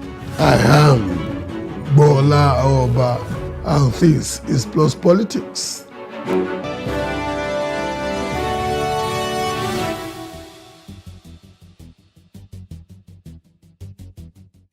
Member representing Esako Federal Constituency at the House of Representatives, Honorable Dekeri Sunday Anamero, has cautioned against turn-by-turn politics. He said reducing Edo State to, quote, just mere turn-by-turn politics will be dangerous for our collective polity, economy, as well as the survival of the state, unquote. Anamero, who is seeking the All Progressive Congress's APC's nomination in the gubernatorial poll, stated over the weekend when he flagged off his campaign as he charged the people to beware of ill-prepared aspirants. Joining us live is Oseni Momodu, Senior Special Assistant Media and Publicity to Honorable Anamero Dekeri, Member House of Representatives and frontline governorship aspirant in Edo State. Good to have you. Thank you so much, Plus TV. Good evening to you. Thank you. Good evening. What is your principal bringing to this game? We now have had a number of the big and the glorious haven't declared. So what is he bringing to the game? Well, thank you very much. I appreciate your invitation to Plus TV Africa. Very quickly, you have said it all. The Edo 2024 governorship election is just around the corner. And by the special grace of God, my principal, Honorable Anamero Dekeri, member representing Esako Federal Constituency and frontline APC aspirant in the next gubernatorial election in our dear state, by the special grace of God, will be bringing a lot of goodies to the people of Edo State. Of course, Anamero has been a man who stands for peace, who stands for progress, who stands for employment, who stands for development, who stands for project, among others. Today, Honorable Anamero, by the special grace of God, has been a philanthropist. His philanthropic gesture over the last 12 years has brought a lot of goodies to the people of Edo State and beyond. As a gubernatorial aspirant contesting for the next election in Edo State, just on Saturday, when he officially declared interest to run for the governorship election, he reeled out a campaign program which he coined on Christian as Veteran of Hope. He christened that Veteran of Hope mainly because today in our state, Edo State, many people have lost focus, many people have lost hope. And the only hope that we are aspiring, that we are craving for today in Edo State is Honorable Anamero Dekeri. The successive administration that we have had in our dear state have really done well, but we believe very well that by the special grace of God, ours, if given the opportunity, nominated and elected as governor, he will do better. If you look at the manifesto very clearly, Anamero promised to give free education to the people of Edo State if nominated and elected under the Unprogressive Congress. He also promised on health that by the special grace of God, if nominated and elected, he will try as much as possible by way of policy to ensure that the people across different senatorial zones of Edo North, Edo Central, and in Edo South will be given fair treatment in terms of provision of facility in medicines. For example, if you listen to that program that was on Saturday, he narrated a story where at a particular instance, while he was traveling within the state, there was an accident which he had to stop by to assist the victims. So they had to travel for distance before they could get health facility. And by the grace of God, even though as a philanthropist he has been doing well for the people of Edo State, he has promised, and I know he will do it, that health facilities across the state will be properly taken care of. The aged, especially those who are retirees in the state, will also be properly taken care of. And of course, one is just wondering all these promises of free health, free education. One is wondering if they've been costed. Talk is cheap. When aspirants, I said talk is cheap. Have all these promises been costed? Because they won't come, they won't come free. Somebody would have to pay. How is he going to generate the money to deliver these promises?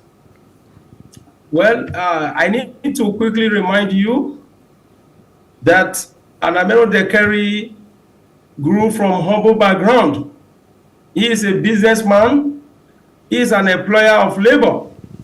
And today, somebody who grew his business from scratch, and today he is an international business empire just everywhere.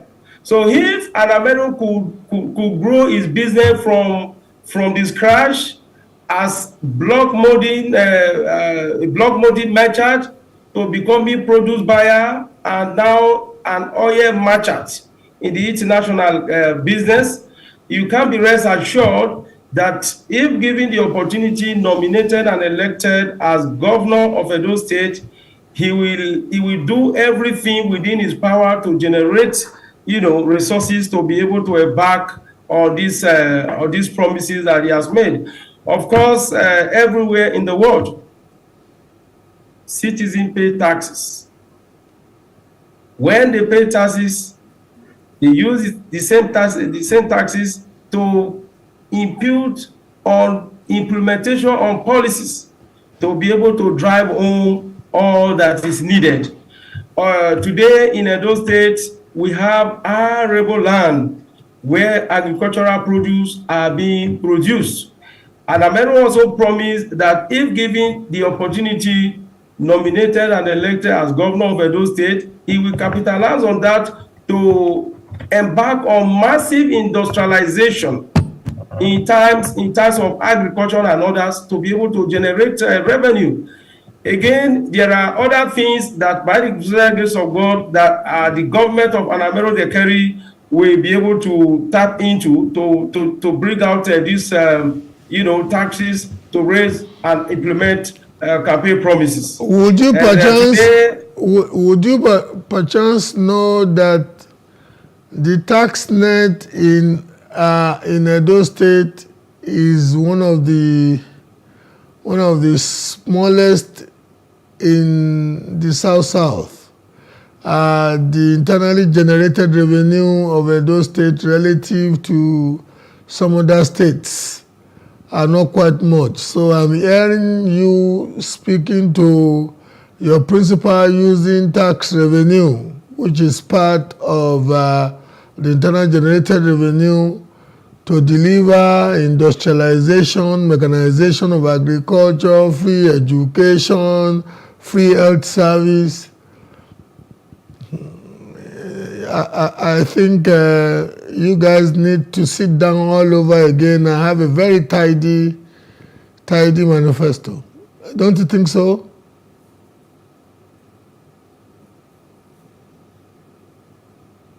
Hello? Are you there? Okay, we'll go on a short break, and when we're back, we'll take it on from the next segment. I think, unfortunately, the telephone line or the bandwidth has not been quite favorable to the gentleman, and it's about time we moved on. Thank you. See you after the break.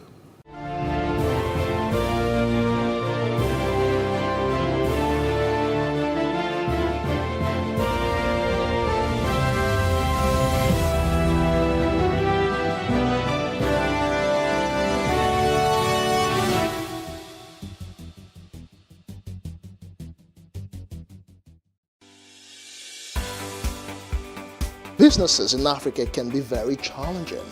In Nigeria, it is particularly intimidating, and successful builders have learned how to navigate a hostile environment to unlock opportunities. But one major challenge businesses face is how to filter through the noise and identify where their ideal customers exist.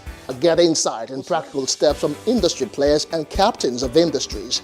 Hear success stories to help you make informed decisions as you scale your business in Nigeria. Watch Business Insights at this time on Plus TV Africa.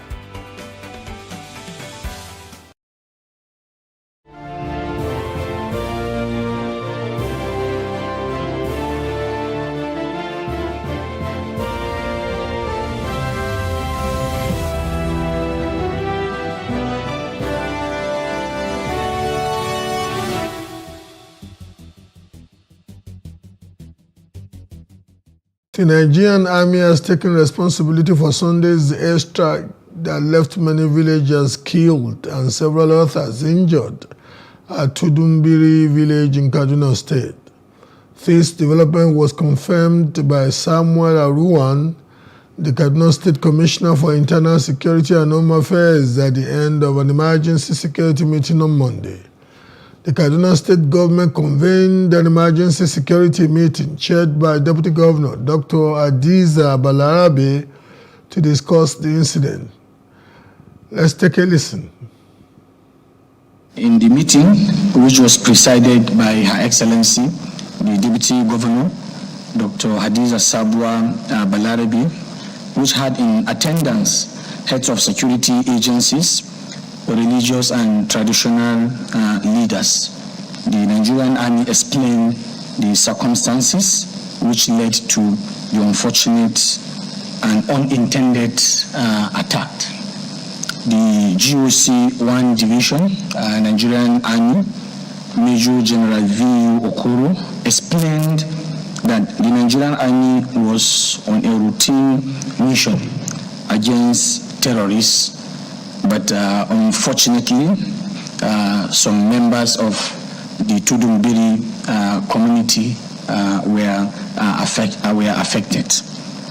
Search and rescue efforts are still ongoing, as dozens of have been evacuated to Barrow Diko Teaching Hospital by. Joining us live is Roy Okidebe, security consultant. Roy, good to have you on Plus Politics. Thank you. It's always a pleasure. Would you want to give us your understanding as a professional in the sector of what may have happened or what could have happened? Condolences, first of all, to members of family and co-villagers and indeed the government of Kaduna State. But can we get an explanation of what may have happened? Okay, thank you for the opportunity. And I cannot give an explanation for what has happened. I can give an analysis because the military has already come out to respond, and they have taken responsibility for the unfortunate calamity.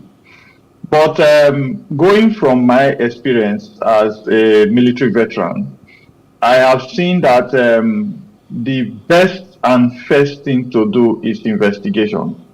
Now, I would like to draw our thoughts because I'm happy with the current Chief of Defense Staff with what he's doing so far for his strategic activities to upgrade intervention of insecurity parameters. I know that there are certain discussions that will be going on in different areas right now, and we need to look at a proper investigation. A proper investigation should and would carry us to different fora of understanding. Now, it is possible that we should be thinking of proper investigation into the cause of the calamity. If we have such happening, we must want to know, is it an accident, an innocent accident, or it was an intentional act? Then we also want to know, is it a careless act, or it was an unavoidable situation? You know, so when you put all of those discussions inside of the military intelligence system, you will be able to know what happened, why it happened, and why it should not happen again. In the first place, getting the military to even own up is a pleasant surprise to somebody like me. Ordinarily, plausible deniability would have been what one thought would have been the tradition of the military. But coming out to accept culpability, that does not discountenance the importance of the investigative committee that you are requesting for or suggesting. But to you, how does it sound that the military came out to own up for this? At least the army came out to own up for this even before an investigative panel or committee has been set up. Like I told you earlier, I served in Kaduna from 1 Mechanized Infantry Division for about 9 years, from 1990 to 1999. And I was in the Combat Engineers Unit, Bomb Disposal Squad. And I know that in the course of going for my airborne course 794, I was opportune to fly over the states and during our jumps. And the geographical spread of criminality and innocent citizens used to be very defined. Now you will know where criminals are, you will know where citizens are.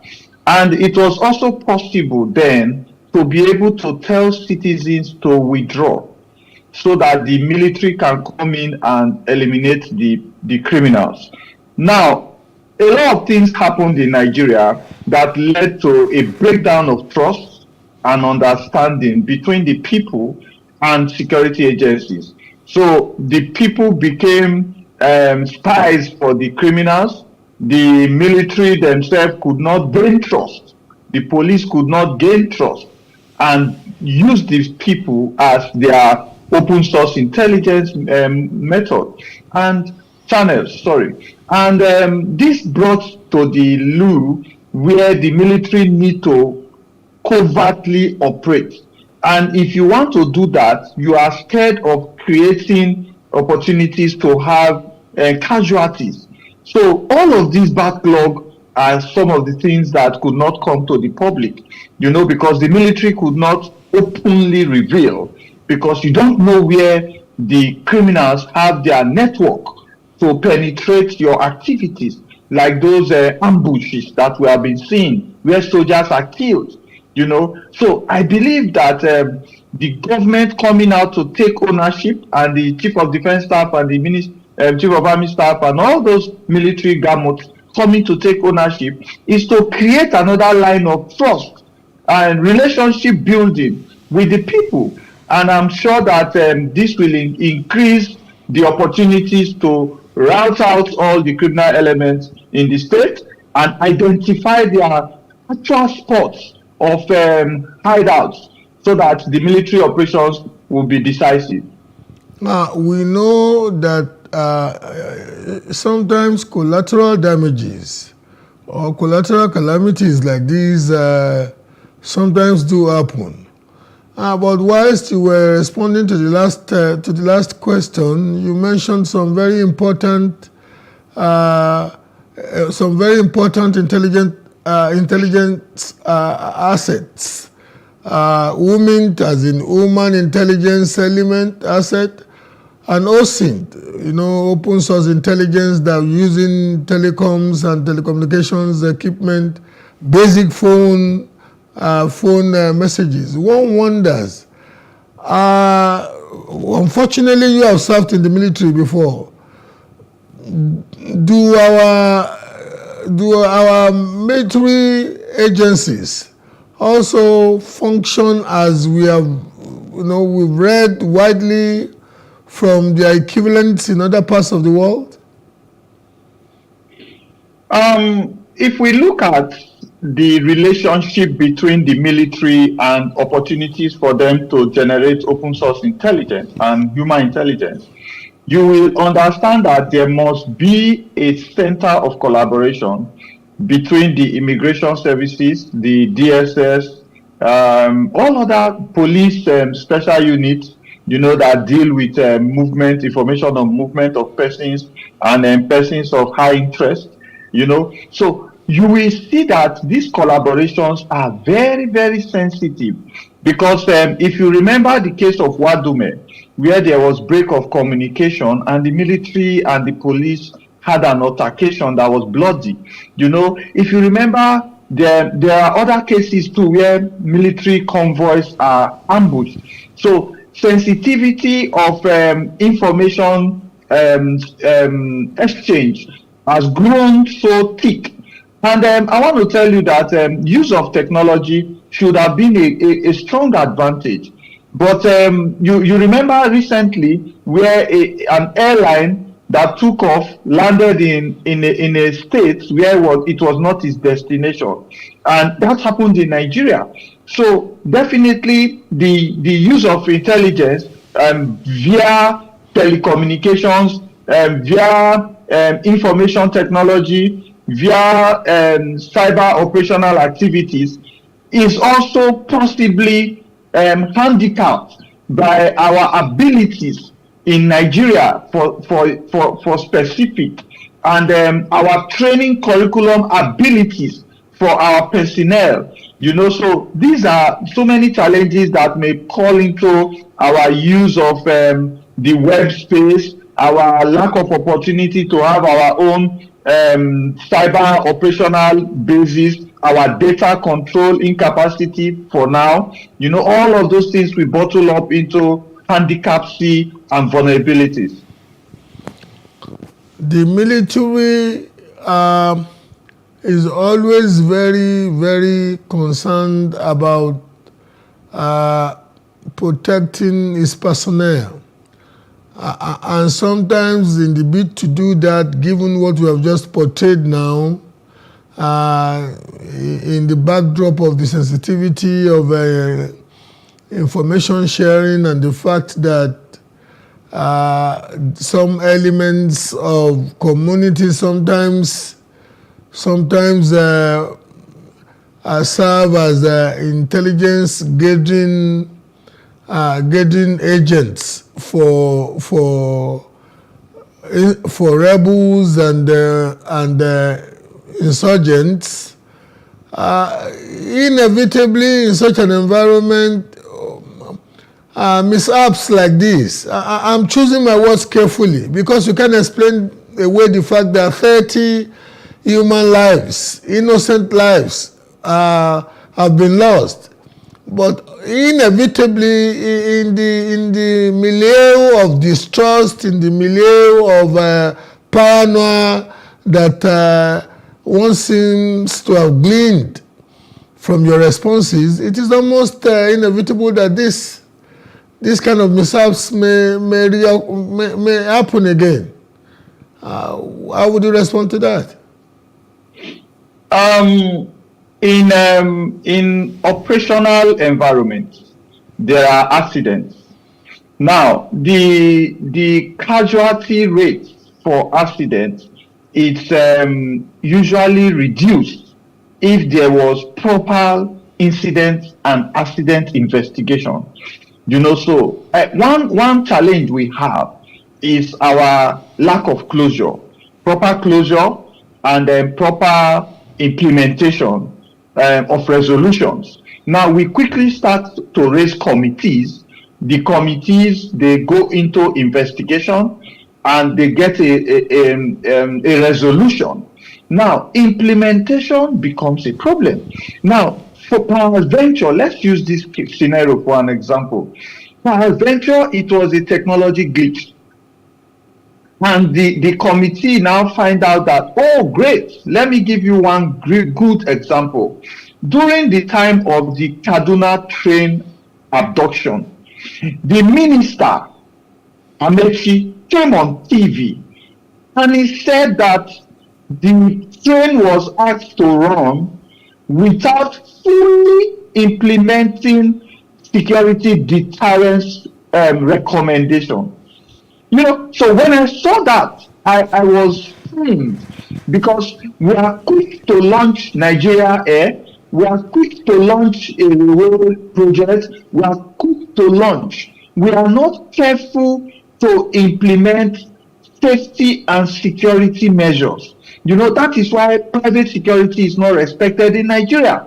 If you look, right now we have the Association of Licensed Private Security in Nigeria. I'm a member, and I see the whole gamut of that association holding the egghead of private security in Nigeria. And so many of us consult internationally.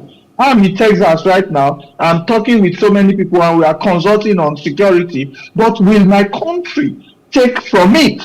So if you look at the expectations that we should have, the opportunities to deter future occurrences, then we must investigate this. We must investigate those that happened before. We must put in measures to reduce to the barest minimum possibilities of reoccurrence. Once we can have possibilities of reoccurrence reduced, then we can look at human failure. Then we can look at upgrading the curriculum and opportunities of exposure for our personnel. Then we can look at possibility of criminal intervention into the process and say, was it a terrorist attack? So once we can dispel all of this, we put deterrence measures, implementation, then we will say that occurrence tomorrow is to the barest minimum.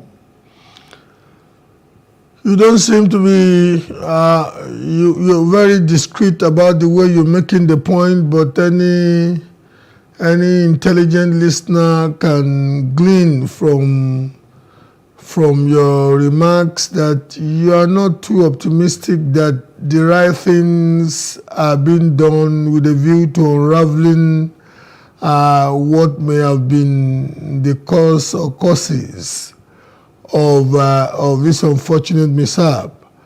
And apart from that, one is sitting there thinking with defense, taking the larger chunk of budgets in recent times.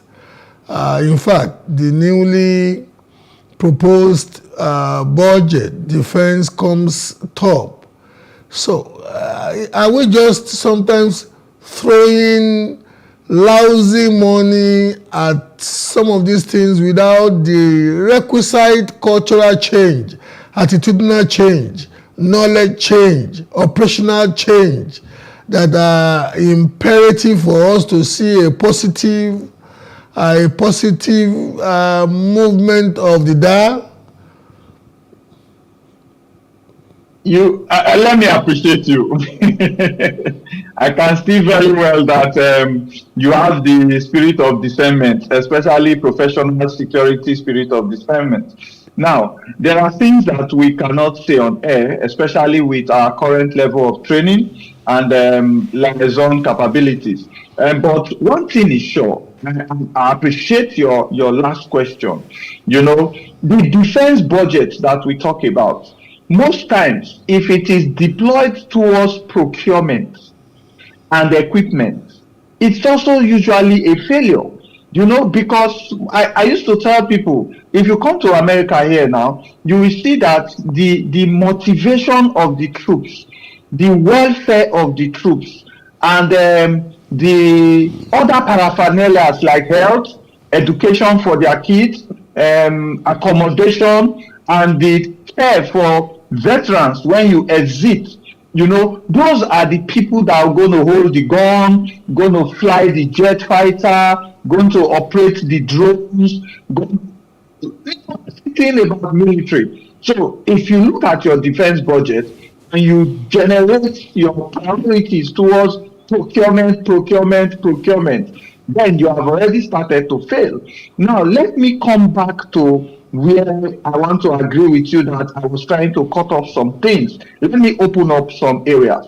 Now, if you look at why will a military operation have civilian casualties? Why? Because there is the possibility and the reality that the criminal elements being sought after live within the civilian entities. They operate, they hibernate, they cohabit, and if that is the case, do you deploy military? Because if you look at the NSA, we have to go now. Of Interior, we really have to go. Thank you very much. Okay. Quite an interesting engagement. Looking forward to another opportunity with you. I think your intellectual persona, apart from your expertise, is very stimulating. Thank you. Thank you, sir. Okay, throwback. Kitoye Ajasa. Sir Kitoye Ajasa was a notable first-generation UK-trained Nigerian lawyer of the late 19th century and colonial government-selected legislator who made significant contributions during the colonial period as the publisher of the Pioneer, one of the earliest newspapers in Nigeria.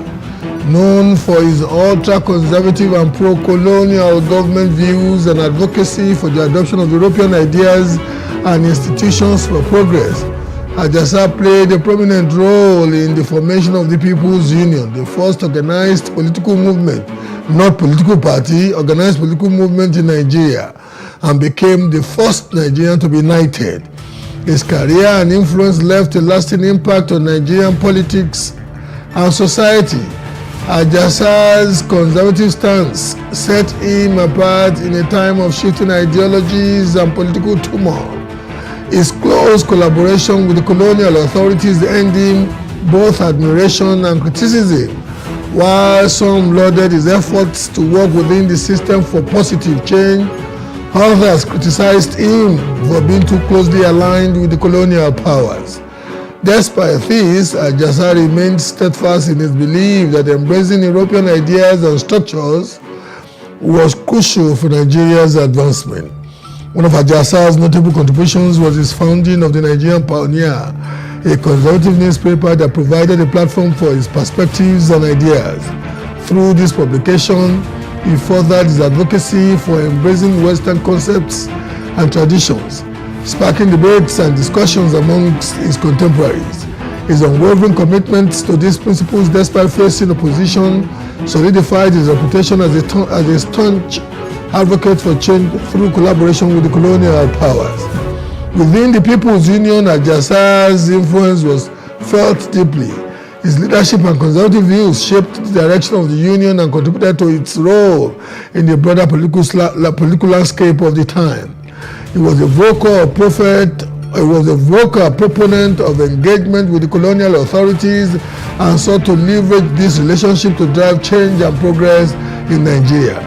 This approach placed him at the center of many pivotal discussions and decisions that would ultimately shape the country's future. Despite his advocacy for embracing colonial institutions, Ajasa was not without detractors. Many of his contemporaries criticized his conservative leanings, viewing his alignment with the colonial powers as contradictory to the growing nationalist movement. This criticism, however, did lead to sway Ajasa from his convictions, and he continued to champion his vision for Nigeria's future. Ajasa's legacy extends beyond his political activities. His work and influence in the legal sphere also left a lasting mark. As a lawyer, he navigated a complex landscape of colonial laws and regulations using his expertise to advocate his beliefs and principles. This dual role as both a politician and a legal expert positioned him as a pivotal figure in shaping the legal and political arenas of his time. Ultimately, Sir Akintoye Ajasa's impact on Nigerian history cannot be overstated.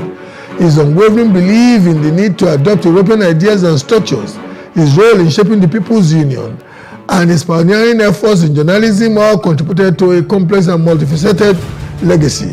While Ajasa's conservative stance may have drawn criticism, his influence and contributions to Nigerian society during the colonial period make him a figure worth studying and understanding in historical context. With the richness of hindsight and the mess which the so-called nationalists turned First and Second Republic's politicals, indeed contemporary politicians, have made of governance, can we say that Sir Akintoye Ajasa's anti-nationalism stance has been proven right? I am Bola Oba.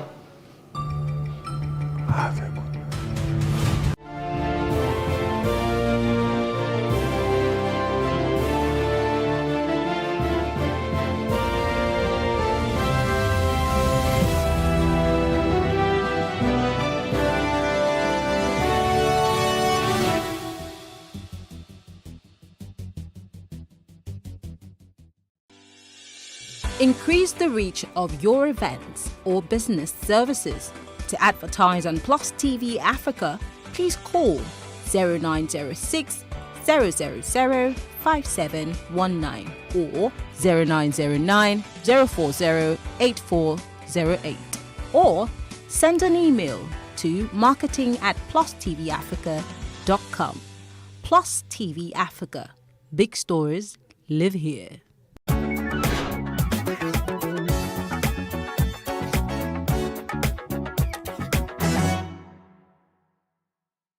In African countries, including Nigeria, albinos are classified amongst the vulnerable groups of society, which includes people living with various kinds of physical disabilities. Being an albino, it's not really easy, but at times I enjoyed it because I remember back then when they would give us some work to do in school. Because of my color, my father will be angry that they asked me to follow the other students, the other children, and do the work in the field. So most of the times I did not follow them and work. As I was growing up, it was not easy because at times when coming back from school, the sun will turn my color to red, and I'll be like, oh God. In fact, it was not that sweet. My mommy has to carry me to school most of the times with umbrella, bring me back in the afternoon. In the morning, she will take me to school, and in the afternoon, she will come pick me back with umbrella. The prevalence rate of albinism in Nigeria is ranked amongst the highest in the world, with an estimated figure of over 2 million albinos living in the country. By implication, people with albinism in Nigeria represent one of the largest vulnerable groups in the country today. The UN model to disability is either social, physical, intellectual. That's the 3 major categories. And what's the definition? Is any permanent impairment which somebody have that will not allow him or her to operate on equal basis with others. And that means if you can run. If I'm on a wheelchair, I cannot compete with you because of the condition. And it's now permanent. I'm permanent on a wheelchair. Of course, we have temporary disability and we have permanent disability. And according to the UN, which is an international, if the UN redefines, then we will know. Say it's physical, it is intellectual, it can also be social. There's another one. Mental. Physical, mental, intellectual, and social. Okay. And any physical, permanent physical, social, intellectual, or mental condition that is permanent, that will not allow anybody to operate in the society on equal basis with others. That is in terms of employment, in terms of education, in terms of healthcare, in terms of job. Okay.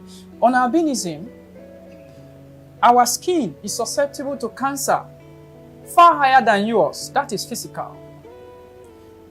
If an albino is exposed to the sun over a period of 10 years, there is a 90% chance, 95% chance. Of course, we are saying that there are different classifications of albinism depending on the melanin level. Melanin is what protects your skin from the sun by natural. So we have people who acquired disability, but naturally we came out into this earth. That is why we are not persons living with albinism, we are persons with albinism. So we came out to this world without enough melanin. And sometimes it can be very low. I do have, but it's very low. Depending on how white the skin, the hair, that is how you notify it. So by that condition, if I go under the sun and do marketing with you for 10 years, almost nothing will happen. Of course, you see, you'll be darker. But the sun will burn my skin. And it can lead me to cancer, which is extremely costly. That is on the physical. Children constitute about 40% of this population spread across all the states in Nigeria. We visit the Udo Chukus, where 3 of their children are albinos. What is life for them, you may wonder. When I was pregnant, I never knew I would give birth to an albino child. But when I gave birth to my first daughter, albino, I don't take it as if it is anything. I did not know they have another word. I don't know. But I know everything. The child is child. First of all, children is a gift from God. So whether albino or not albino, children is children. And we thank God that God giving us these children, and in spite of the fact that albinos, to maintain them is very difficult based on what they use and the challenges of them going to school and dealing with sun. So it has not been easy. Us as a parents handling them.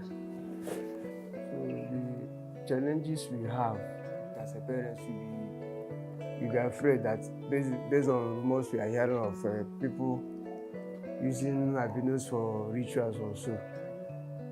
So sometimes if they go to school, we be afraid whether anything will happen to them. But at the same time, we still pray that God should protect them. The other one is what they use. Their cream, the soup is very, very expensive. And this time around that this COVID-19 has affected every sector. Like presently, like me, as their dad, it not affected my own job. You know, that's not been easy for me to take care of them. At times I felt bad. It's her school. If she's going to school, if she comes back, I want to cross-check her book. There are some things I don't get. I'll ask her why. She said she did not see those things, those spaces. She did not see what was on the board. I said, why did you need to go close? She said everybody was shouting, oh, you go out from the road, you go out from the road. I said, are you not sitting at the front? She said she's still sitting at the front with your glasses. And again, you are not still seeing. So at times, even when she comes back, I'll see her body red. I'll go to the school, I'll quarrel, I'll rake. They say they've been trying to hold me is that if she sees her mates playing, she's not really happy that she's alone in the class. If the teacher, they remove their face, and before you know, pum, or you go inside the sun. There are 2 types of albinism. Type 1 is oculocutaneous albinism, which is the pigment is lacking in the eyes, in the skin, and hair. This type of albinism is more prevalent. Type 2 is ocular albinism, which is much less common and involves lack of pigment only in the eyes. People who have ocular albinism have generally normal skin and hair color. Many even have normal eye appearance. Despite their stated vulnerability and strength in number, and unlike other vulnerable groups in Nigeria, albinos least enjoy the same level of special attention, security, and support from governments at all levels in the country, it would seem. Statistics show that over 600,000 Nigerians with albinism suffer discrimination from their families, schoolmates, and even peers. Some people start being discriminated or face discrimination right from their home. You see parents, the reports we get, I didn't experience that in my house, and that's what helped me. I didn't experience discrimination in my house. So you see a child, when the mother is going out, lock the child in the door, in the house. When they are in the church together, or in the market together, or in somewhere together, in an event together, they want to start going, and the mother will tell the child, oh yeah, go there and wait for me. So the child already feeling, not understanding the challenges he's facing. Of course, knows he's facing short vision, the bone of the skin. But for the fact that the mom said, what are you looking for? In the presence, I said, go and get out of this place. It's really happens. You walk on the road most of the time in the night. You will not fear as I will fear. Because of that institutionalized stigma. Like I've named that, our ladies, it is 3 times easier for a young dark-skinned lady to get married than an albino lady. They will have the same qualification. Maybe even the albino lady will be more beautiful, or maybe have more, what they call all this packaging and all that. But just for the fact that she's an albino, the social orientation of that community, in 10 years, in 20 years, when we are done with the social, we have used a lot of sensitization and reorientation to bring down this stigma. When we call it institutionalized, that means in 90% of the cases you'll be discriminated. Chidinma recalls her job hunting days and how she was denied an opportunity just because of the color of her skin. We were like 3 girls. They took those 2 and still request for extra 1 person. They said the kind of food we eat is different. Our cream and everything about us are very expensive, that they cannot afford it. I was like, what kind of food again do we eat? I don't know. We eat normal food. The woman said, no, we don't have money. I beg, please, come and be going. I felt bad. In fact, I cried as I was going because I know I can do the job very well. However, in spite of the color of their skin, they remain comfortable in themselves while acknowledging what may appear as their peculiar challenges. I use this to see, just like this, to see whether I can see what is written in the board. Being an albino has been both blessings and there have been challenges. The color is one of the unique things about us. You don't want to be related with because you are white. And you also want to be related with because you are white. Some people already have this phobia for you being white. And so in some cases, it will see as a disadvantage. People might not want to do businesses with you, especially for the business owners. But for some people who want to do business with you because they are seeing a different kind of person, they've not met an albino before, they've not experienced an albino before, they want to see how this person thinks, how this person works. They want to, it's a blessing, it's paves way. Being an albino have also helped me a lot. There are several places that I've been to that I couldn't, if not because I'm an albino, I wouldn't have been able to get to that stage, get to that place. So, yeah, it's true I'm an albino, but I love being an albino. I just ask God to help me with life, strength, because I know that apart from the sun and the sight, there is nothing else that if I want to achieve with my life that I cannot achieve. I think the light clicked on me when I was doing marketing in a particular day. When a man told me something spectacular, I said, "You are peculiar. Use your color to make money." So before then, of course, the reality is and has been that there are so much challenges that persons with albinism face. That is stigma, pressure, at times it even makes you to begin to doubt yourself. So when the man told me that, look, I was merchandising something, saying you are peculiar or you are spectacular. Use your color to make money. So, and that showed me that there is an angle you can begin to consider. It means that you have to work hard. It also means that there are possibilities that you can go without allowing the pressures that was there. I don't see myself different from them. It's just a difference of color. I'm blessed just as they also are blessed. Grace is a teacher, and while schools are on lockdown as a result of the COVID-19 pandemic, she has her little lesson class going on. Make sure you can write what I can read. Please write very well and make your letters bold and your numbers bold so that I can go through it. Thank you. Hurry up. And her story is not any different. Sometimes when you're walking around the street, you see little children following you about, singing so many kind of funny songs about albinism. Some will call you Oyibo Pepper, some that doesn't eat pepper, you don't take salt. Some will be singing all funny kinds of songs for you. But well, I don't do anything. I don't get angry.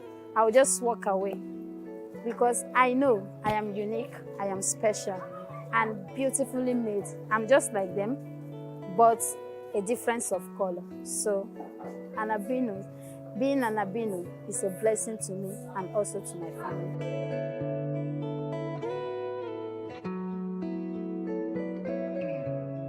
She have accommodation problem, then I decided to take her in to come and live with us.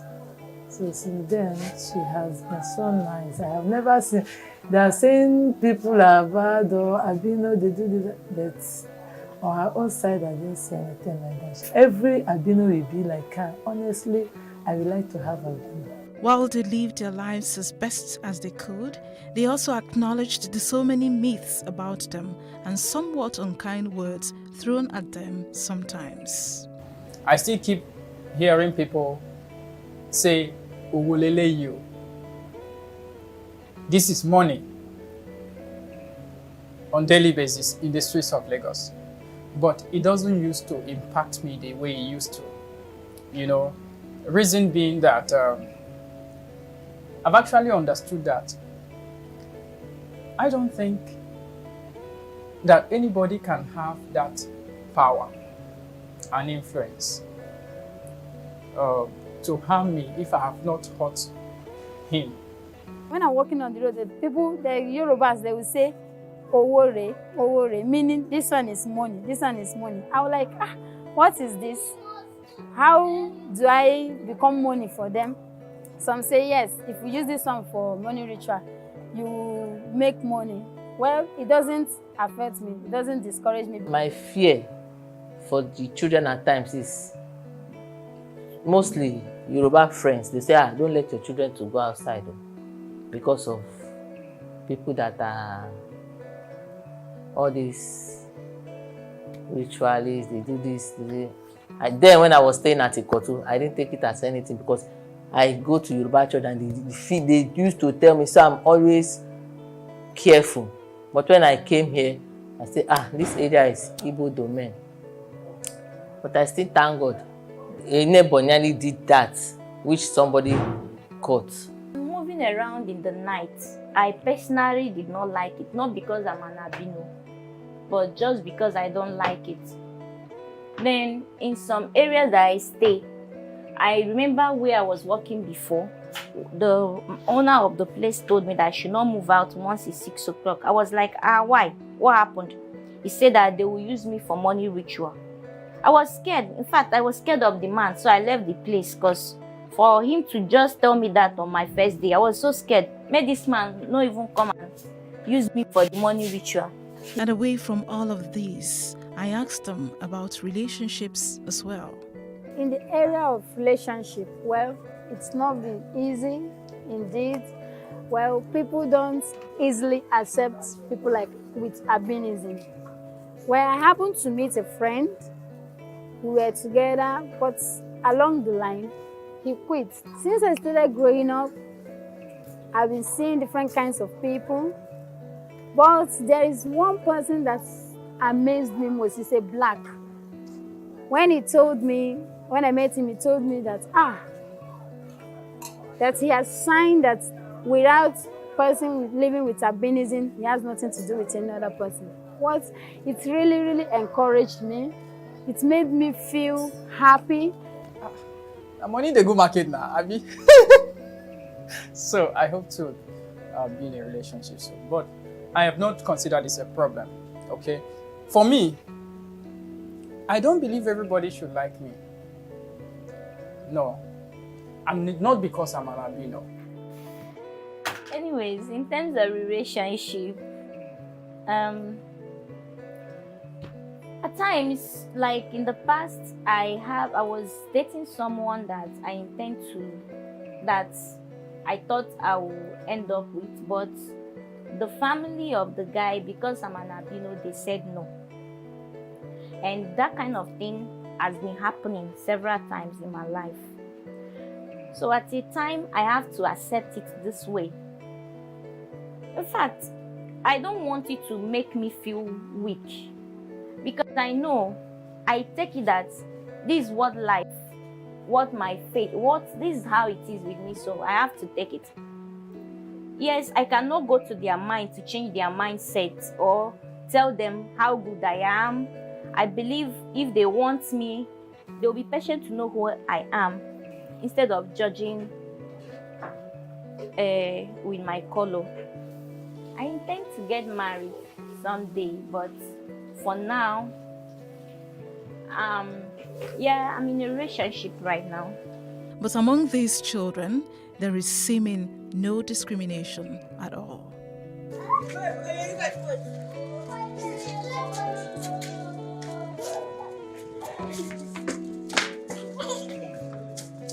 Grace tells me singing is one of her hobbies, and she sang this song with a message in it. No matter your tradition, we are one. No matter your culture, we are one. No matter your tribe, we are one. Let's come together as one. No matter your language, we are one. No matter your family, we are one. Whether rich or poor, we are one. Let's come together as one.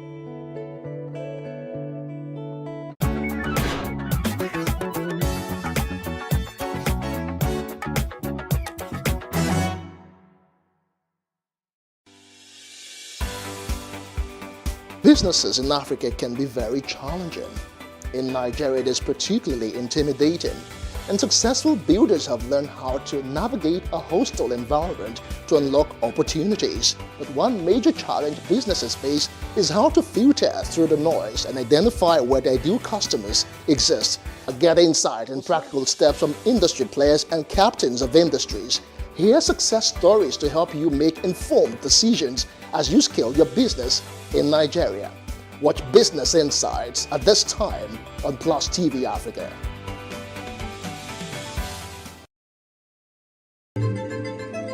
Nigeria, by extension, Africa, is faced with a lot of challenges. The growing youth population with little engagement, that is a ticking time bomb. We are a blessed people with diverse culture and highly cerebral minds who have a lot to say. And yes, we are talking. It is important we drive the right conversation that informs, inspires, influences thought and action. If we say there's beauty in our diversity, then let us embrace our diverse culture. We must continue to courageously be the voice of transformation as we are the hope for the future. Yesterday's conversations shape today. What are you saying to shape your tomorrow? We know you have a lot to say, and we are here to hear you.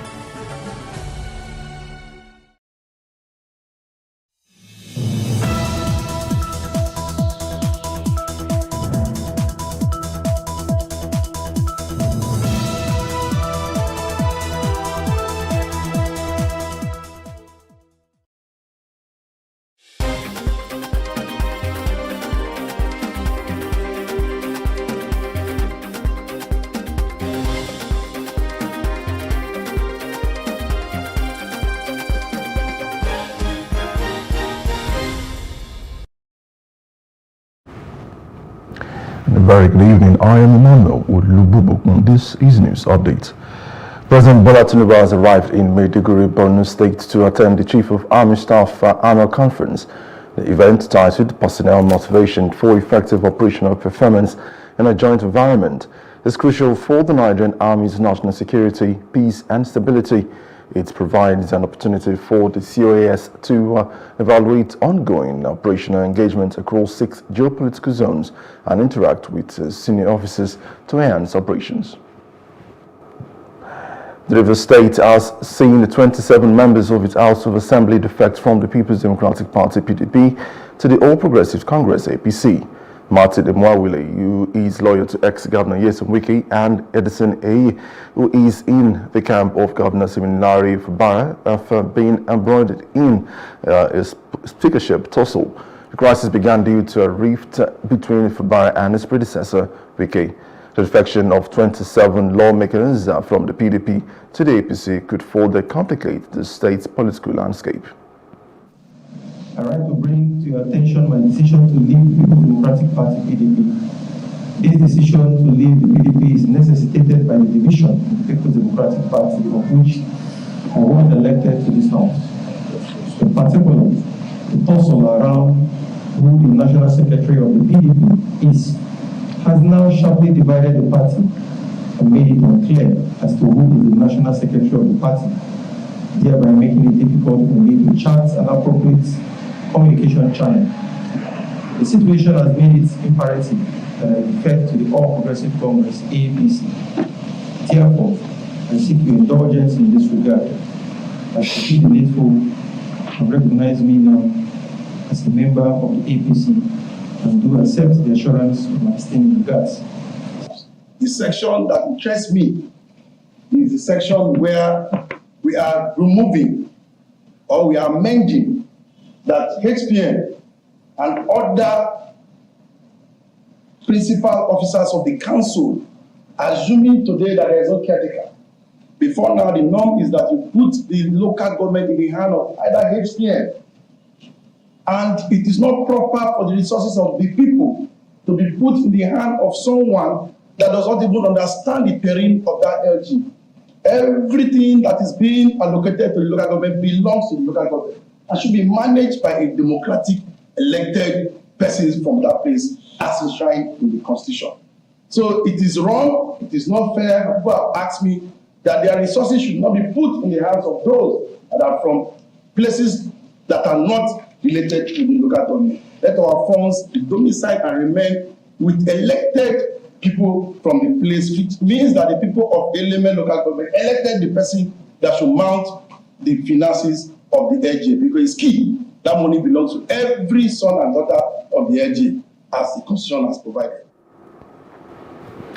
Now, People's Democratic Party (PDP) chieftain Karibo Wilson believes Governor Siminalayi Fubara has strong support from the people of Rivers State. He stated that traditional leaders, youth, and other segments of the populace have brought support for Fubara. The political situation escalated when 27 lawmakers of the Rivers State House of Assembly defected from the People's Democratic Party to the All Progressives Congress. Wilson questioned the motives of the Assembly members and questioned any impeachment moves against Fubara. Before the surprise undemocratic impeachment efforts of 30th October 2023 by a section of our legislative arm against you, the proposed governor. This undemocratic act is and was highly resisted and condemned by the Rivers electorate, and we are in absolute solidarity with you. You kept asking, what offense have I committed to warrant my impeachment? And to this day, no answer has been provided. And we are still waiting endlessly because you haven't committed any offense that warrants impeachment. The campaigns from various political parties are now here to show support for the God-choosing governor of Rivers State. Ama Opus Senebo, Sir Siminalayi Joseph Fubara, Grand Service Star of Rivers State. The Speaker of the 10th Assembly Right Honorable Edison Eje. He has said I should greet you and tell you that at the appropriate time, he will come to speak to his Madonna people. He is Ekono Ahodawe. The National Secretary of New Nigeria People's Party, Olaposi Ogini, has described the purported coalition involving the party and 6 other political parties, tagged Coalition of Concerned Political Parties, as fake and untrue. Ogini insisted that the party has not authorized any coalition with any political party, urging the public to disregard the involvement of NNPP in the purported coalition with the People's Democratic Party and the other 6 parties. They said these in a letter addressed to the Board of Trustees chairman of PDP are made available to newsmen on Sunday evening. The party secretary cautioned the PDP to stop dealing with people who did not represent the interest of the NNPP. Now, a nightclub in Oba Anambra State was attacked by unknown gunmen, resulting in tragic fatalities. Now, the gunmen targeted the club with the intention of abducting the owner. However, security personnel resisted, leading to a confrontation and gunfire. Some security personnel who tried to thwart the abduction was brutally killed, as Anambra State Police Command has not officially confirmed the incident, but an investigation is underway. The incident follows a previous attack on our respected spiritualist and nightclub owner. Sudan News Update. The Northern Caucus of the House of Representatives has condemned a recent incident in the Todembere community, Kaduna State. They commended the Nigerian military and security agencies for the effort in combating crime, as the caucus plans to visit the community to gather information and support the government's effort in rebuilding the community. They have also announced a monetary donation of 45 million naira. Now, the need to pay attention to address societal road sales are now once again being brought to the fore. Now, this came up during the public presentation of a book, The Wings of a Pregnant Virgin. Now, the author, Chris Ovomo, said the didactic book, which is all-encompassing, mirrors several issues affecting the society, including rape as well as ritual killings, romance and politics. As the book reviewer Ineka Onaga, who was also visibly excited about the book, delves into the parts that resonate with her, as it also dealt with issues of young people who are fixated on marriage without enough knowledge about it. I'll rate it 18+. When I write, I like to go into details. So even though that it's more of a moral book trying to detail, or I'm also trying to explain the wrath in the society. And I don't want to explain that wrath without going into details. Maybe hiding some, though I don't want to hide. There are some very graphic pictures, even ritual killings and maybe sexual. So I wouldn't want children to see that. The intrigues about a virgin getting pregnant, until you read through that, you get to know that someone could be raped and wouldn't know. One of the chapters talked about how single girls and boys are very enthusiastic to get married. It doesn't matter to who, and it doesn't matter what the outcome of the marriage will be. In our world today, it is the end that justifies the means. Other guests who attended the public presentation praised the author's intellectual argument while explaining how relatable it is to the modern issues the Nigerians go through. It's a very contemporary book that mirrors the ease of our society, our current society. And I would recommend that people read the book to see exactly what is going on in the society. A lot of people don't read anymore because of issues. There were vision, sight, no time, they're tired. But I found out that reading relaxes me. I can only speak for myself. Even if it's just one page, you get some bullet key points, some bright moments, some aha moments from reading. So instead of just watching TV or movies end to end, it's always good to make sense, to read. Because when you read, you actually improve the mind. And the older you get, reading helps your memory. The book is a very contemporary book that mirrors the ease of our society. Now, Aisha Bello Mustafa, a veteran broadcaster with Nigerian Television Authority, NTA, has passed away. She was known for her work on network news at 9 p.m. Her family announced her death in a statement expressing their condolences and wishing Allah forgiveness. Now, the funeral was scheduled for 1 p.m. on December the 11th, 2023 at the Central Mosque in Abuja. And now move on to other parts of Africa. Sudan's warring General Reserve agreed to hold a face-to-face meeting as part of efforts to establish a ceasefire and initiate political talks to end the country's devastating war. Meanwhile, the government has ordered the expulsion of 15 diplomats from the United Arab Emirates over Abu Dhabi's alleged support for rebel forces. Now, Sudan slipped into chaos after sour tensions between Military Chief General Abdel Fattah Burhan and General Mohamed Hamdan Dagalo, commander of the paramilitary Rapid Support Forces, exploded into open fighting in mid-April in the capital, Khartoum, and elsewhere across the country. Now, outside Africa, voting for the Russian presidential election is likely to see Vladimir Putin re-elected will take place in 4 Ukrainian regions claimed by the Kremlin last year. Now, the Central Elections Commission announced that voting will take place in regions where Russia still lacks full military control. The election will take place over a 3-day period from March 15 to 17th, a move critics argue makes transparency more difficult. 5 parties have been allowed to submit candidates without signatures or supporting the Kremlin and military offensive in Ukraine.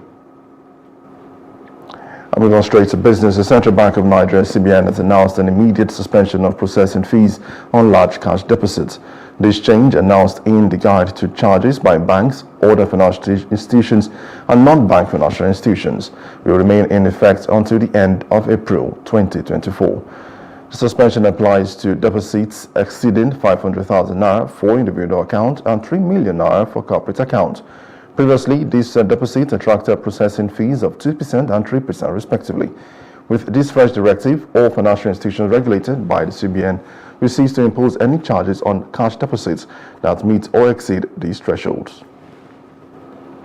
And into entertainment, Cardi B has confirmed the end of a marriage to rapper Offset following cryptic posts on her Instagram page. She mentioned removing dead weight and not separating herself forced in a relationship. The couple unfollowed each other on their Instagram pages, as in an Instagram live session, Cardi B confirmed the breakup, stating that she was afraid to tell the world about her situation.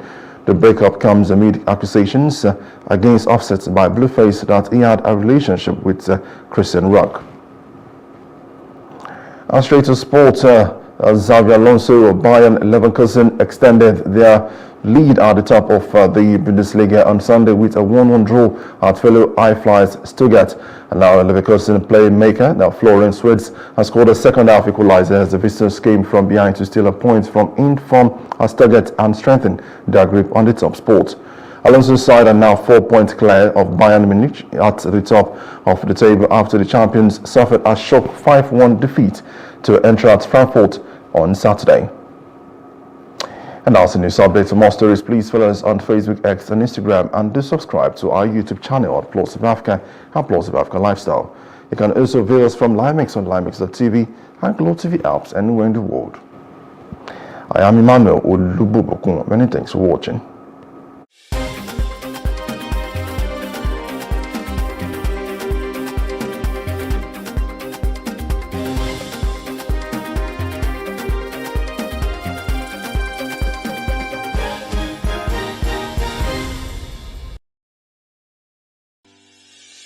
Increase the reach of your events or business services.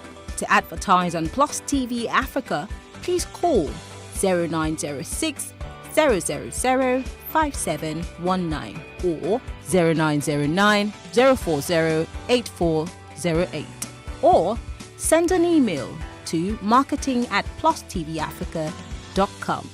Plus TV Africa. Big stories live here.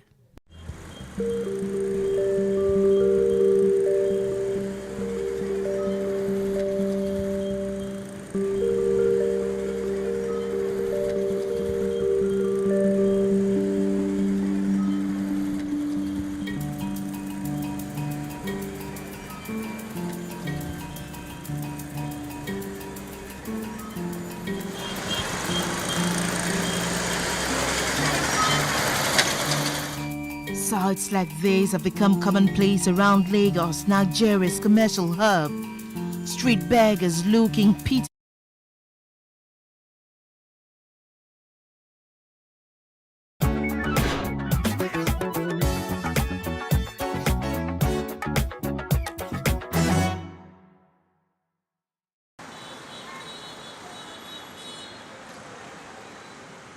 You may want to ask why murals are important. It is no secret that murals make neighborhoods beautiful. They add color to building walls and streets which would otherwise go unnoticed. They are a treat for locals and tourists alike. Murals have been part of Nigeria's cultural landscape for thousands of years. The term mural became popular with the Mexican muralism art movement. The transformation which took place in the history of mural art during the 1920s and 1930s was highly influenced by the government's sponsorship in Mexico. The Mexican president Alvaro Obregón began a nationalist cultural program in the 1920s. As part of this program, the Mexican Ministry of Education and other government entities to create public murals. In Lagos, the visual effects of wall paintings are an excitement to attract public attention to social issues like the ones here under the Falomo Bridge. An artist, Poli Alakija, created these murals on the columns in homage to the Bring Back Our Girls, the 276 schoolgirls who were abducted on April 14, 2014 by Boko Haram.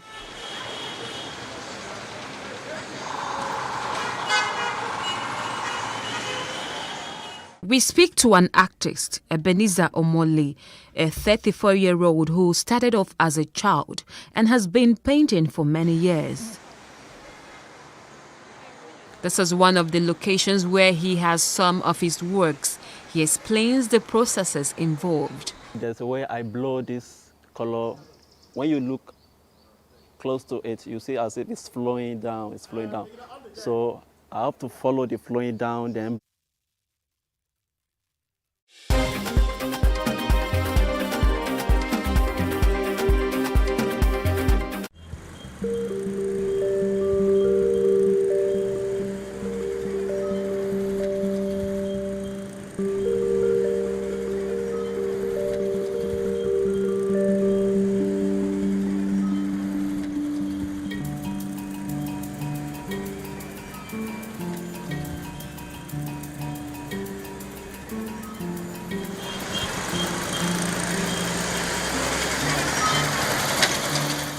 Sites like these have become commonplace around Lagos, Nigeria's commercial hub.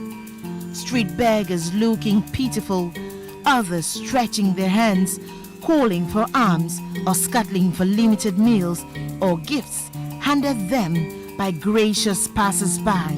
However, Lagos does not seem alone in this. Ibadan, an ancient city in Oyo, southwest Nigeria, isn't left out. The pace-setter state also has a teeming number of beggars, many of them immigrants from Niger and Chad. Halima is a 37-year-old mother of this kid. Daily, she heads for the streets to make a living off street begging.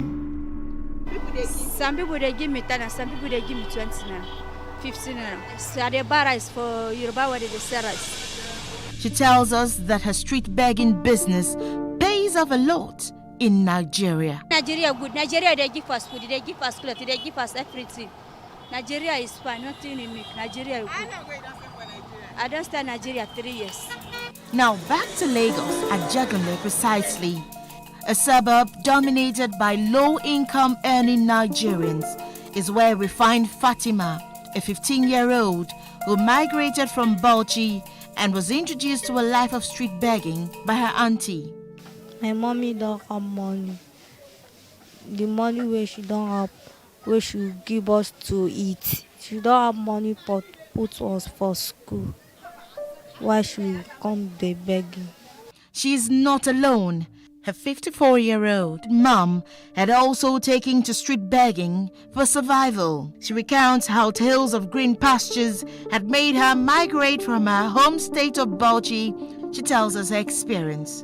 Da yara bakwai kuma ba da kuɗi shine masababin na taho Lagos. Hanne wannan shekaru ina nan Lagos. Well, for this mother and daughter, an intervention made all the difference. Ba ni da jari ne. Ba jari. shi ne yasa nake yi, kuma wannan oga shi ne ya zo shi ya ce in daina yin bara, in kama sana'a, in bayar yara na biyu makaranta, na bashi yara na wa'annan guda biyu makaranta. Yawa. Currently, the begging system in Nigeria is structured, in a way that these beggars are most times being imported from the north, to beg, and there are those who they remit to. A 2013 survey posted by Science Direct indicated that the total population of beggars in Nigeria stood at 12.4 million persons as of 2013. The Northwest hosted 41.1%, the Northeast hosted 28.2%, the North Central hosted 12.9%, leaving Southern Nigeria, including the Southwest, the South-South, and the Southeast, with 17.8%. Today, Fatima is enrolled in a school, while her mum runs a petty trade. Shekara ta 25 a nan Lagos. Ina zanne wannan ya ce shi, wannan oga ya ce bara ba kyau. Na ce bara ba kyau, oga ya ce iya. Sai na ce ni na barbara, na kama sana'a. Sai ya ce ki ban yaranki makaranta. Shine yara na guda biyu na bashi makaranta, suke zuwa makaranta. Yawwa. To kin ji, mu garinmu muna Bauchi, a ƙasar Bauchi muke, kuma garinmu Jama'are local. Jama'are local garinmu. Shekara ta 55. Yawwa. To yanzu dai muna nan muna maleji a nan. Kuma a cikin hakan nan ba mu samu jari ba jari. Ba mu da jari, amma muna nan muna maleji. They are thankful, but together they feel that street begging is wrong. May they find another work. That beg is no good. Well, unfortunately, their gospel doesn't seem popular for these crop of beggars found on the other end of Lagos Island, Ajah precisely. For these ones, life seems to be about waking up each morning, hoping to get alms from sympathetic passers-by. Gwamnati ta ce za ta iya mana, kuma gwamnati ba ta iya mana ba. Mun zo muna fama ga wahala, ga rana, ga yunwa ta ishi. A cikin yaranmu da babanmu ya yi fani ne babba, duk wanda suke bayana duk ƙanana ne, ba su san komai ba. No, I know the bell. I know go bell. I know go bell. I will give my daddy. May put me for school. Jigawa, wahala ce ta kawo mu, mijina ne ya mutu. Mijina ne ya mutu. Shi ne ya sa na zo ni, ba kwan ne ya sa na zo ni ba, nema na zo ni ci da bakina. Na sa na diba fa kaina. Ba ta iya Ingilishi ba. Wa diba kaina. Ba moni yunwa. Some of these passers-by think that street begging constitutes a nuisance. We Nigerians are the ones that are still making these guys be on the road. Okay. Normally, we should not give them money. We should stop giving them money. You understand? When we are giving them money, then we are supporting it. Okay. So when we stop giving them money, they will move. Since they beg for, let's say, quite some time, and I think they should try and raise up something and delve into one business or the other rather than begging it. Why do people take to street begging? We spoke to a psychologist. Begging starts from environments where there's deprivation from basic amenities and where there's poverty. However, once the habit starts, it becomes a disease of the neural system where it becomes self-replicating. Once a person goes on the roadside and asks for alms, and that person's behavior finds expression, the normal way the brain works is that that habit or that behavior now becomes habitual. It's a self-replicating habit, and so several people who tried the first time and they were able to get a few naira from that begging habit, they will be chasing that feeling. There's a feeling that comes from begging and getting someone to give you alms. In Lagos, the number of child beggars and adult beggars experts say runs into over 1,000, as it would be recalled that earlier in 2020, some beggars numbering over 1,000 blocked the entrance to the Lagos State House of Assembly and the Governor's office to protest against what they termed undue harassment and arrest by officials of the state government. With 3 northern states of Kano, Niger and Nasarawa recently banning street begging, the Lagos state government may not have officially banned street begging, but has constantly wasted no time to reiterate its position on the zero tolerance for street begging. It's illegal.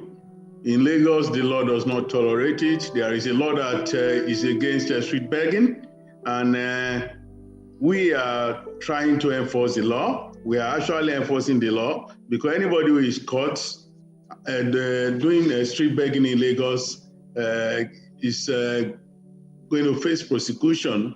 And if they are kids, they can be taken up the streets and taken to centers. If you are brought before a magistrate for begging, you can be fined up to 30,000 naira, or you can be sent to 1 year imprisonment. Some schools of thought believe that if people were not given to street begging, there wouldn't be beggars on the streets. We should give to beggars, but not those who have the capacity to work. If you want to look at it, you need to find what is the definition of a beggar. Is it somebody who is incapacitated, or is it somebody who has just chosen begging as a lifestyle? If it's somebody who has chosen begging as a lifestyle, no. But if it's someone who is incapacitated, if you go to other climes, they have people who are incapacitated, but there's a way they are taken care of. If Nick was in Nigeria, he would have been a street beggar. But today, Nick is far richer than some industrialists in this nation. Why? Because there are nations that have provided some sort of support. So what does religion say about street begging? According to the Quran and the Hadith of the Prophet Sallallahu Alaihi Wasallam, we are told that we should earn a living in the most legitimate way. So Islam does not encourage street begging, doesn't encourage begging at all. Yes, Islam encourages zakah and sadaqah, which is given to those people in need, but not to people that are able-bodied, that can actually work and earn a living. So we don't Islam does not encourage begging. Like training is a good place to start. Education, educating them to make them understand that even the Islamic religion, because you see that a lot of these people, they've been brainwashed thinking that it's okay. And even in Nigeria, because even now, we look at the people that are begging on the streets. People literally beg everywhere now, even on social media. You see people going on social media to beg in a way that maybe you call it a sophisticated kind of begging. So I think the first thing is education, to educate those people that it is not acceptable. Even the religion that they practice does not accept it. It's totally unacceptable. Some people have made a life out of begging. No, that is not scriptural. The Bible said, he that does not work should not eat. But let him, then secondly, let him that steals steal no more, so that he can work, so he can have to give. So we are permitted to give to beggars, provided that, or let me put it this way, we should give to beggars who are incapacitated, not those who have the capacity to work. If you've got the capacity to work, go and work. The state government.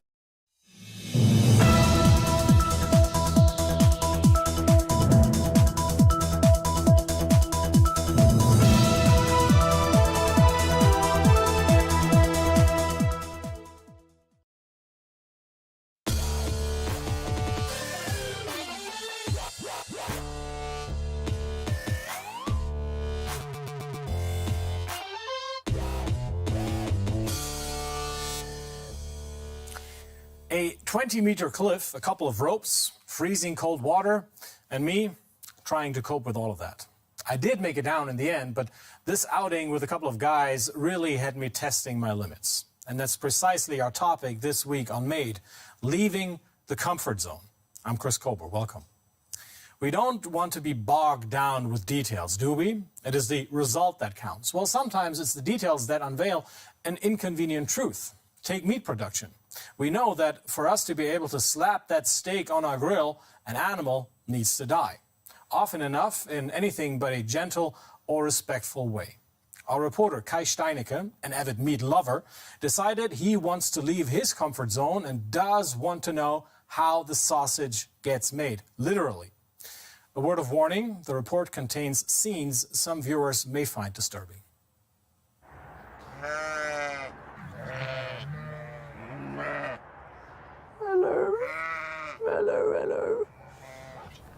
I am going to slaughter one of these animals. They belong to Wendelin Schmucke. He farms sheep the traditional way.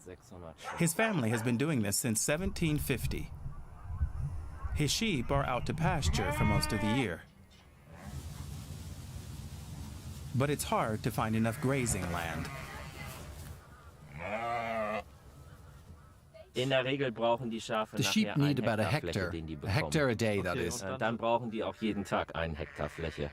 A hectare every day? Yes, a hectare for 700 sheep. So this whole field is only enough for today. When they've had their fill, the flock will go home to the farm. I hope the ones that I'm gonna slaughter are going to be bigger.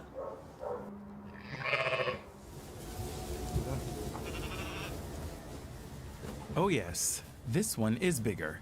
It's 6 months old and weighs about 40 kilos. That's huge. I had no idea how quickly they grow. I really don't know if I can do this.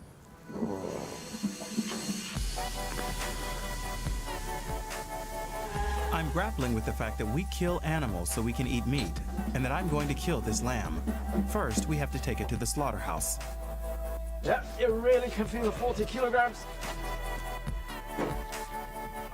It's a 10-minute drive, nothing in comparison to the lengthy journeys to the slaughterhouse that livestock often face. Marco Kerr will be by my side throughout the process. He's been a butcher for more than 10 years, and he only slaughters what people bring him for their own consumption, like this lamb that I've bought. What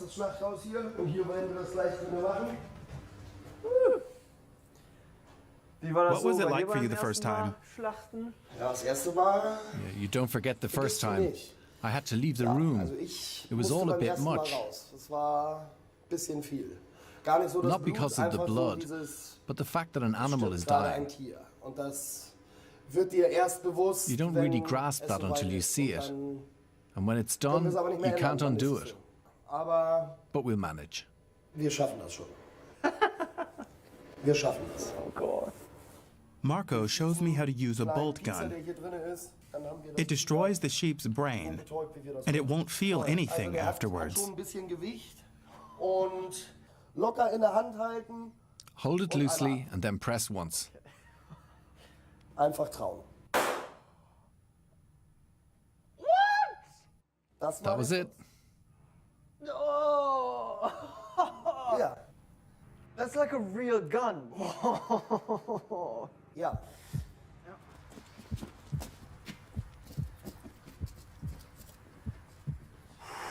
And now the lamb's head is in the firing line. All is good, all is good. Oh my God. Höchster Punkt. Highest point, draw a line. There. Finger weg. Take your fingers away. Immer den Finger weg. Ja. On the head and pull the trigger. Ja.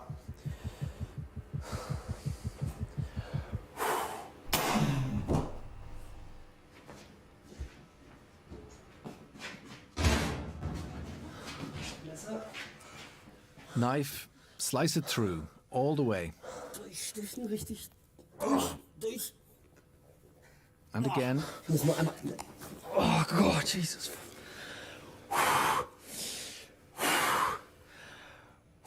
That's a lot of blood. That's a lot of blood.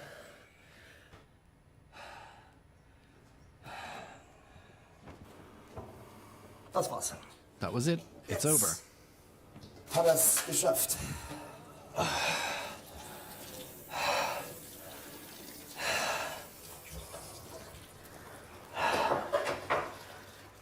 So, how was it?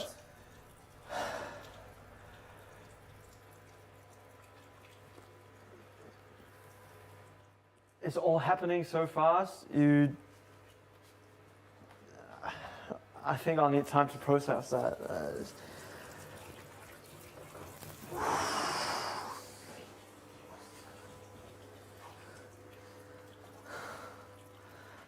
I've killed an animal.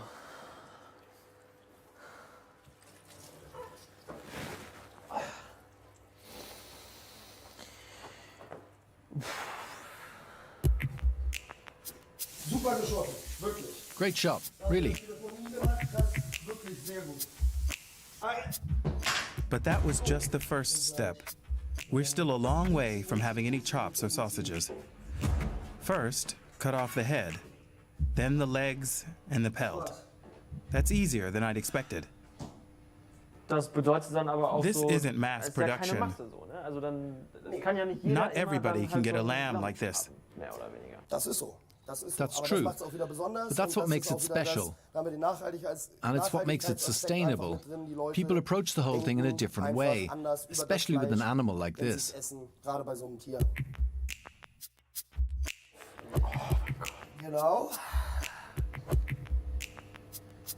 We still need to get rid of the guts. Now it's left to hang overnight. That makes it easier to process. I think what happened back in that slaughterhouse will forever be burned into my mind. The noises, the sounds, the smells, but it's the only way that sustainably eating meat is actually possible, because doing this in the masses of meat we eat today is absolutely impossible. But still, for me, I don't really know if I'm ever going to walk into a supermarket again and be like, yeah, I'm going to eat that meat. The next morning, it's time to harvest the meat we've worked so hard for. Taking the carcass apart isn't any easier, it turns out. And there goes the shoulder. Yes!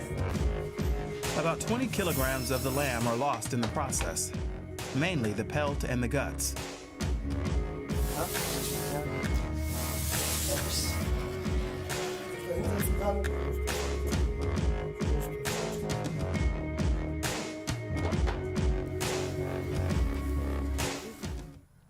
That looks great.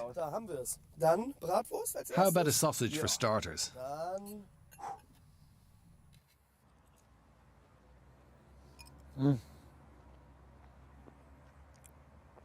I'm not going to lie, this tastes really, really good. And I don't feel guilty about it because the lamb had a good life and a good death. And I'm not turning vegetarian, but it's only for special occasions, really. When you slaughter animals like we used to do 100 or 150 years ago, and like we just did, you also need to eat meat like we used to 100 or 150 years ago. That means only a steak a week, and that's it.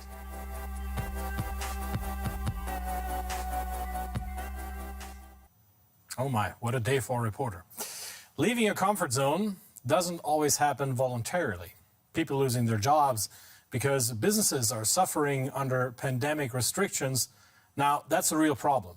But maybe this crisis can also offer opportunities. Entrepreneur Ernest Darko might have some advice for you, even if you're not into large-scale health systems development like he is. The COVID pandemic has really turned the world upside down. So here are the 5 tips to boost your career in the context of a pandemic.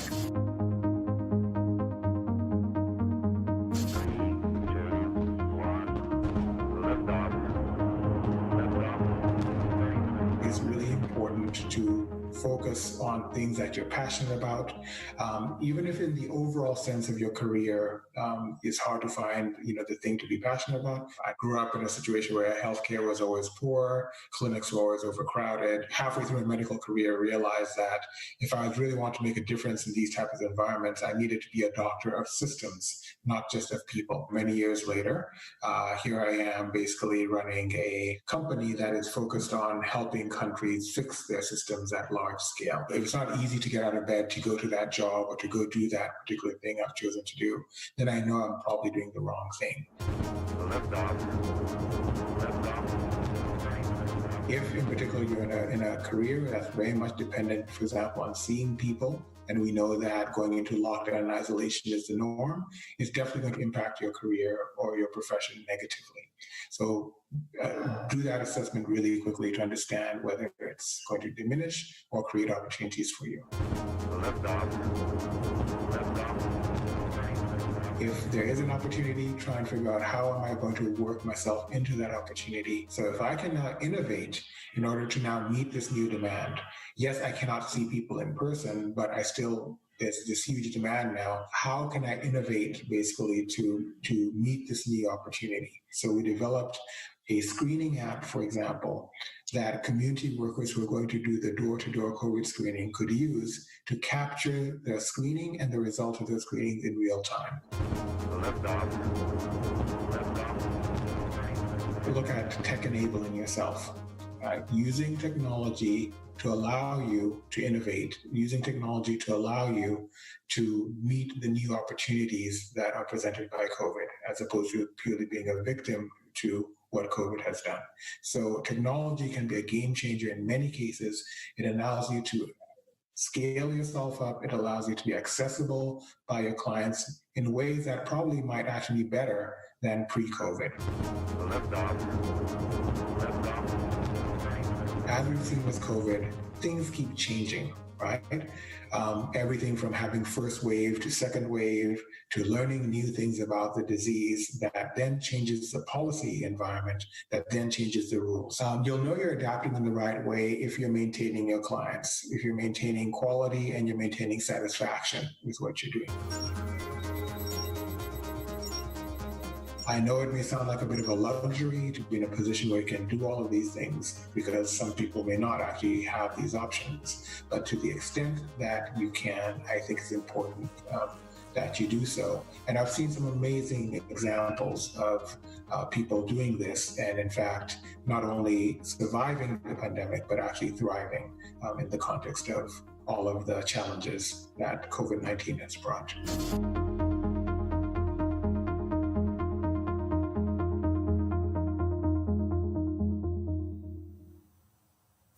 Readjusting your career can be difficult, no doubt, particularly if your plan was to have one of the coolest jobs ever, flying a plane.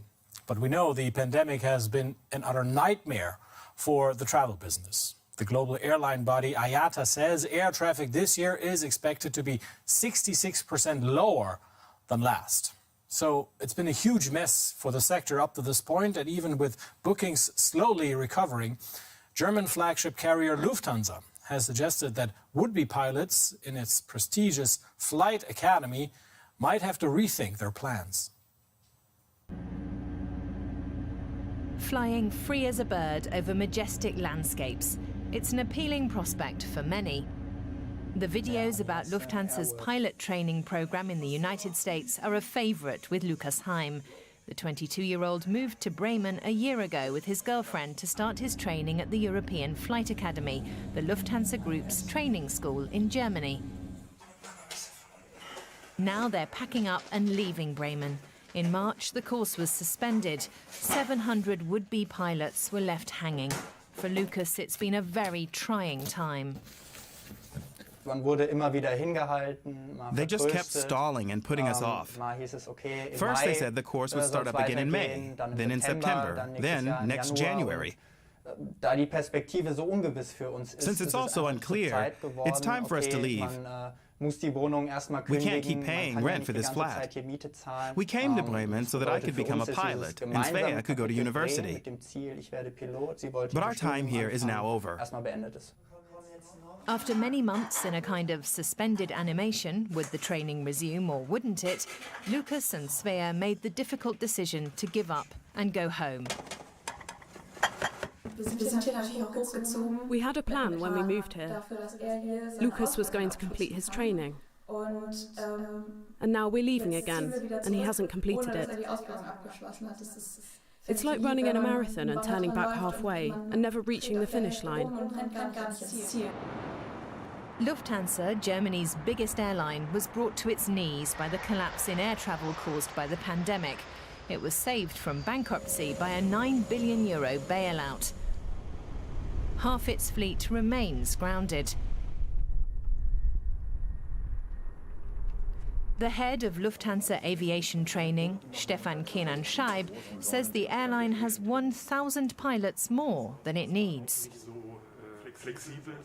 We tell our student pilots quite candidly that the prospects for becoming a pilot are very, very bad right now because of the COVID-19 pandemic and the financial situation of the Lufthansa Group. We're losing €500 million every month. It's our duty to be open to the students and tell it like it is. Most aviation industry analysts say the demand for pilots after the pandemic is hardly likely to soar. They don't see air travel picking up significantly until 2025. Most of the youngsters who have had to halt their training need a job to get by. Caroline Bösner was in the United States when she heard the course had been suspended. Now she's back living with her parents in Leipzig and working at an Amazon logistics center. It wasn't easy, but I had to take a pragmatic approach. I knew I couldn't just sit around at home. I had to do something. And it wouldn't be a bad thing to make some money. You don't earn anything as a student pilot. On the contrary, it's more like burning money. Many student pilots now find themselves in a precarious financial situation. They are by far not the only group of people in need of work, as the pandemic and ensuing lockdown measures shuttered entire industries. People who worked in tourism or food service are coming to us. They say either they need a job as a stopgap measure or they want to change careers entirely. Caroline Bösner says for her, working at Amazon is temporary. She's not given up her long-standing dream of becoming a pilot. She remains as committed as ever. I absolutely still want to fly. I'm not going to give up on my dream. It's anchored within me and it's not going to go away. I flew all over Florida. It was fantastic. And then suddenly I was back in cold Germany. I can't imagine doing anything else. So I have to find a way to finish my training. If need be, without Lufthansa. 200 minimum. The enthusiasm may be great, but facts on the ground are not encouraging. Lufthansa has recommended its students actually give up rather than wait for the course to restart. If they complete the programme, they're going to be charged €80,000, and they won't have the guarantee of a job, as used to be the case. Lukas's father, Christopher Heim, is appalled. He's been a pilot at Lufthansa for 32 years.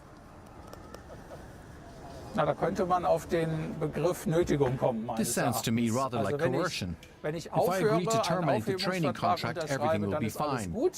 If I don't and want to fulfill my dream, then a huge sum of money comes due. I don't like that. I think it's dishonorable. It's quiet and empty at the European Flight Academy in Bremen. This is the first time Lukas Heim has been inside since March. He too remains determined to become a pilot, despite the difficult conditions prevailing right now. Though he says he doesn't yet know how he's going to do that. What I would like is for them to say, when we restart pilot training, we'll take you guys first, or that they at least certify our test results. But Lufthansa has not made any such commitment. Nor does CEO Carsten Spohr have any words of encouragement for the students. He's already indicated that Lufthansa will have no more work for tens of thousands of its employees. As with all professions and at all German universities, there are no guarantees of jobs in the future. And that is the case here too. Aviation remains a fascinating industry for young people too. But I think we have to face reality. In the years ahead, there are going to be too many people for the jobs available. Anybody planning a career in aviation has to take this into account. The pandemic could end the dreams of an entire generation of would-be pilots.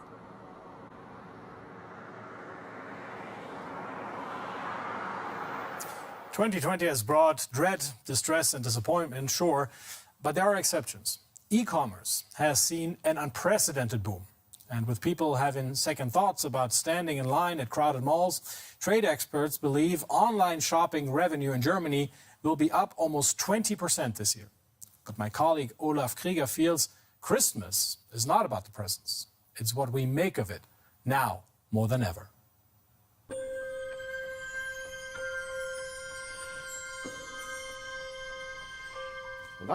Christmas is what we make of it.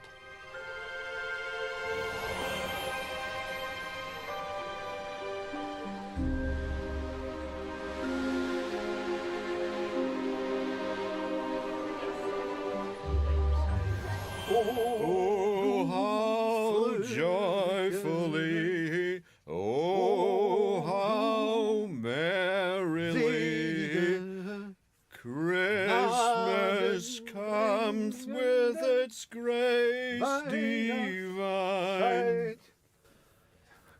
Christmas comes with grace in this of all years? Really? Krieger, is that you? What are you doing here? How about a bit of Christmas in these troubled times? Come on in, we can decorate and we can chat.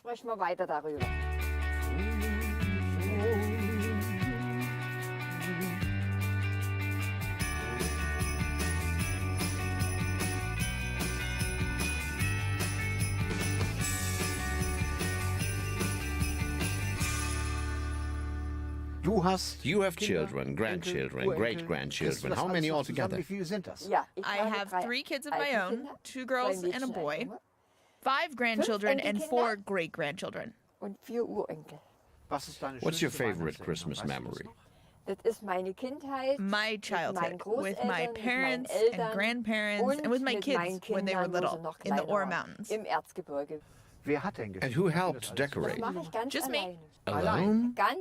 Yes. I start putting up the decorations in early December, but I wait until the 23rd to get the tree ready. Not a day earlier. No one helps? I don't want any help. How about the food? Really? Yes, absolutely. Christmas Eve is lentils with sausages. The next day, potato salad and maybe roast goose with red cabbage and kale from this garden. From your garden? Yes. So tell me, Krieger, how is Christmas with your family? Do you spend Christmas at home or do you go somewhere? I'm going to try to be with my mother, but it might not be possible. She's in a home, and I may not be allowed in. But we hope that whatever the conditions, we can celebrate Christmas and be together. We can make that happen somehow. I hope. But suppose we can't meet up the way we used to at Christmas. Yeah, if my son comes, we'll sit together with him and my daughter-in-law and my grandchild. And for everyone else, we have the phone. Our Christmas lights.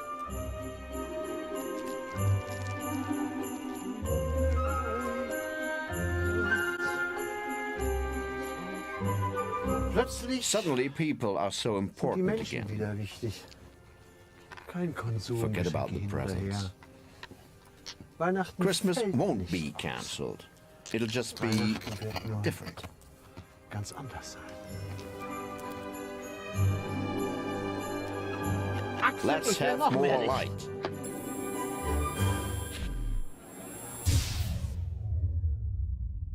Let's have more light. What a splendid idea. That's our show. Thanks for watching. See you back here next week.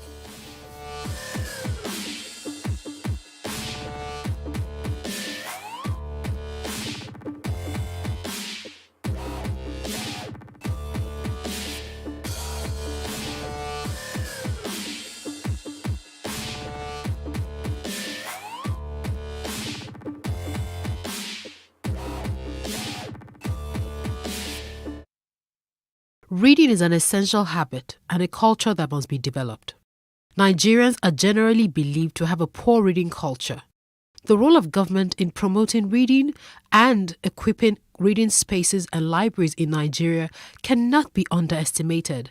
But first, we must look at the development of reading habits from the home and the role parents play in encouraging their children. My parents, my mom used to be a teacher, so reading was obviously part of a curriculum. And then my father used to be a professor and is an author. So I started reading very, very early, and I started reading books that were higher than my age grade. I was reading African Writer series from age 7, age 8, and reading encyclopedias by that time. So obviously my parents had a huge part and encouraged that in me. In the Nigerian book market, there's a high influx of foreign authors writing for children, but very few Nigerian authors telling relatable, homegrown Nigerian stories. If you start out reading stories even to your baby, even before they're 1, and then as they get older, buy appropriate materials that are colorful, with easy to read words, and read with them. I think that helps. Adedotun Enyade, a co-founder of Robin Heights, a leading bookstore in Nigeria, has tips for Nigerian authors and how they can improve on their work and get into the hearts of readers. The story has to be good, right? If you're writing, whatever you're writing, if you're writing fiction, if you're writing non-fiction, it has to be like, really, really compelling, one. Next thing would be like in terms of like the packaging, right? People have gone past the era where you just take your books to just about any printer to print for you. I think, publishers, self-published authors as well, they need to invest in ensuring that the quality of the book, the final output is one that will, stack up with any book, published, elsewhere in the world. So that's really important. Then I think, what would be like the most important tip for me to them would be just, they need to invest in marketing. The book business, like any other business, is challenging. If you ask anyone who's running the business in Nigeria, they will tell you capital, of course, right? Book selling is also, as with any other business, is also quite capital intensive. Getting to pay your rent, getting to actually buy the books and stock up like your shelves when you have them. Hiring good people requires decent amount of capital. So I would say it's getting the startup funds to set up something. And then if you're looking to do it at scale like we're hoping to do, then it also requires you raising funding, which isn't readily available in commercial banks, right? I don't think a bank would say they want to give you a loan to set up a bookstore. They probably will be skeptical about the number of people who read. So for us, I think it's just I would say capital is at the top of the totem pole. It is commendable that certain individuals and organizations are making concerted efforts to revive the reading culture in the country. The government should also redesign the school curriculum to incorporate more reading activities in primary and secondary schools.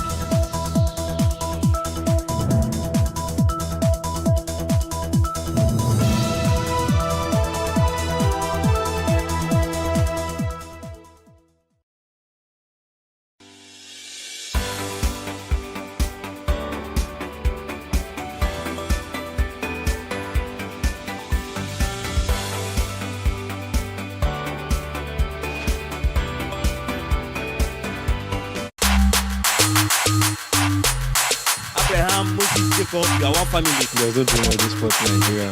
See how your body just dripping diamond.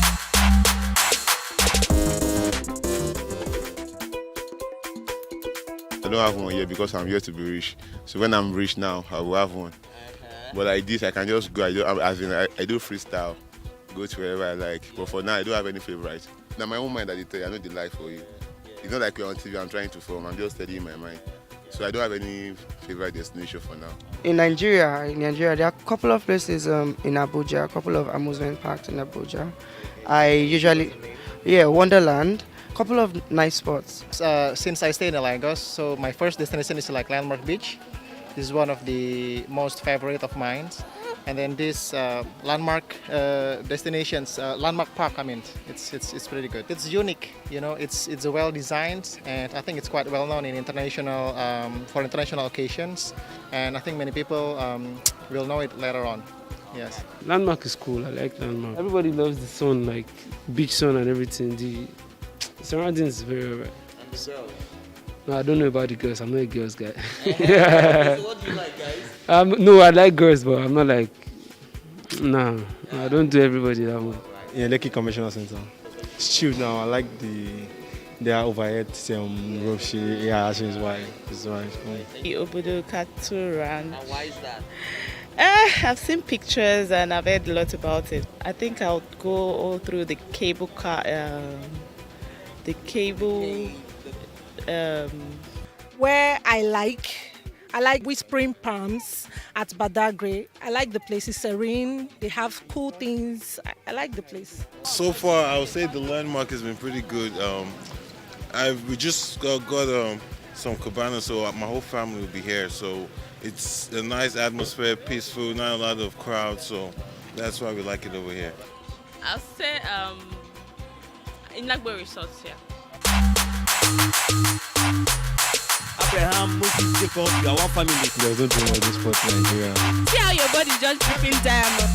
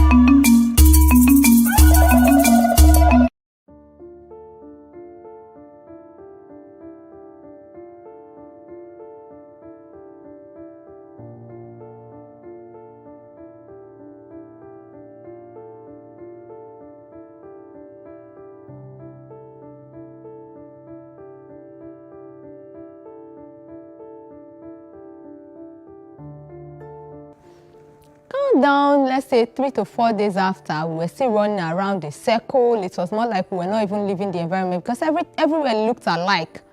So I just told my sister, even if we are going to the land of the dead, 4 days is enough for us to have gotten to where we are going. Are you sure there is no problem? Sister said, nothing, let's just endure. And then after a while, she will ask me, that thing you said is true. Even if it's land of the dead, by now we should have gotten somewhere that is close to the land of the dead that we are going to. No. And the funniest thing is, all these things was going on under a scorchy sun. Like, the sun was not friendly, very hot. There are no trees around. Everything is just blank, like you're just seeing only the soil. That sand is the only thing you're seeing. So you're not seeing anything that is going to give you hope. And then to worsen it all, you're seeing bones. If they park and say rest, the only thing you're going to see is probably bones from animals and human beings that have died. Some people will just, maybe like people who like playing, will just put their hand like as if they are packing sand, and then the next thing is bone. They will just scream, hey, see bone, oh. Everybody will run, you know. It was just, now I'm laughing, but then it was very traumatizing, like you see weird things only. So after that, we noticed that actually we were running in a circle. So the driver explained to someone that there were security persons around, policemen, that's the Niger police. So we are not supposed to pass them except they are not there. So we have to wait until those policemen are out. And then I think after a while, those policemen started getting really close. So the drivers left us. They fled for their lives. And then where they parked us was very hot. So we sat there, we were waiting for them to come back. Those security or policemen didn't even come where we were. But then we lost someone while struggling for water. There was no water. The drivers had already left. So I think the man's heart failed. He's not a young boy. He should be like around 50 something. So I think his heart failed or something. I don't even know what to say happened to him, but he was just lying down. Nobody had a clue that the man was already dead. So when the drivers eventually came back, they found out the guy was dead. They just did their Arab or Muslim ritual. Just did something, put their clothes, then used sand to cover the man, and that was all. We left, you know. We all cried while leaving. People were singing sorrowful songs. And then after a while, the police caught up with us. But that part too was traumatizing for me because the drivers left again as usual. They started running. This time they were running and asking us to jump out of the hills. They were running with their cars. It's not like they are running, they parked somewhere and left. No, this time they were running with their cars and they were asking us to jump off the car. It was difficult for me to jump. I don't know, I'm slim, but I wouldn't say I'm athletic. So a lot of people were jumping out. It was hard for me. So, but at some point I jumped. I didn't sustain any injury as at then. But then when I was running, because of the nature of the place, there are thorns everywhere. The thorns kept piercing my leg and everything. No sandals. We already lost our bags in the car. I was just running alongside people. So the kind of race was, people are running towards this direction. As they are running back. People are running towards this, you join these ones. You know, everybody is trying to escape, but the security persons had already surrounded everywhere. And then with armored cars, I wouldn't have an idea if they were asked to shoot anyone, but they were shooting kind of to threaten us to stay in one place, but people were still running, so the shooting continued, didn't stop.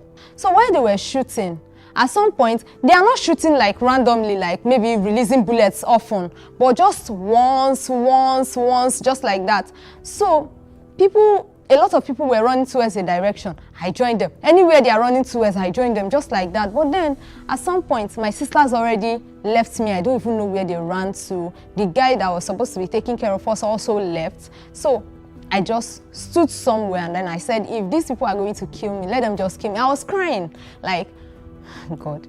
I was crying seriously. I was saying, just kill me. If I just remember that moment, I'm like, God, if I could survive that, there is nothing that God can't save anyone from. I was crying. I was saying, just shoot me, just kill me, let me just die. What kind of suffering is this? I was crying, and then the guy stopped.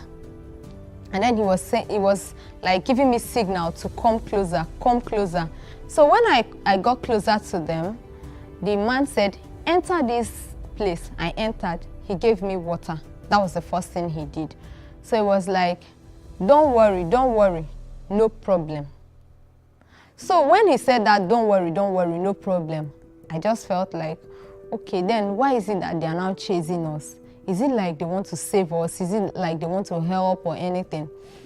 So at some point, they brought us together. They were able to they were able to gather as many people as possible, to the extent that we filled this big truck was filled with people.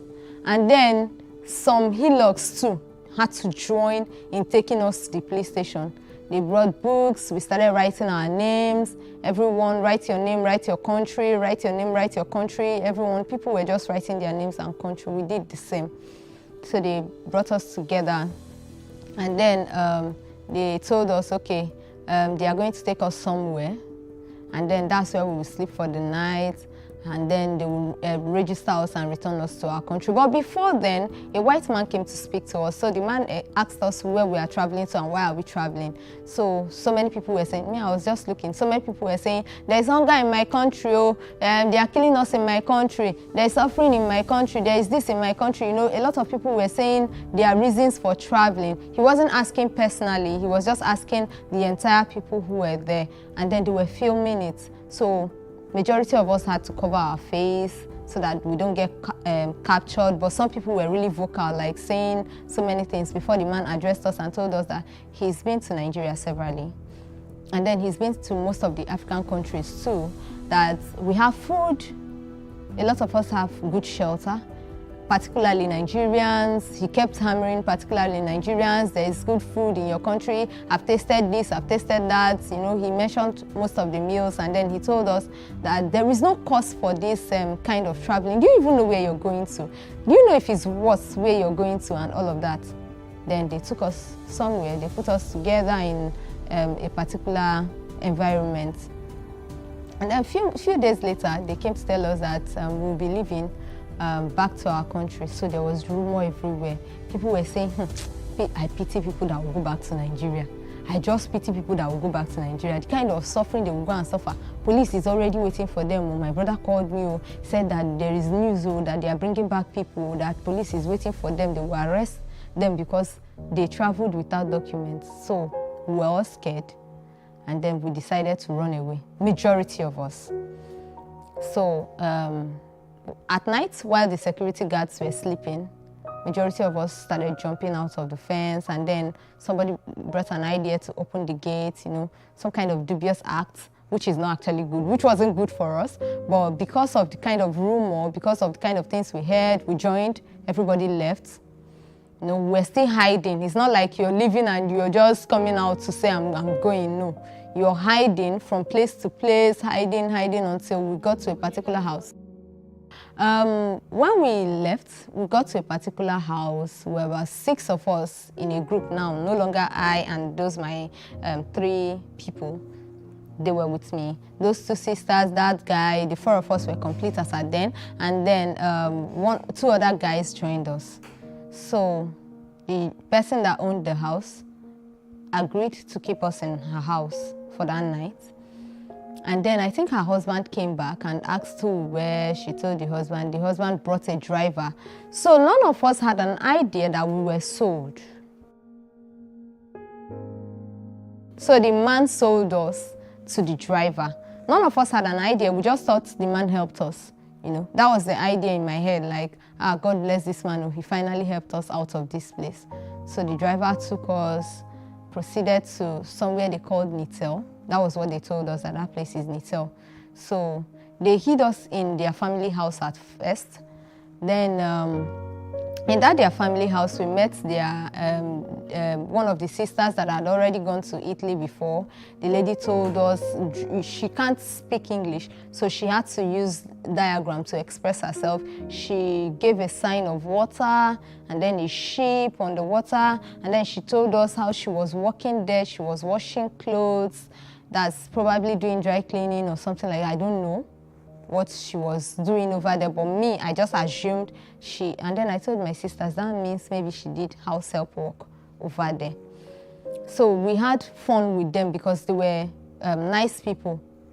I didn't figure out if they were among the people who bought us, but they were nice to us. They gave us food. That was the first place where I had to brush my teeth, have my bath, you know. It was a good treatment for us. So throughout the 4 days we were in their house, they treated us nicely. And then after a while, the driver came back. And then the driver told us that in a few days he will come and take us. This thing was already summing up to like 3 weeks already within the desert environment. A few days later, he came again and then he said, oh yeah, get ready. You'll be leaving this night. After a few hours, he came back in the night. And then they told us, everyone to lie down inside the hillocks, and then they sealed it. So they took us from there, took us to another garage. Then that garage, they had a lot of drivers now. It wasn't just him. So I think he was looking around for passengers, but didn't succeed that day. So he told us to stay in a particular room, don't come out till he comes back. 4 days later, he came back with food. He didn't take us out of there. After like 2 days, he came back again, came back with food. So I told my brothers that the food is not as if it's enticing. This guy has caged us here.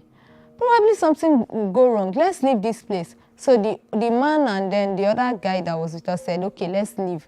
Okay, so if we leave now, where will we go to? I say, me, if I leave like this, I'll be walking down. I would want to see a policeman. They should take me back to Nigeria. What kind of suffering is this one? This place that they locked us for like 4 days. Not as if the house is very enclosed. That same breeze that was even blowing in the other place was still blowing and bringing sand. So that I'm not comfortable here. They said, okay, let's leave. We left. We met some drivers. Those ones, come. They served food, eat. Don't worry, we will take you. Libya, they are not even calling it Libya. They will tell you Libya. I'm like, I'm not going to Libya, me, Nigeria. No, Libya, like their own is, don't worry, we will help you anywhere you want to go to. That particular place you want to go to, we will help you get there, but you can't go back. So I told my brother that these guys are actually saying that they want to help us go back to go to Libya, but they can't help us go to Nigeria. My brother was like, were you intending to go back to Nigeria before? We're going forward, though. It's not backward, you know. After everything, we spent a few hours with those guys, no headway out. I told them they are not even ready to take us to Libya. I carried my bag. And it was more like that stubbornness was actually what saved us, because I don't even know what was their plan. But I just told my brothers, I'm not staying here 1 minute again. I'm leaving. So, because I was stubborn, they said, hey, if we leave you now, who knows what will happen to you? Oh yeah, let all of us keep going. They joined me. The drivers were offended. They were like, come back. We didn't answer. We left. Until we met these policemen. So one of the policemen just called us. And then my bro said, we are going to Libya. The man said, you don't have, like he was explaining to them, my bro, saying, you people don't have problem. I will carry you to where your brothers are, plenty. And then I figured out, okay, plenty Nigerians. And then I told my brother, if there is a place where a lot of people are, it's better than this place where it's just the 6 of us. So they took us from there to where a lot of Nigerians are. I met a lot of people. I felt a bit comfortable. There was not much space for the 6 of us, but we just had to like manage in that place where they kept us. And then we spent some days again there. So we were waiting for the drivers to come. They didn't come. And then after a few days, the drivers came. So they started calling, like they shared us into groups. this driver take this one, this driver take this one, this driver take this one. So then we're already approaching Libya. So they took us, it wasn't now up to 2 days, we got to Libya. So when we got to Libya, I think it was the border, the driver came down, he then asked us to pay a certain amount of money. He asked everyone to bring a certain amount of money, so that my brother helped us to pay ours, and then they took us from there. After paying that money, they took us from there, they just proceeded into Libya. We got to Saba. The driver called someone. That particular person they called came around, and the person told us that he's going to take this group somewhere. So they took that particular group. They were just taking people like in groups, in different groups. And then from that point, they took us to a particular man. The man is Igbo. So when we got to his house, the man looked at all of us, was like, the guys, this is your room. The girls, this is your room. So in that room where he said is for the girls, I saw a lot of ladies, even people that were younger than me were in that same room. So I was like, how did you guys get here? What is going on, you know? We started talking, a lot of Benin girls, they were just saying, welcome with this one, Jadid, welcome with this one. You know, Jadid means new person. You know, they were just saying a lot of things. And then at the end of the day, I got bonded to a particular lady that really shared her experience. Happened to be that she has not been able to pay her money. So when I asked her, she said 300,000. So we started getting information from the people within that if you're unable to pay your money, you stay there. So towards the evening of that same day, like around 5 p.m., the man came to assemble all the new passengers. All the new passengers come outside, we came out. He took us to a particular hall, asked all of us to sit on the floor. We sat down. He said, we are welcome. We answered. Me, I was even feeling comfortable, believing that this person is from my place. He's a Nigerian, so he should be nice, you know. So when he was about to tell us what Libya was, the first thing was a gunshot. In fact, for like few seconds, I couldn't recover from the shock. I had to hide behind our bros, like the whole of us just held him. The man said, everybody, oh yeah, this way. Like he had to like scatter us so that we don't get to communicate with each other. He had big boys. In fact, those big boys, if they handle one person, I'm sure the person will not survive it. So I was shaking. And then the man said, he just wants to let us know that we are in Libya now. And that now that you are here, he's giving us just a few hours to give him his money. He paid for us, he bought us. He was saying it like, you know, when someone is actually practically trying to pass a message across to you with everything he's got inside, the kind of anger, I'm like, I didn't offend this man before. But the way he was saying it was like, I'm just telling you that you have to pay this money within the space of so and so hours. If you don't pay it for the girls, you walk and give me my money. For the boys, you die here. So the thing sounded somehow. We just had to like beg him, just allow us to discuss. We are from the same family. He said, okay. After a while, then my brother said, please give us your phone. You are begging in tears. If you're even asking for the phone, it's not up to like, they are not giving you to call. They are giving you to just say, I'm in Libya, please call me back. You can't use their airtime to inform whoever you are informing. Sorry. So at the end of the day, we were able to reach out to the people that invited us to France. Those ones said they would send someone to come and pick us in a few hours. We should be patient. We were there, we were waiting. After a while, I came to call down my bros. Your people, they disturb me with call. Your people, they disturb. If they disturb me again with call, now I go beat you, you know. We're hearing it from our own side, and I was like, is that not bros? This person is talking to like this. You know, the fear was more. we pleaded, okay, can we talk to bros? So you have to plead to see a guy in that room. In fact, you're not even allowed to see a guy. They don't give you room to see any guy. So we're able to like talk to bros. How far? Did they call?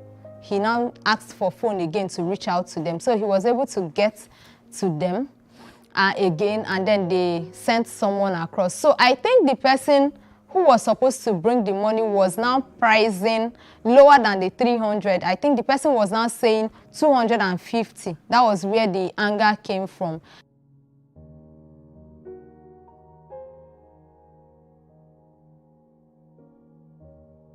At the end of the day, the man came with the money. He paid 1 million for the 4 of us, and then took us from that place to his house. From his house, we moved.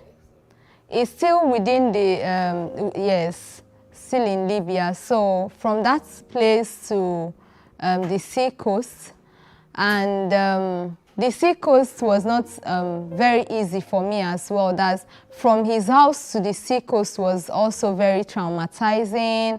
And then at some point, I even had an experience where I was sleeping in a room. In that particular room was mixed with both guys and ladies. So there was this Sudanese that they brought into the room to join us, because initially it was with Ghanaians. So the Sudanese took a part of the room, we took a part of the room. And so in the night I was sleeping, I covered myself because I have this habit of using wrapper to cover myself from foot to head. And then there was this guy that I don't know, among the Sudanese, he crawled to where I was, tapped me. I woke up, I was like, what? The guy put his hand in his pocket, brought out 5 dinar. 5 dinar in their money is 500 naira, Nigerian naira, and was begging me like, I could not wrap my head around it. So I just screamed, and then the Ghana guy woke up first and was like, what is happening? You know, they started arguing amongst themselves, and at the end of the day, those Sudanese, they apologized on behalf of their brother, that they were sorry about what happened. Probably he just thought something different in his mind before bringing it, that they are sorry. So the whole thing was migrants abusing migrants, security agencies abusing migrants. The experience was just too hard for me. I had a case where someone was trying to communicate something to me that I should sit down in the vehicle, those long trucks. I didn't understand him. I don't know that GAMS means sit down. I'm just new in the environment. But this man had an idea in his head that any language he speaks or whatever he says, I should understand. So the next thing was, I don't know what he used in hitting me on my head. I was bleeding, and then somebody was saying, sit down, sit down. That's what he's saying, sit down. So I sat down, and then I noticed I was bleeding. And the lady was like, sorry, if I knew you were the one he was talking to, I would have told you to sit down. If you had sat down, the guy will not hit you. And then in most cases, for them to say sit down, they will have to shoot, you know, for you to sit down. At least the communication differences should have been understood by them, but the case was different. For them, when they communicate, you don't understand, they become violent. So it was really hard till we got to the sea coast, spent some time around the sea coast trying to cross, had people die. Someone died while giving birth. So had cases of people dying. A particular lady died trying to give birth because there were no professionals around, and then people claimed that in their countries they were professionals, they could help her give birth, they could help her deliver, you know. It was a sad experience. At the end of the day, she died, the baby died, and I just told myself, this one is just a wasted time, like wasted efforts. You're trying to get out of trouble, you get into more trouble. And even family doesn't know where you are because you can't even call them. I don't have access to any communication device. I can't reach anyone except maybe I'll have to pay someone to borrow his phone or have to, you know, the situation was even very difficult because a lot of people will not even give you their phones to make call. They wouldn't even want you to buy the airtime to make the call. So it was a very difficult one until finally the security agencies came. They arrested every one of us around that sea coast. They arrested everyone. In fact, people tried to escape. Some tried to jump into the water. You know, people tried to run, but wherever you are, they will find you and they will bring you back to the spot. And then they took us to a detention center, Garian. After a few days, they also took us from there to Tripoli, Terigmata Detention Center. So it was in Terigmata that the International Organization for Migration came visiting, and then some UN agencies, once they come around, they check on us. Whenever they are coming, these Libyan agents, policemen, they will ask us, they will give us so many things. You wouldn't even know if it is the UN guys that brought it, but when they are gone, they will lock us up back again. When they come around, we'll do sports, they will bring us out. It's as if we're enjoying our lives. When those guys are gone, we'll go back to the prison, they lock us up again and all of that. So IOM came, we all filled forms, those who want to go back home, because a lot of people said they are not going. Those ones that didn't go did what they call banamish. You pay, someone pays for you, like someone will come around, pay, yes, kind of bill them, pay the money, take you out of the prison, and then you work for the person. So I almost tried that, but a particular lady, she's from Delta, so she speaks my language. And then she told me that if I pay this money, in fact, she used our language to tell me, Idama, Yangoso. That is, if you try this, you just die. And then if I remember that she told me that thing, if anyone comes to me to say, I want to help you to live here, I would just tell them I'm not interested. I want to go back to Nigeria.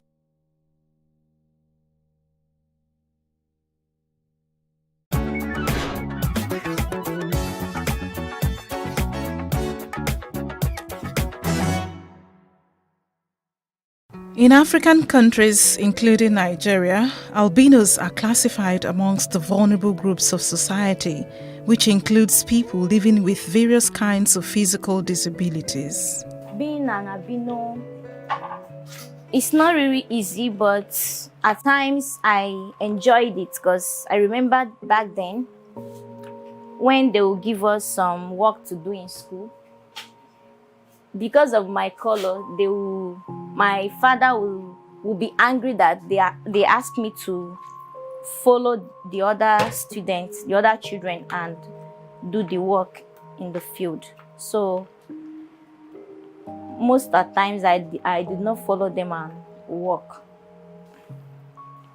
As I was growing up, it was not easy because at times when coming back from school, the sun will turn my color to red and I'll be like, oh God. In fact, it was not that sweet. My mommy has to carry me to school most of the times with umbrella, bring me back in the afternoon. In the morning, she will take me to school, and in the afternoon, she will come pick me back with umbrella. The prevalence rate of albinism in Nigeria is ranked amongst the highest in the world, with an estimated figure of over 2 million albinos living in the country. By implication, people with albinism in Nigeria represent one of the largest vulnerable groups in the country today. The UN model to disability is either social, physical, intellectual. That's the 3 major categories. And what's the definition? Is there any permanent impairment which somebody have that will not allow him or her to operate on equal basis with others? And that means if you can run. If I'm on a wheelchair, I cannot compete with you because of the condition. And it's now permanent. I'm permanent on a wheelchair. Of course, we have temporary disability and we have permanent disability. And according to the UN, which is an international, if the UN redefines, then we will know. Say it's physical, it is intellectual, it can also be social. There's another one. Mental, physical, mental, intellectual, and social.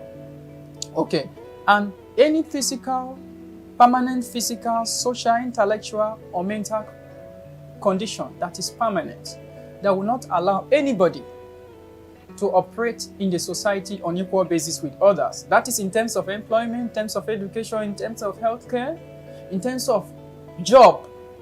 Okay.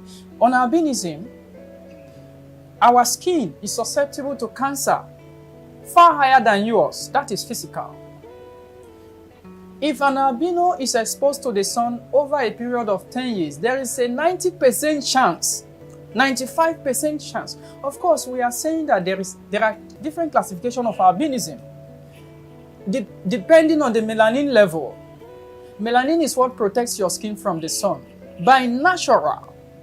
So we have people who acquired disability, but naturally we came out into this earth. That is why we are not persons living with albinism, we are persons with albinism. So we came out to this world without enough melanin. And sometimes it can be very low. I do have, but it's very low. Depending on how white the skin, the hair, that is how you notify it. So by that condition, if I go under the sun and do marketing with you for 10 years, almost nothing will happen. Of course, you see, you'll be darker. But the sun will burn my skin. And it can lead me to cancer, which is extremely costly. That is on the physical. Children constitute about 40% of this population spread across all the states in Nigeria. We visit the Udo Chukus, where 3 of their children are albinos. What is life for them, you may wonder. When I was pregnant, I never knew I would give birth to an albino child. But when I gave birth to my first daughter, albino, I don't take it as if it is anything. I did not know they have another word. I don't know. But I know everything. The child is child. First of all, children is a gift from God. So whether albino or not albino, children is children. And we thank God that He, God, giving us these children, and in spite of the fact that albinos, to maintain them is very difficult based on what they use and the challenges of them going to school and dealing with sun. So it has not been easy. Us as a parents handling them. So the challenges we have as a parents, we be afraid that based on rumors we are hearing of people using albinos for rituals or so. So sometimes if they go to school, we are afraid whether anything will happen to them. But at the same time, we still pray that God should protect them. The other one is what they use. Their cream, the soup is very, very expensive. And this time around that this COVID-19 has affected every sector. Like basically like me, as their dad, it affected my own job.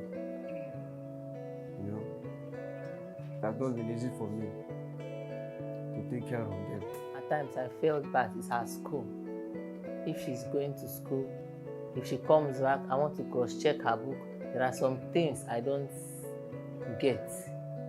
I'll ask her why. She said she did not see those things, those spaces. She did not see what was on the board. I said, why did you need to go close? She said everybody was shouting, oh, you go out from the road, you go out from the road. I said, are you not sitting at the front? She said she's still sitting at the front with your glasses. And again, you are not still seeing. So at times, even when she comes back, I'll see her body red. I'll go to the school, I'll quarrel, I'll rake. They say they've been trying to hold me is that if she sees her mates playing, she's not really happy that she's alone in the class. If the teacher, they remove their face, and before you know, pshum, or you go inside the sun. There are 2 types of albinism. Type 1 is oculocutaneous albinism, which is the pigment is lacking in the eyes, in the skin, and hair. This type of albinism is more prevalent. Type 2 is ocular albinism, which is much less common and involves lack of pigment only in the eyes. People who have ocular albinism have generally normal skin and hair color.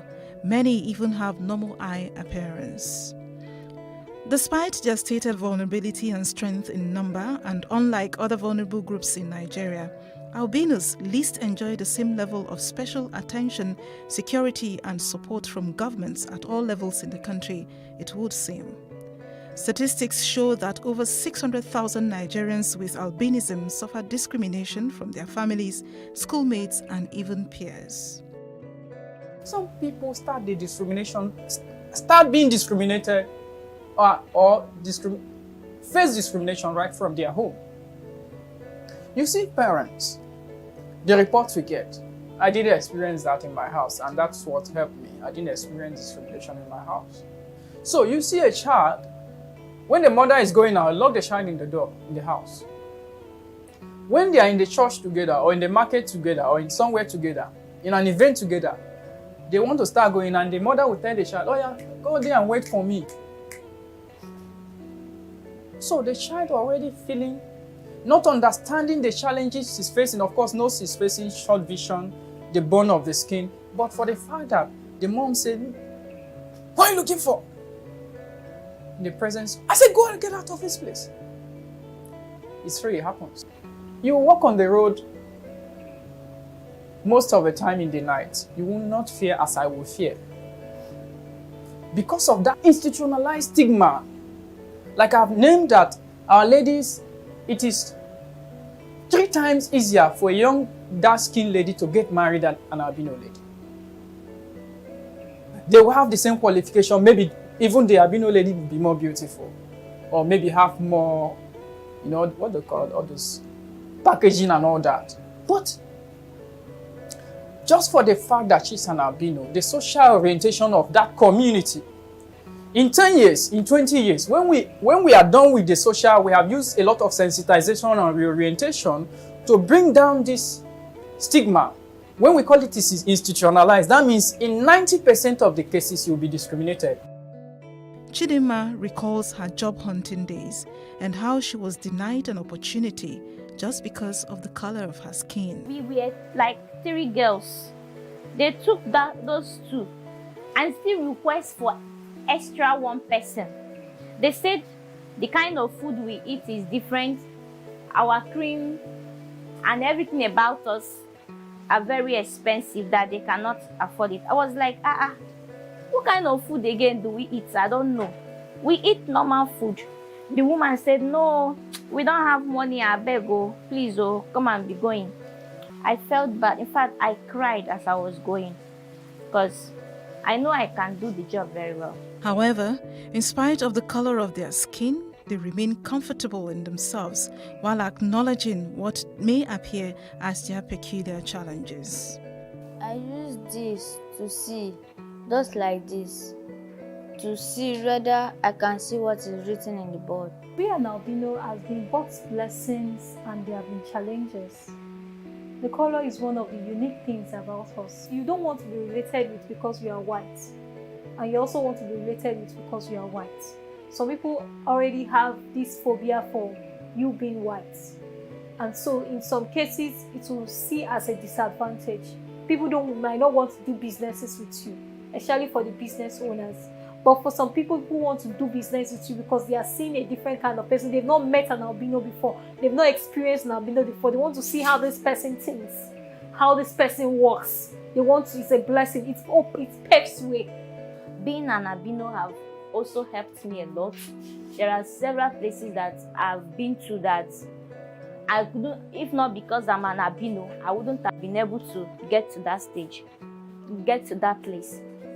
So, yeah, it's true I'm an albino, but I love being an albino. I just ask God to help me with life, strength, because I know that apart from the sun and the sight, there is nothing else that if I want to achieve with my life that I cannot achieve. I think the light clicked on me when I was doing marketing in a particular day. When a man told me something spectacular, I said, "You are peculiar. Use your color to make money." So before then, of course, the reality is and has been that there are so much challenges that persons with albinism face. That is stigma, pressure, at times it even makes you to begin to doubt yourself.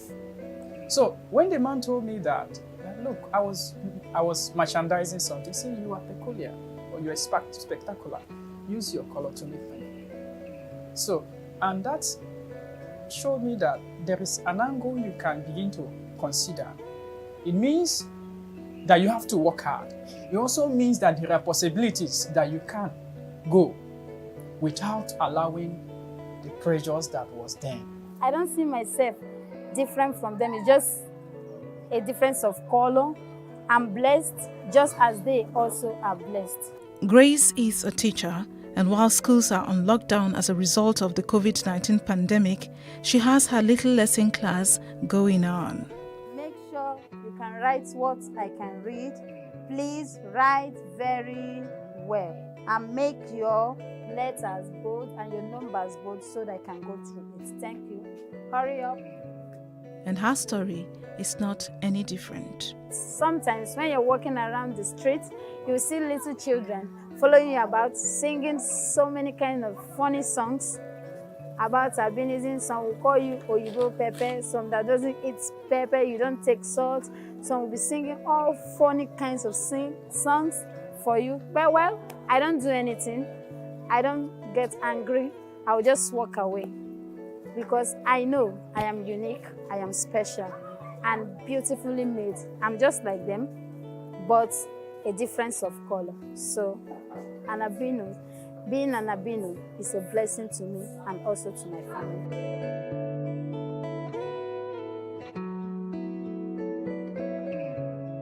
She have accommodation problem, then I decided to take her in to come and live with us. So since then, she has been so nice. I have never seen, they are saying people are bad or albino, they do this, but on her own side, I didn't see anything like that. So every albino will be like her. Honestly, I would like to have albino. While they lived their lives as best as they could, they also acknowledged the so many myths about them and somewhat unkind words thrown at them sometimes. I still keep hearing people say, "Uwulele you." This is money on daily basis in the streets of Lagos. But it doesn't used to impact me the way it used to. You know, reason being that I've actually understood that I don't think that anybody can have that power and influence to harm me if I have not hurt him. When I'm walking on the road, the people, the Yorubas, they will say, "Owore, owore," meaning this one is money, this one is money. I was like, what is this? How do I become money for them? Some say, yes, if you use this one for money ritual, you make money. Well, it doesn't affect me, it doesn't discourage me. My fear for the children at times is mostly Yoruba friends. They say, don't let your children to go outside because of people that are all these ritualists, they do this. Then when I was staying at Ikotu, I didn't take it as anything because I go to Yoruba church and they used to tell me, so I'm always careful. But when I came here, I said, this area is Igbo domain. But I still thank God. Neighbor nearly did that, which somebody caught. Moving around in the night, I personally did not like it. Not because I'm an albino, but just because I don't like it. Then in some areas that I stay, I remember where I was working before, the owner of the place told me that I should not move out once it's 6 o'clock. I was like, why? What happened? He said that they will use me for money ritual. I was scared. In fact, I was scared of the man, so I left the place because for him to just tell me that on my first day, I was so scared. Made this man not even come and use me for the money ritual. And away from all of these, I asked them about relationships as well. In the area of relationship, well, it's not been easy, indeed. Well, people don't easily accept people like with albinism. Well, I happened to meet a friend. We were together, but along the line, he quit. Since I started growing up, I've been seeing different kinds of people. But there is one person that amazed me most. He's a black. When he told me, when I met him, he told me that, that he has signed that without person living with albinism, he has nothing to do with any other person. It really, really encouraged me. It made me feel happy. I'm on the good market now, Abby. So I hope to be in a relationship soon. But I have not considered this a problem, okay? For me, I don't believe everybody should like me. No. Not because I'm an albino. Anyways, in terms of relationship, at times, like in the past, I was dating someone that I thought I would end up with, but the family of the guy, because I'm an albino, they said no. And that kind of thing has been happening several times in my life. So at a time, I have to accept it this way. In fact, I don't want it to make me feel weak, because I know, I take it that this is what life, what my fate, this is how it is with me, so I have to take it. Yes, I cannot go to their mind to change their mindset or tell them how good I am. I believe if they want me, they'll be patient to know who I am instead of judging with my color.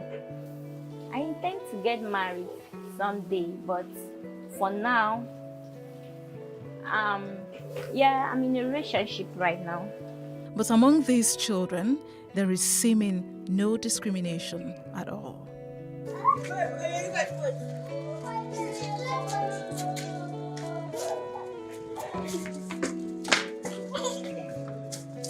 Grace tells me singing is one of her hobbies, and she sang this song with a message in it.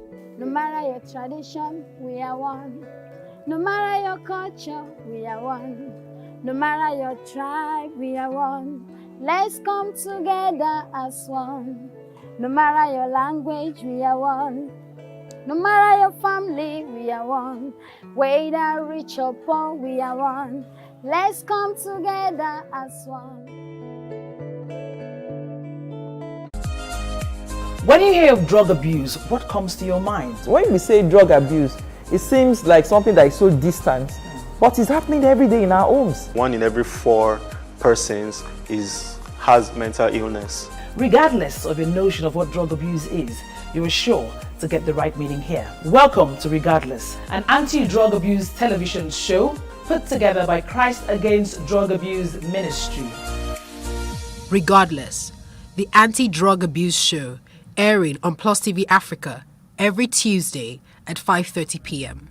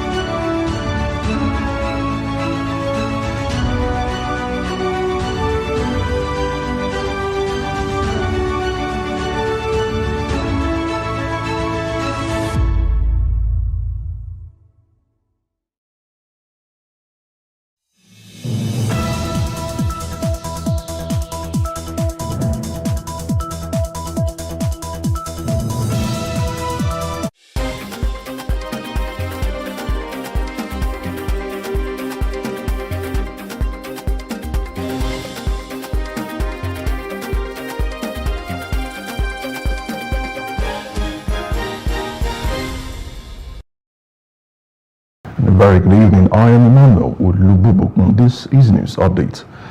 President Bola Tinubu has arrived in Maiduguri, Borno State to attend the Chief of Army Staff Annual Conference. The event, titled Personnel Motivation for Effective Operational Performance in a Joint Environment, is crucial for the Nigerian Army's national security, peace and stability. It provides an opportunity for the COAS to evaluate ongoing operational engagement across 6 geopolitical zones and interact with senior officers to enhance operations.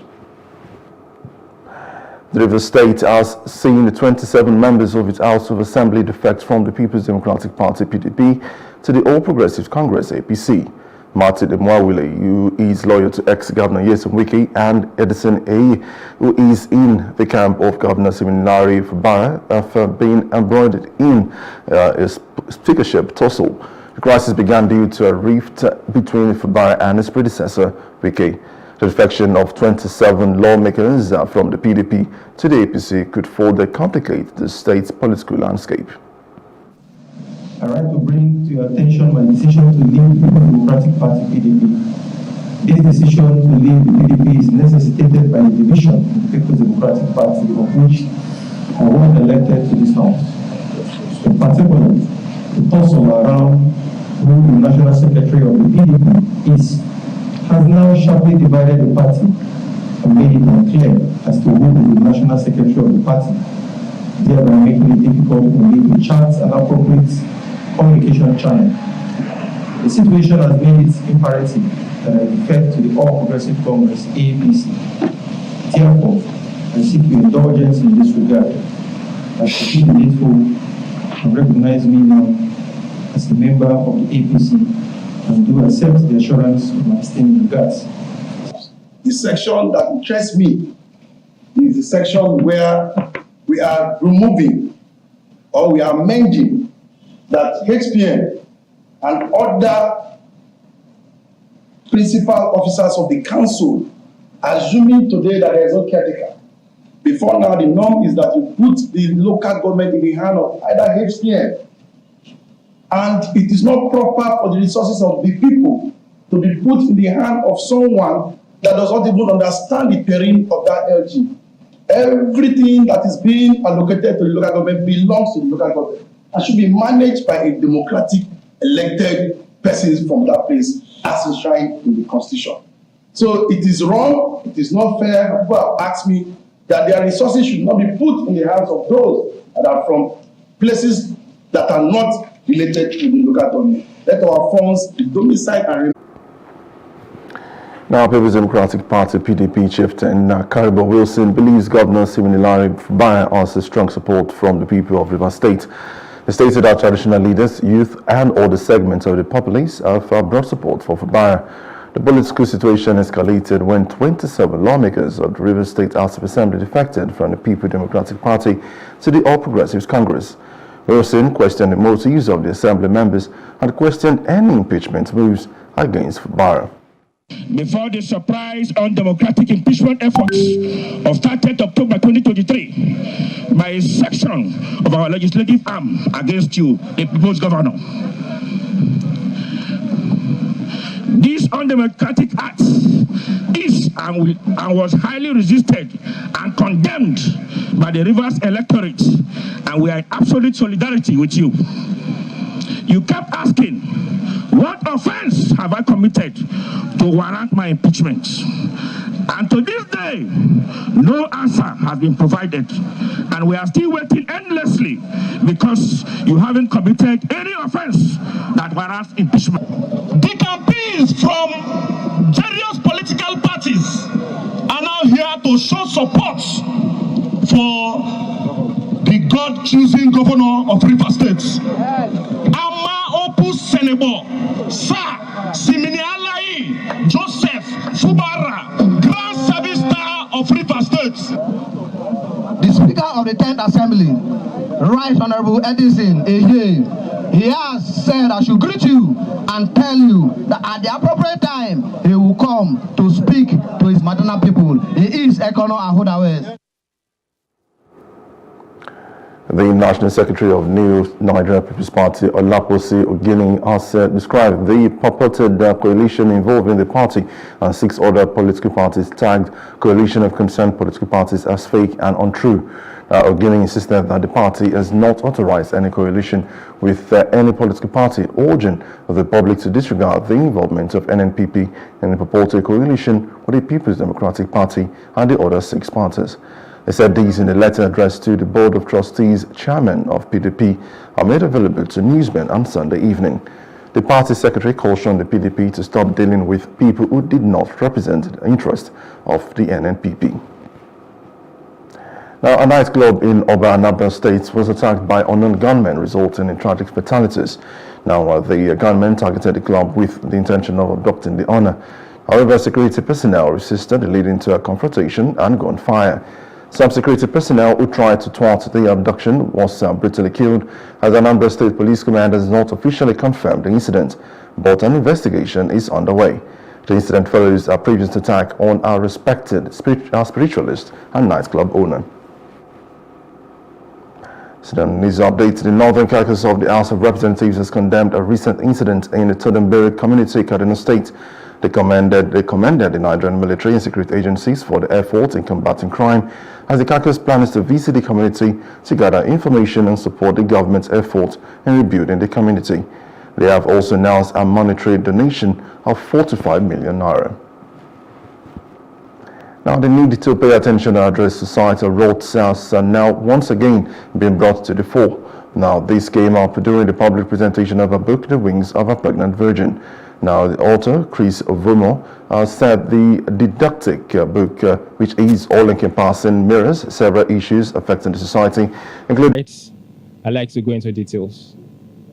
So even though that it's more of a moral book trying to detail, but I'm also trying to explain the wrath in the society.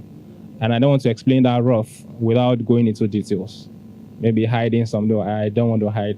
There are some very graphic pictures, even ritual killings and sexual, so I wouldn't want children to see that.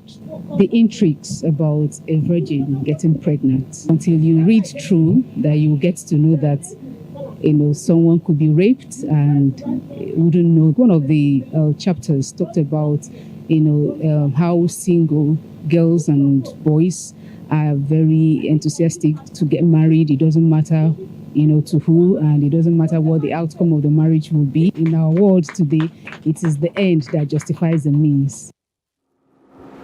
Other guests who attended the public presentation praised the author's intellectual acumen while explaining how relatable it is to the modern issues the Nigerians go through. It's a very contemporary book that mirrors the ease of our society, our current society. And I would recommend that people read the book to see exactly what is going on in the society. A lot of people don't read anymore because of issues. There were vision, sight, no time, they are tired. But I found out that reading relaxes me. I can only speak for myself. Even if it's just one page, you get some bullet key points, some bright moments, some aha moments from reading.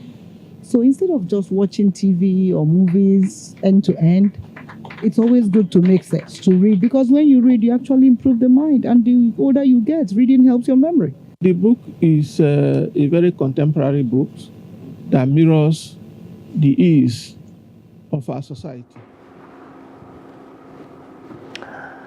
Now, Aisha Bello Mustafa, a veteran broadcaster with Nigerian Television Authority, NTA, has passed away. She was known for her work on network news at 9 p.m.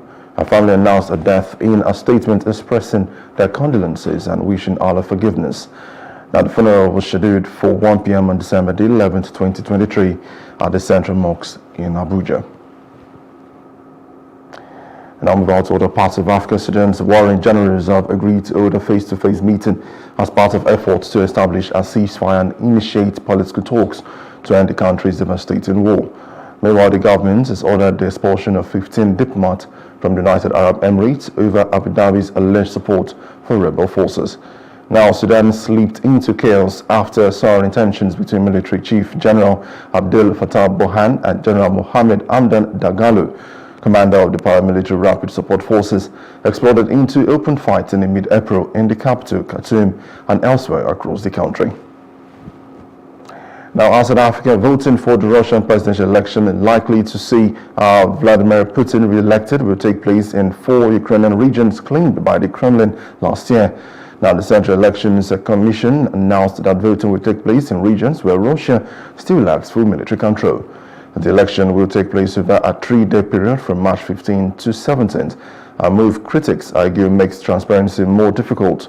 5 parties have been allowed to submit candidates without signatures, all supporting the Kremlin and military offensive in Ukraine.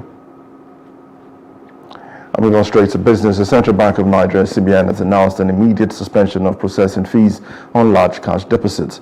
This change, announced in the guide to charges by banks, other financial institutions, and non-bank financial institutions, will remain in effect until the end of April 2024. The suspension applies to deposits exceeding 500,000 naira for individual account and 3 million naira for corporate account. Previously, these deposits attracted processing fees of 2% and 3% respectively. With this fresh directive, all financial institutions regulated by the CBN will cease to impose any charges on cash deposits that meet or exceed these thresholds. And into entertainment, Cardi B has confirmed the end of a marriage to rapper Offset following cryptic posts on her Instagram page. She mentioned removing dead weight and anticipating herself forced in a relationship. The couple unfollowed each other on their Instagram pages, as in an Instagram live session, Cardi B confirmed the breakup, stating that she was afraid to tell the world about her situation. The breakup comes amid accusations against Offset by Blueface that he had a relationship with Christian Rock. And straight to sports, Xabi Alonso of Bayern Leverkusen extended their lead at the top of the Bundesliga on Sunday with a 1-1 draw at fellow high flyers Stuttgart. And now Leverkusen playmaker, now Florian Wirtz, has scored a second-half equalizer as the visitors came from behind to steal a point from in-form at Stuttgart and strengthen their grip on the top spot. Alonso's side are now 4 points clear of Bayern Munich at the top of the table after the champions suffered a shock 5-1 defeat to Eintracht Frankfurt on Saturday. And that's the news update. For more stories, please follow us on Facebook, X, and Instagram, and do subscribe to our YouTube channel at Plus of Africa and Plus of Africa Lifestyle. You can also view us from Limex on Limex.tv and Glow TV apps anywhere in the world. I am Emmanuel Olububokun. Many thanks for watching.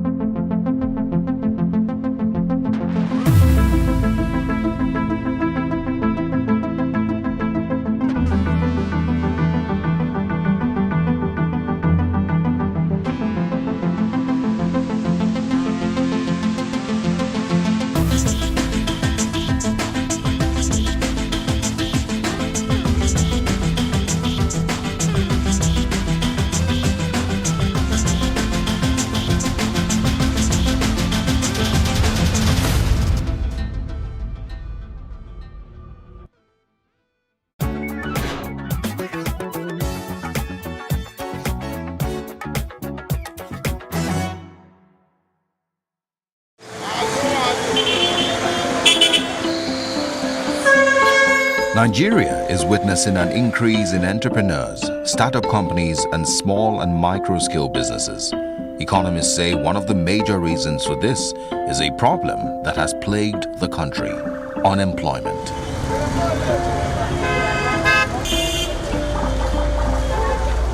Many Nigerians spend several years at home jobless before securing their first jobs or settling for other options. The National Bureau of Statistics puts the country's unemployment rate at 33.3%, the highest on record. Rather than sit at home and complain, more young people are becoming innovative and turning their hobbies into businesses. Olayanwaju sold clothes in his undergraduate days to make extra income. He now does the same thing, but this time around to make a living. It came as a motivation for me since my university period, because I actually went into selling of NYSC kits, selling all these basic minor clothes.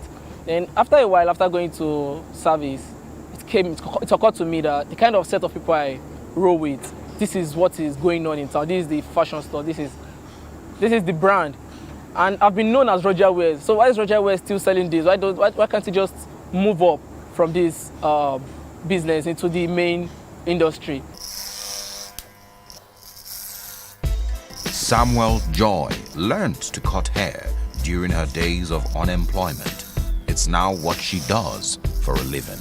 Actually, it hasn't really been easy though, but a lot of challenges ahead of it, and some I've faced though, and it's cool. But I love it being, I was once a tomboy. That's when I learned barbing. And ever since then, I think I've been able to convince people to believe my skills. Unemployment and poverty also forced Willie to be a barber on the streets of highbrow Victoria Island in Lagos. When I was growing up, father actually wanted me to do something good. Wanted me to go to school, wanted me to have a good grades in school. Well, the system in the country. When after the school stage, you come back, you graduate from school, you still don't have good jobs out there. On the flip side, unemployment has led to the stagnation of some individuals who find it tough to adapt because of their specializations. Wale Scott, a professional sports broadcaster, lost his job at the peak of his career. His unemployment journey lasted about 7 years. Moving on and getting another job was more difficult than he had imagined it would be. A Wale Scott with all that talent doesn't have a job. But I realized that every office I went to, when I picked myself up, when I get there, the guys who are in my department there are like, I beg, I space no day, because they have job security problems. As in, if this guy comes, he's going to take our job. That was my major reason why I didn't get a job that early. Everybody felt like, it's good. If he comes, he's going to take our job and all that. So I didn't get a job for a long time. All this doesn't mean there aren't people who still get white-collar jobs. But what factors make some people employable and others unemployable? As a job seeker, you need to position yourself to get that fresh information. The longer a job opening is out there, the reduced or the more reduced your chances as a job seeker to get shortlisted. So that's the first thing first is the information and the network. Then the next step is actually your own preparedness, which is your documents, your marketing tool, your CV. Anything that will sell you best should come first on your CV or should be prominent on your CV. There are some schools that if you are a graduate of that school, just put it at the bottom of your CV. So if your CV is a 3-pager, let it be maybe like the second to the last item on your CV. There are some schools that you need to put proudly on the first page because those schools are considered to be thorough and rigorous in their processes. So how do you apply? If you're applying to an online portal, fine, you have to upload your CV still. Or you could apply to an email. Usually such vacancies, there's always an email for you to send your email. So when applying, ensure that you're applying properly. And the basic rules are, the subject must be the job title you're applying for. So for instance, if it's an accounting role, the subject should be accountant or accounting opening, something like that. Everybody's got talent, but are you actually the right talent for that particular role? Then again, what exactly are you prepared? When I mean the right talent, you have the right skills, you have the right qualification, experience. So all this, and also it has to do with your behavioral attributes for the role. So if you have all this, yes, maybe you could actually get qualified for the role. But when you don't have this, you become like a misfit for the role. What makes people unemployable is also a determinant of your readiness. Are you available? Are you actually what we want for that role?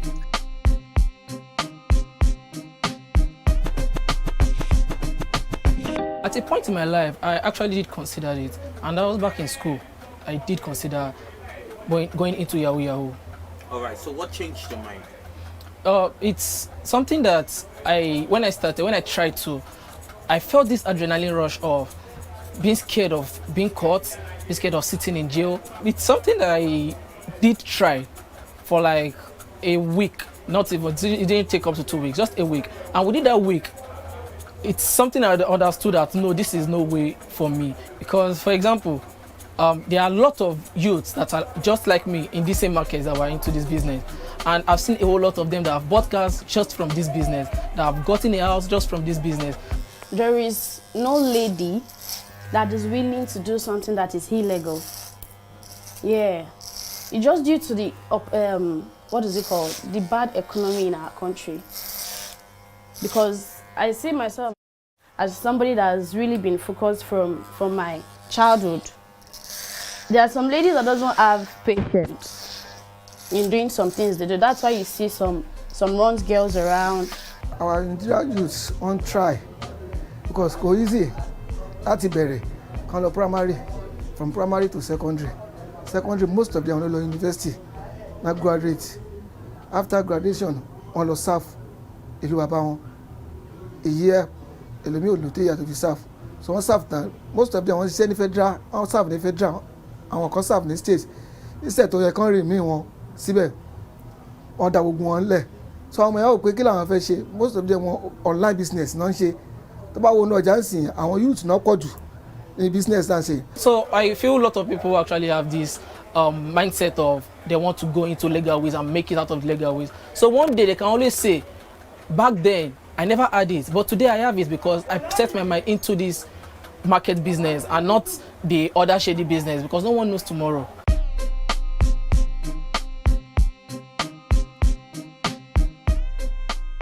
The problem is not the guys from the outside. It's actually from the inside. You don't get any more respect at home anymore. The wifey doesn't respect you anymore. Your mother, your parents don't respect you anymore. And if you are fortunate that you have siblings who actually have jobs during that period, the parents, people around you tend to actually give the respect to those people, and you lose your respect as the elderly one. So the time I felt I lost was the time I got into drinking, because people at home expect you to come back and they want to talk to you, they want to insult you, and to forget it, to get a deaf ear to the insult. You get to get drunk, get high, just come home and sleep. Whatever they're saying, you can't hear them.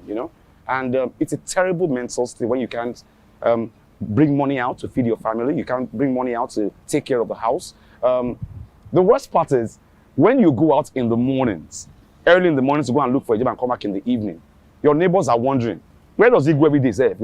As in, when it's time for them to pay for the woman that sweeps the floor, he can't pay.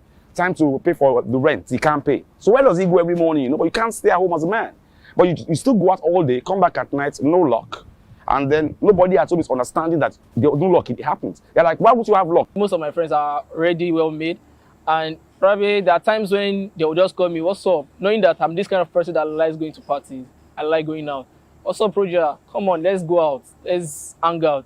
But due to the fact that I'm jobless and probably have no cash on me, I will just respectfully decline the offer.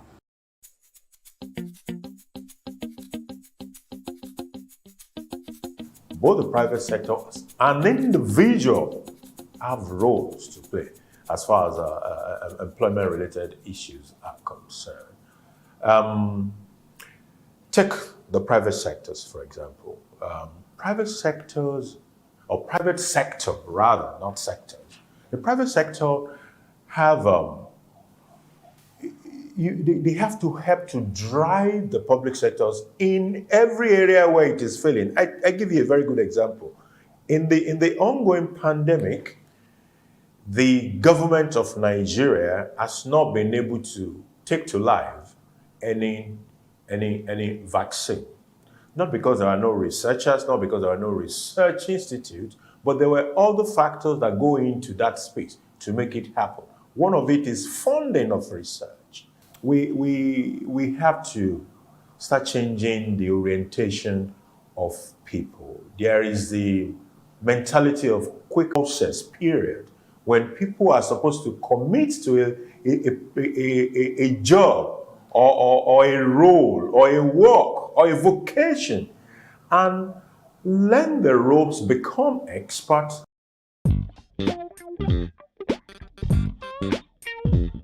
Everybody has a skill. Yeah. But it's just sacrificing the time and creating the time in making that thing grow in you. When we talk about vocational trainings, right, I've come, just like you said, not like white collar jobs is not for everyone. I mean, we've come to realize that.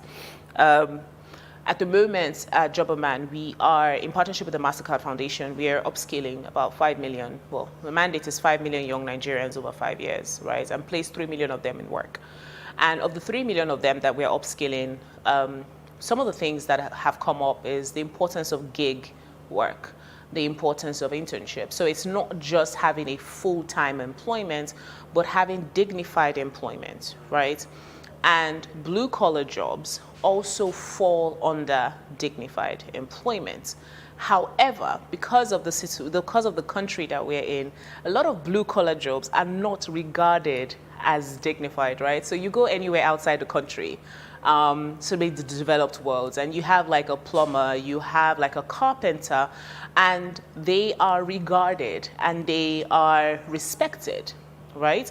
However, in Nigeria, you have carpenters, you have plumbers, and most times those professions, although not white collar, are not regarded, right? So what we really would love to do is to make these blue collar jobs dignified. And how do we make them dignified? By teaching these people, or teaching people who are going through vocational trainings, the necessary skills that will make them stand out. So yes, white collar jobs are not the only answer when it comes to employment. Blue collar jobs as well are our answer to unemployment. After all said and done, changing the public perception that white-collar jobs are the only dignified form of labor may just be a start in the eradication of the stigma of unemployment. More people are building businesses from their talents, passions, and hobbies.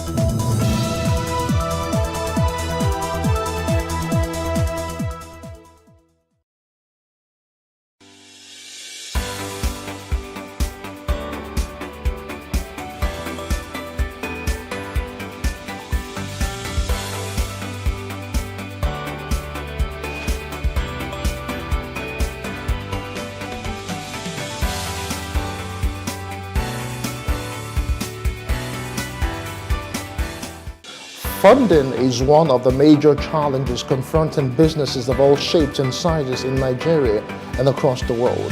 Finance is the lifeblood of every business. Without adequate cash inflow, businesses will not be able to procure raw materials, convert them to finished product, market or distribute the finished product, or even pay their employees. As a result of this, many financial institutions have sprung up to meet the financial needs of businesses. Once dominated by commercial banks, Nigeria's financial services industry and business funding scene now boast of other institutions such as venture capital firms, private equity firms, fintech and crowdfunding platforms. We will also look at the Afro-global expansion in the midst of a struggling economy. Welcome to Business Insight on Plus TV Africa. I am Justin Akadonye.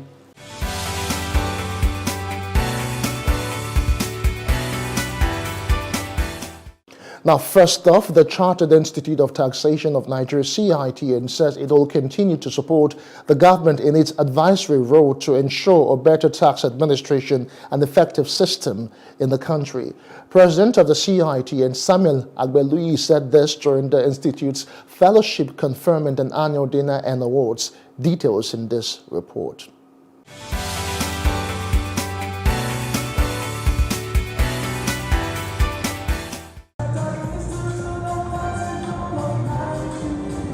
The atmosphere here is warm and celebratory. As with tradition for year-ends, it is not unusual for organizations to celebrate and award members for outstanding performances. This year, senior members of the Chartered Institute of Taxation of Nigeria, CITN, gather with kith and kin for their conferment as fellows of the Institute. Obey all rules and regulations of the Institute from time to time. President of the CITN, ably represented by the Deputy Vice President, Simon Kato, appreciates new fellows.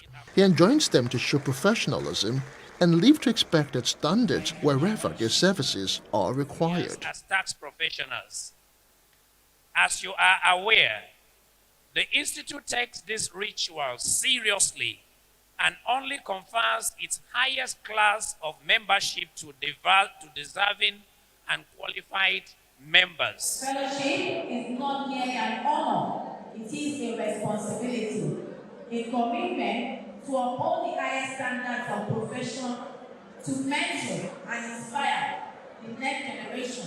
As the evening swings in and members are feted to a time of wining and dining, issues of taxation and government fiscal policies also hold sway. The guest speaker, Executive Chairman of the Federal Capital Territory Inland Revenue Service, Haruna Abdullahi, gives an analogy between residents getting their PVCs and having their tax clearance certificates.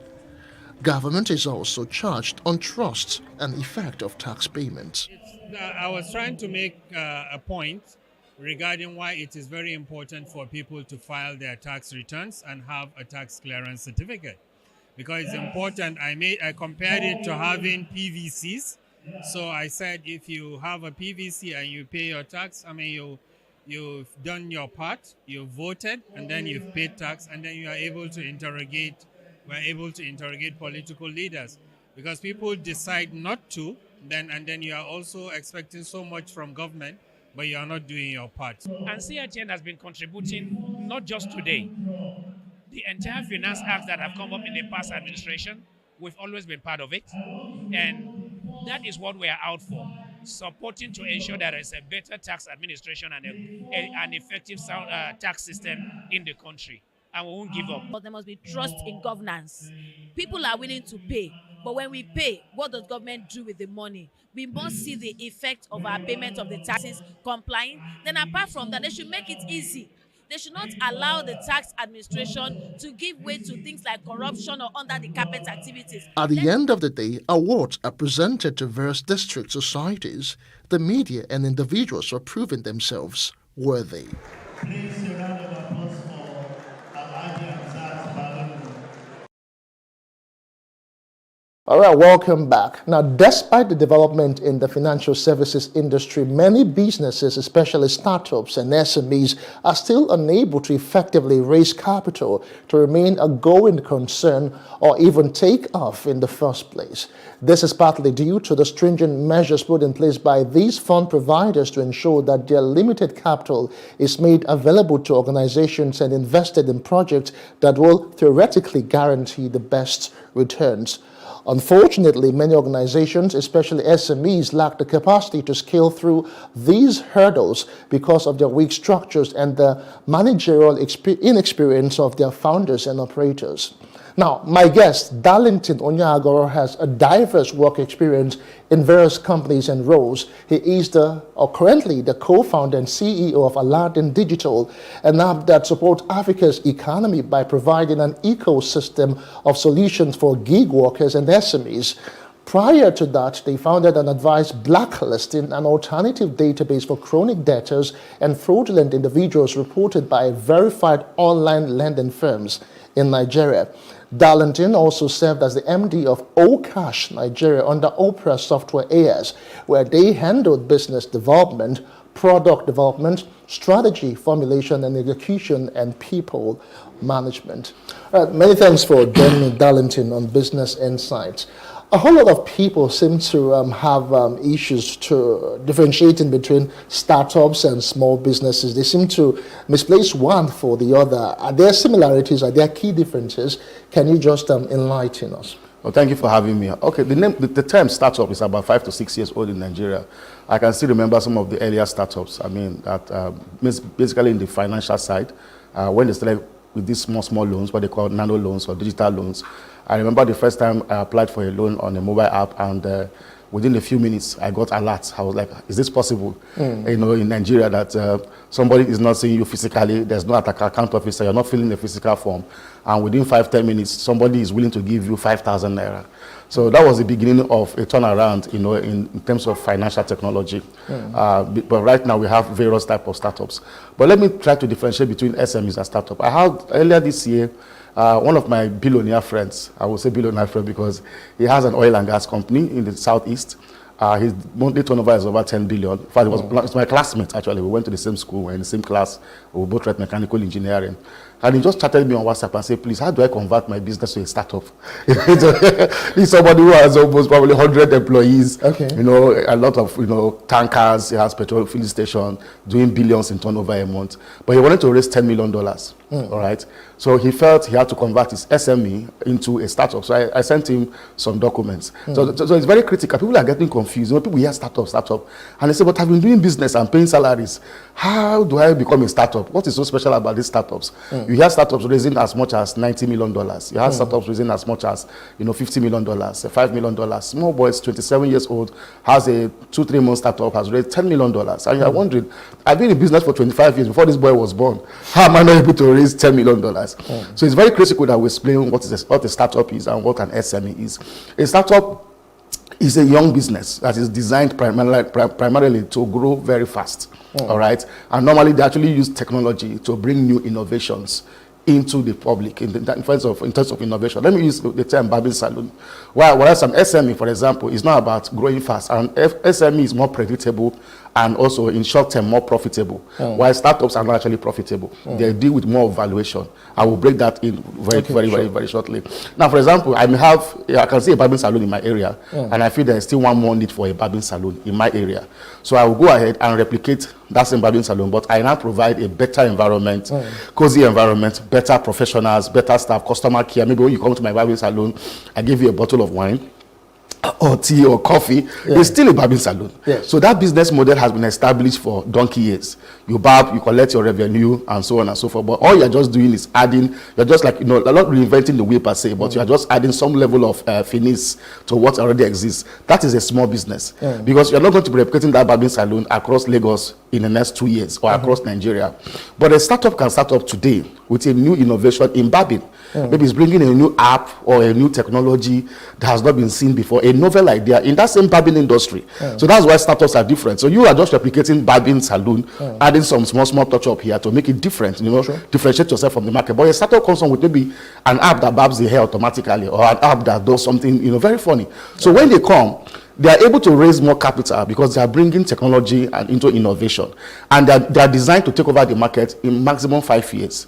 Now, while you are only after making sure at the end of the month you can cover your debt, both short-term debt, meet them, and then pay your salaries and make some money for yourself. So that's the difference between SMEs and startups. So let me stop there, then you can take it from there. All right, so basically, from all I can just infer from what that you have said, for startups, they have the benefit of innovation, technology to do things differently that the ordinary small businesses cannot do. Exactly. So it's not about their paid-up capital or their financial levels per se. Exactly. So, like I said, startups, the word startup usually ride on technology. There are different types of startups. There's agri startups. You understand that there are those in insurance. That's what they call insurtech. There's fintech. There's food tech. There's also prop tech, property. Yes. So 2 days ago, a friend of mine called me, and he's designing a platform that's going to actually fragment, your investment into real estate, where you can use your 10,000 naira and you own a portion of a building. And it's all just on app. Just go on the app, put your account, fund your wallet, and look at different buildings and different, rent, and then apply 10,000 naira. You're now a shareholder in a building. So what you cannot naturally do previously, they bring in new technologies, sometimes using blockchain, for example, to verify who is who and who has a particular, how much stock you have in that particular property, so that when it is time for dividend share, you know how much you're going to get. So prop tech is rising up, fintech, insurtech, food tech, agri-tech. All these guys are just using technology to do the same things that we know differently. And they are designed, so they are designed to grow faster. So that's why they also raise significant amount of money, because for you to actually grow fast, to get to the next level, you need to raise a lot of money. Okay, fine. So how does one create a startup as it is? The first key to creating a startup is, what are you innovating? What brand new idea or novel idea do you have? Or even if not a novel idea, you have a version of something. For example, there are a lot of fintechs today that do the same thing. There are a lot of apps today that give out nano loans. You understand? Last time I checked, there are over 500 apps on Play Store that give loans today, and so they're all doing the same thing. You understand that? And they're all called startups. You understand that? But they are using, for example, the difference is that the way they actually verify their customers might be different. The technology behind the way they onboard you and the way they verify you before they give you a loan maybe novel to them, or they may have a patent for that type of technology that verifies customers before they give a loan. But you, the end user, may not see the difference. But the investor knows that this guy has built something that allows him to the failure rate, or what they call the debt ratio, to reduce. Other guys will be having 80% debt. When they give out loans, the bad loans is about 80%, but this guy has 2%. So you are still in the same industry, but he has improved this process in such a way that investors' monies are not lost. When they invest in him. So that's different. So the key word there is innovation, and who is your audience? What are you bringing to the table, and how fast can you actually iterate, launch, do product? That's what they call product market fit. That means you're able to say, okay, this my product has a market, there's an audience for it, somebody is willing to pay for it, and you're able to scale very fast.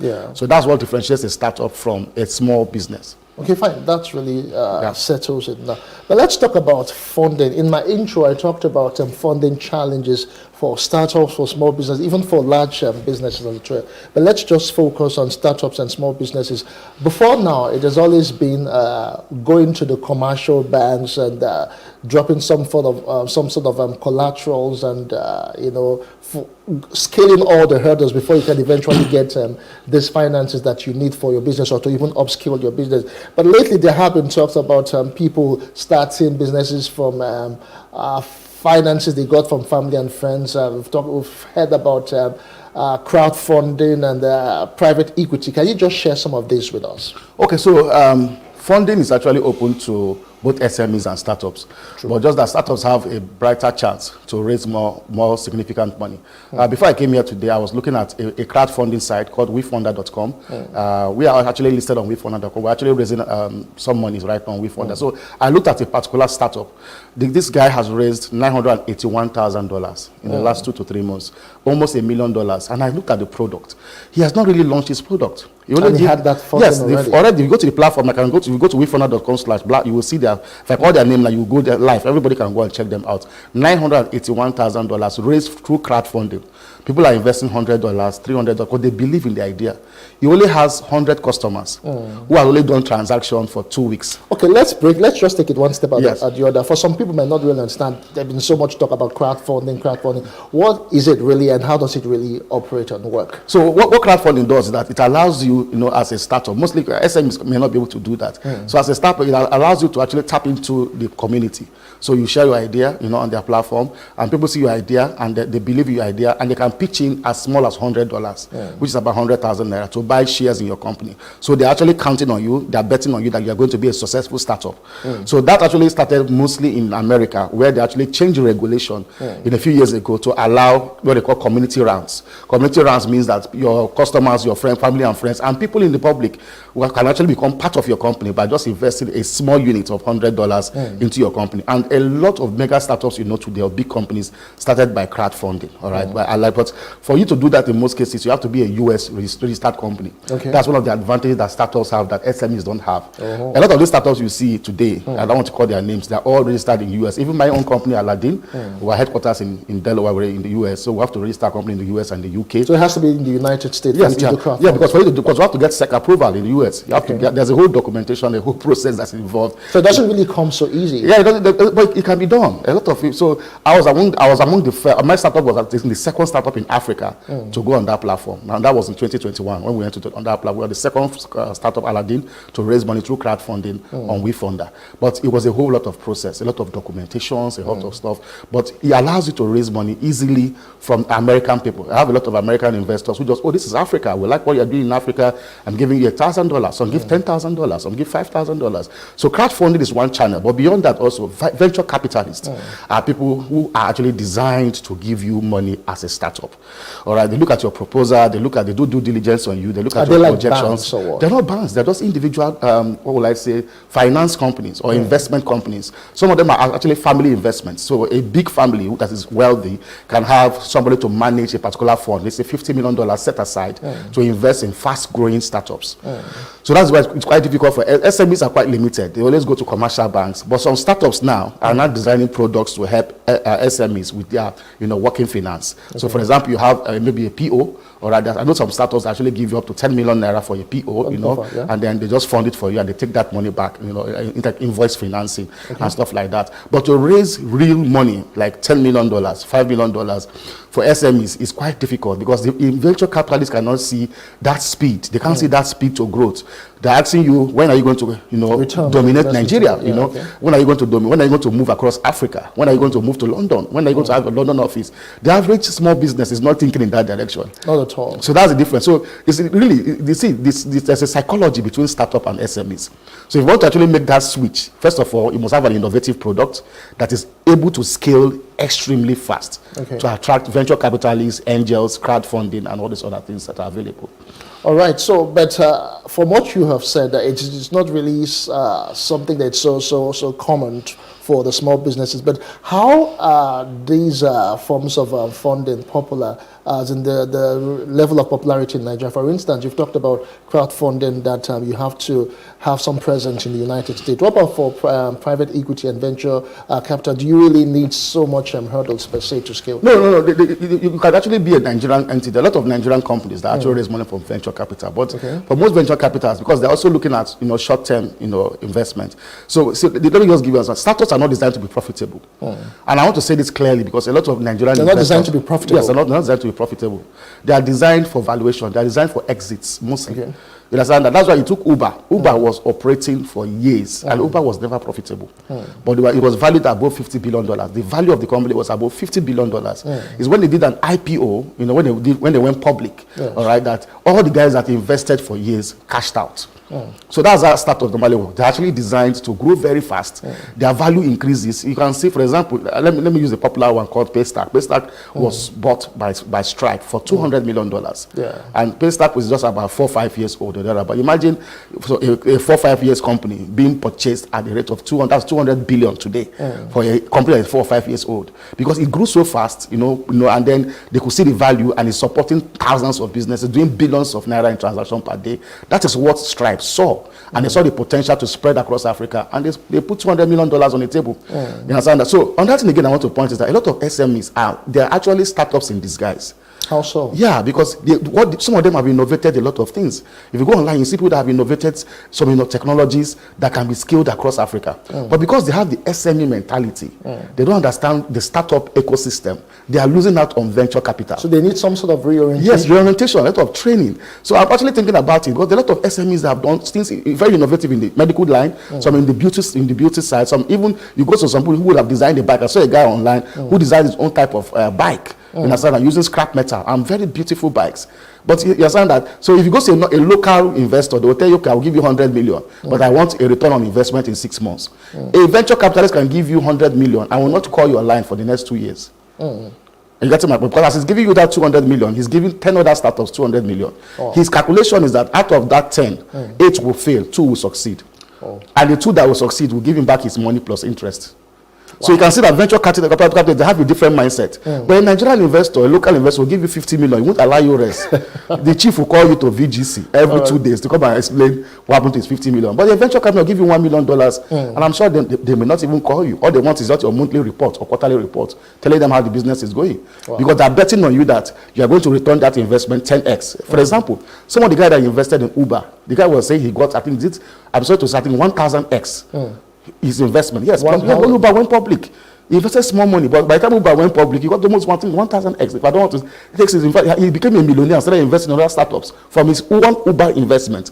So that's how powerful startup is. They give you the kind of, when they exit, the value of what you bought. Sometimes you can buy a startup when the startup is just $1 per share.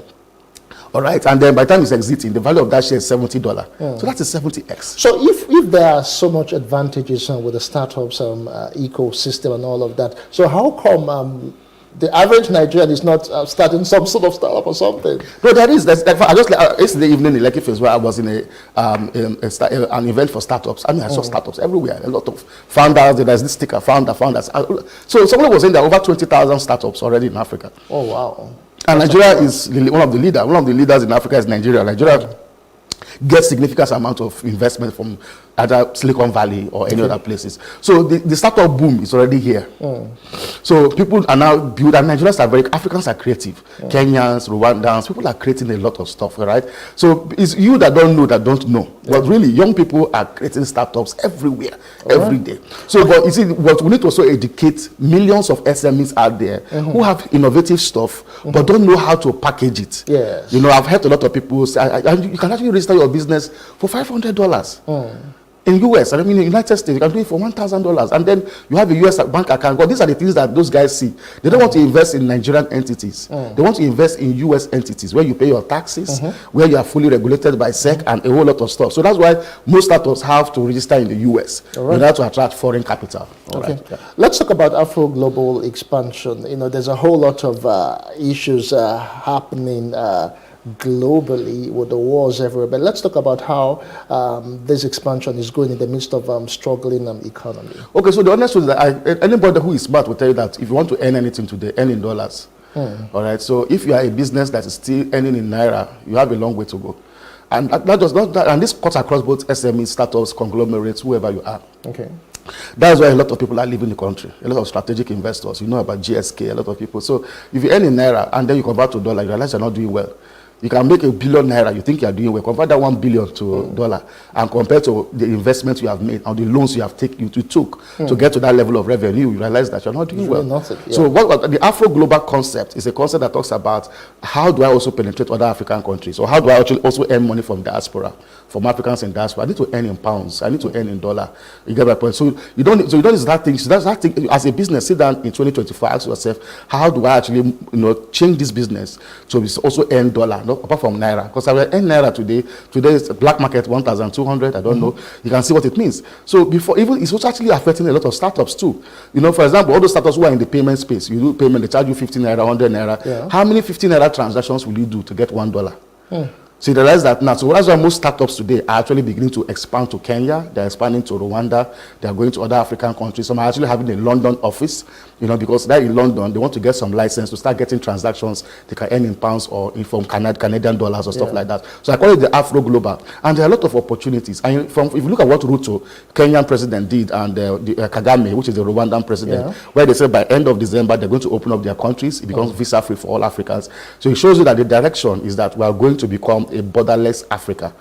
All right, borderless Africa is a situation whereby you can actually access any African country visa free. And once that happens, the barriers to trade begins to shrink. And everything will just be open. Exactly. So that's why people like Aladdin, like my company now, we are designing a Pan-African payment system where you can send money in less than 1 minute to Kenya. You can send money to Tanzania, to Rwanda. So because we're positioning ourselves to be that go-to platform in Africa where you can do payments across Africa and also outside Africa. So because you have to start thinking in that direction, that I have to position my business to start talking about Naira transactions alone, or Ghanaian cedis, because those two currencies are also, very volatile. And some other African countries. So you need to start thinking about how do I expand just within Africa and also internationally. If you are to survive this struggling economy, everybody should learn to earn outside Naira.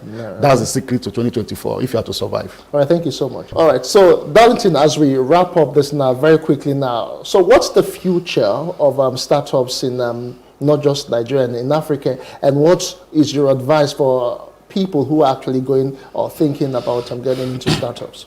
So the first thing I will tell you that the startup scene, especially in the financial side, is almost getting saturated.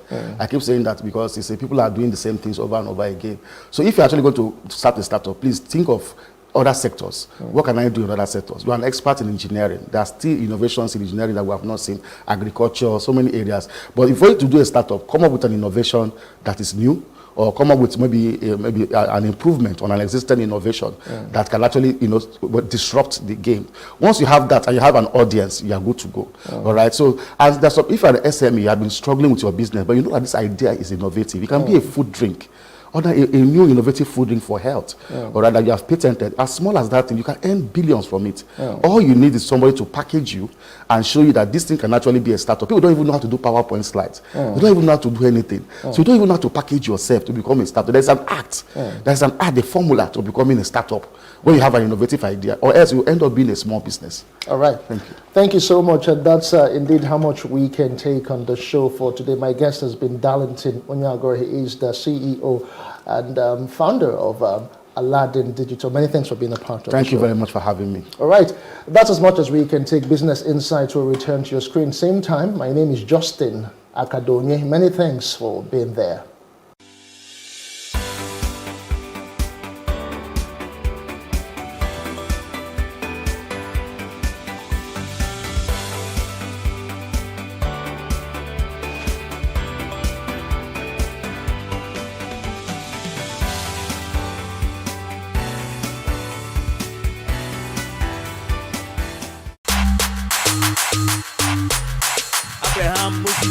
You are one family. There's no dream of this sport in Nigeria.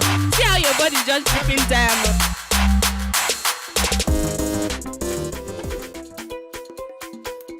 I don't have one yet because I'm yet to be rich. So when I'm rich now, I will have one. But like this, I can just go. I do freestyle, go to wherever I like. But for now, I don't have any favorite. Now my own mind, I tell you, I know the life for you.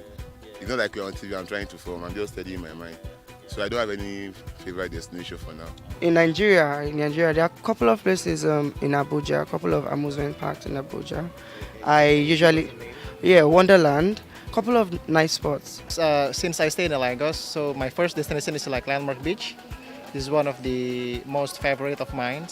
And then this landmark destinations, landmark park. I mean, it's pretty good. It's unique, It's well designed, and I think it's quite well known in international for international occasions. And I think many people will know it later on. Yes. Landmark is cool. I like Landmark. Everybody loves the sun, like beach sun and everything. The surroundings is very alright. And the girls. No, I don't know about the girls. I'm not a girls guy. So what do you like, guys? No, I like girls, but I'm not like. Nah, I don't do everybody that much. Yeah, Lekki Conventional Center. It's chill now. I like their overhead roof. Yeah, that's why. It's why. Obodo Katuran. And why is that? I've seen pictures and I've heard a lot about it. I think I'll go all through the cable car, where I like Whispering Palms at Badagry. I like the place. It's serene. They have cool things. I like the place. So far, I would say the landmark has been pretty good. We just got some cabanas, so my whole family will be here. So it's a nice atmosphere, peaceful, not a lot of crowds. So that's why we like it over here. I'll say in Nagbo Resorts here. Abraham, Moses, Jacob, you are one family. There's no dream of this sport in Nigeria. See how your body is just dripping diamond.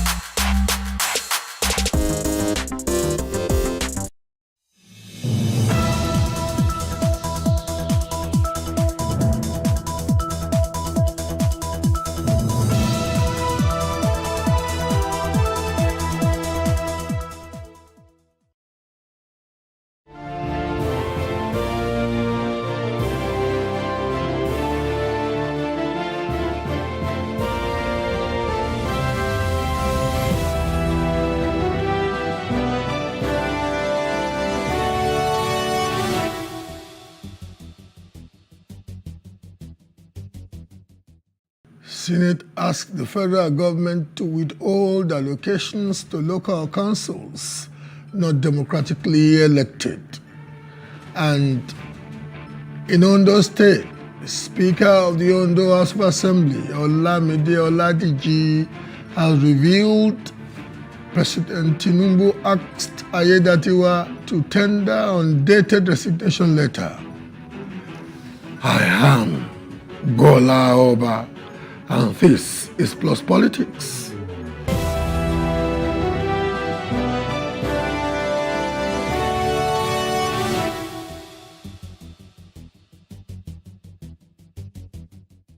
The Senate has asked the federal government to withhold statutory allocations to any local government councils not democratically elected. The upper chamber unanimously resolved that this move would deter the dictatorial tendencies of any state governor. This resolution comes against the backdrop of a motion moved by Senator Abba Moro on the urgent need to halt the erosion of democracy vis-a-vis the dissolution of elected councils in Benue State. The lawmakers argued that the placement of caretaker committees to replace elected councils is an aberration, undemocratic, and a breach of the Constitution of the Federal Republic of Nigeria, as amended. Joining us live is Nasarawa Chairman of Association of Local Government of Nigeria, Algon Alhaji Aminu Muazu. My fact, we'll go on a short break and we'll soon be back.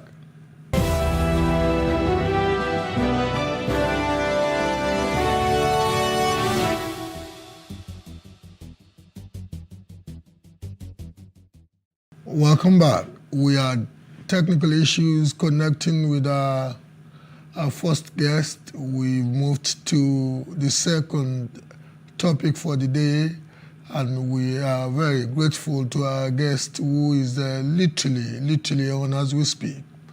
The Speaker of the Ondo State House of Assembly, Olamide Oladiji, has revealed that as part of efforts at ending the political crisis in the state, President Bola Tinubu had asked the Deputy Governor, Lucky Ayedatiwa, to tender an undated resignation letter.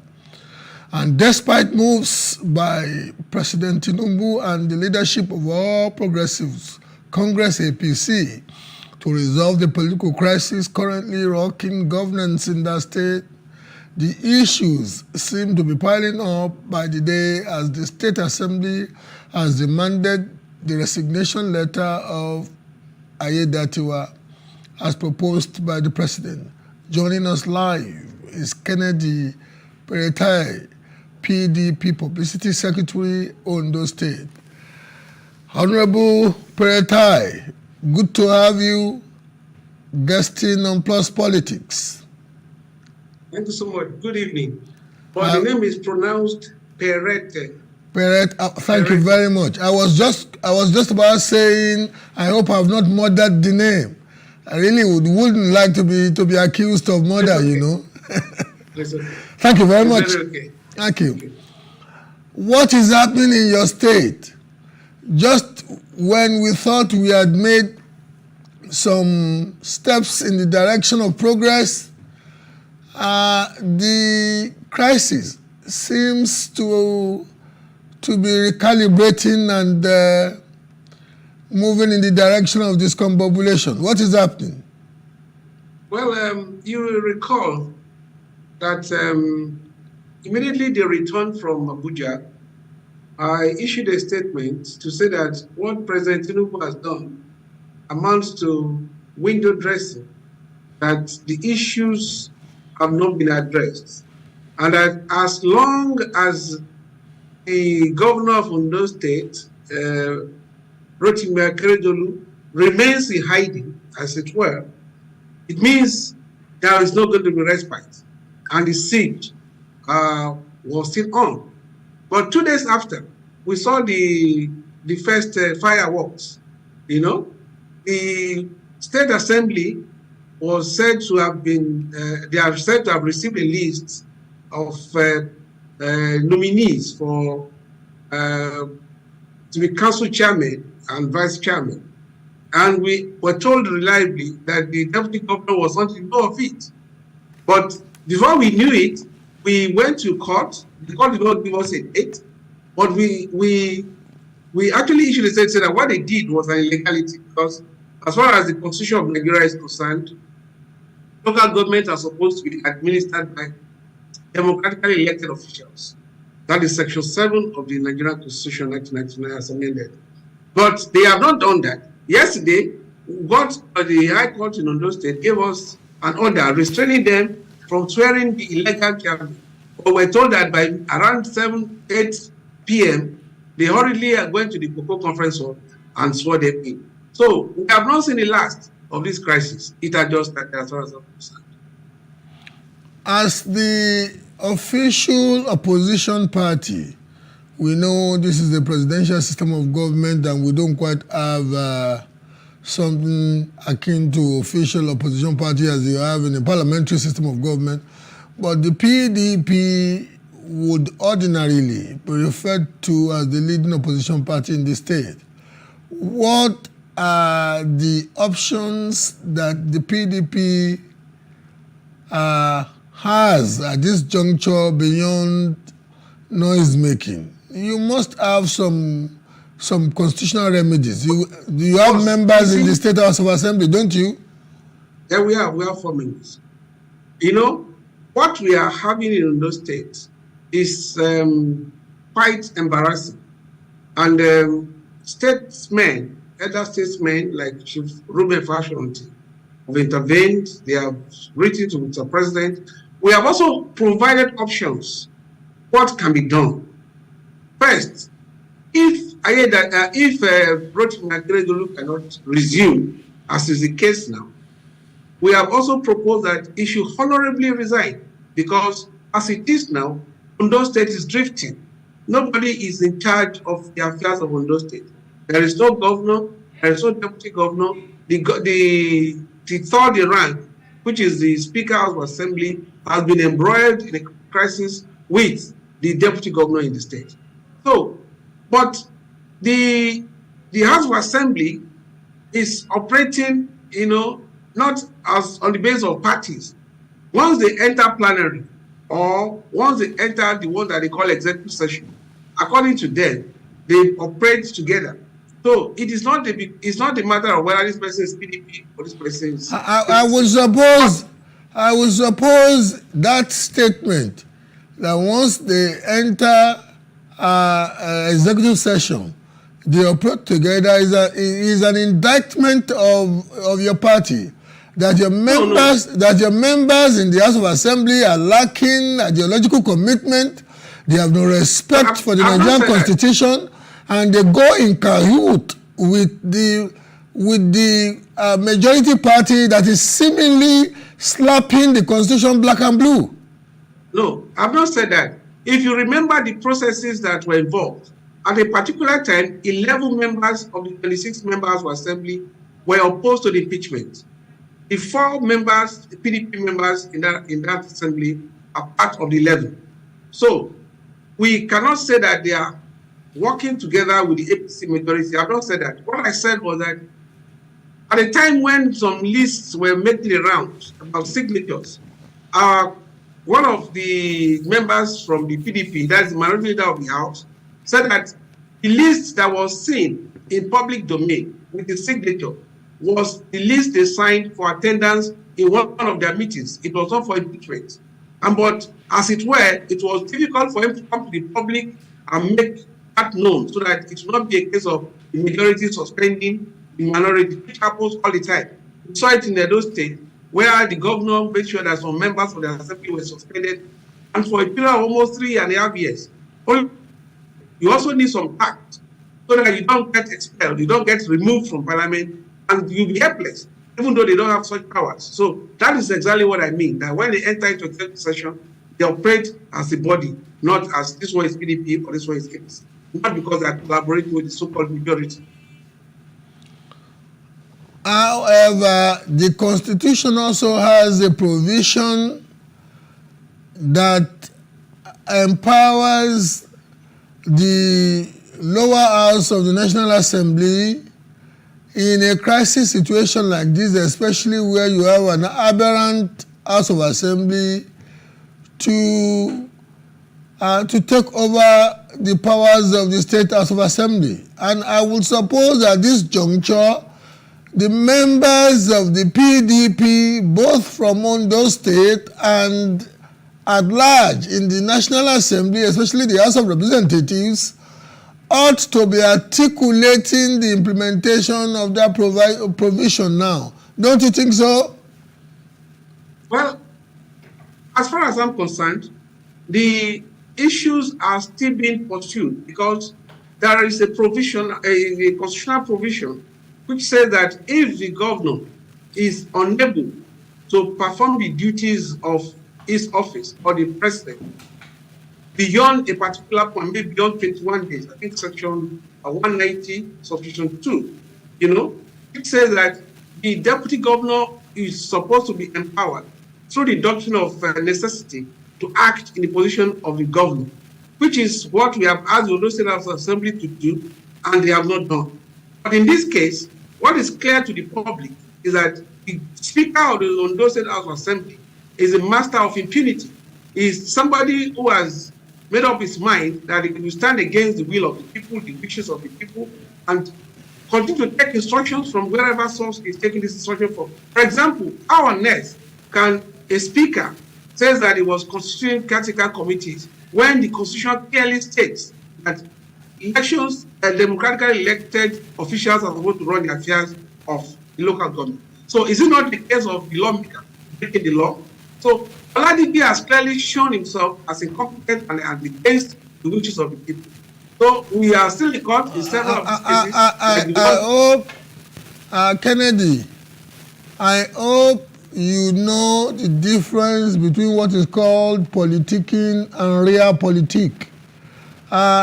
Kennedy, any reasonable Nigerian will agree with you that mountains of illegalities are literally being, are metaphorically being built in Ondo State. But the problem that an average, reasonable, well-educated, well-enlightened Nigerian would have is that what beyond the histrionics of talk, and talk is cheap. What is a party like PDP doing? Are you taking recourse to the law? Because as we speak, the Speaker of the House of Assembly and the controlling party in the House of Assembly are no bigger than the rule of law. And the only machinery that you have to articulate the effectiveness of the rule of law, we don't seem to see you guys articulating it. So is it just going to be Is it just going to be you'll be speaking grammar, and the illegality will be going on? Let me explain to you, please. Now, you said whether there is a difference between politics and real politics.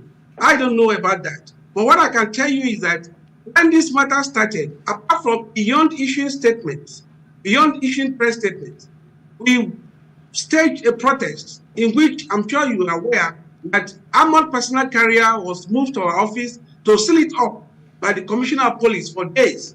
And yesterday, we have a court injunction restraining the government of Ondo State, anybody for that matter, from swearing in local government administrators or local government chairmen. At night, at about 8 o'clock, 9 p.m. in the night, they went and swore in these people against a court order that is before them that they were served with this injunction. So when you are talking about people that are fraudulently, stamping on the Constitution of Nigeria and stamping on the interests of the people, what else can we do? We are in court, even in this case of the assembly, and the swearing in of this illegal local government chairman. Then, as per enforcing the law to making Ondo State benefit from governance, because since the act of the chief of the state is breaking the law, nobody is in charge of anything. So we are trying to go to court, but the courts don't. We are not the judges. It is what they give us. Even this matter that was decided yesterday, we filed on the 13th of November. We didn't get a date until yesterday. So it is what we can do is just within the law. The policemen came and said about we cannot even proceed on a legitimate protest. And our rights as Nigerians is enshrined, is constitutionally granted guarantee that we can demonstrate, we can move freely. But they stopped us. We went to court, but they said since they have released our office, we are free to go. So these are the things we are talking. State protests, go to court, approach the court. I hear that one now. I say, come and be acting government. Or go to Aketi, wherever he is, and bring him to Ondo State. As we speak, we don't even know where he is. The people that are managing him have not told us where Aketi is.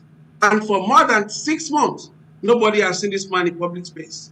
What are we talking about? Well, a couple of weeks ago, about 3 or 4 weeks ago, we saw pictures of Southwest APC governors in a camaraderie session with him, reportedly in his house in Ibadan. But that does not, what is happening in Ondo State is saddening. For a man who, for the better part of his adult life, had epitomized, and I'm choosing my words carefully, had epitomized the rule of law, the integrity of the law, to be the chief dramatis persona. Now that all these illegalities are built around, it's saddening. But you know what? Politics sometimes, the way you partisans play it, and none of you can be said to be innocent. I'm sitting here now feeling frustrated as a Nigerian, feeling abused, and yet, I can't blame you. You've tried the way of the courts. The speaker reportedly, allegedly, from what you said now, deliberately disrespected the order of the court yesterday. So you've told us, allegedly. I'm not affirming it. But what else can be done? This madness has to be tackled. What the Speaker of the House of Assembly and those working in cahoots with him are asking for is anarchy.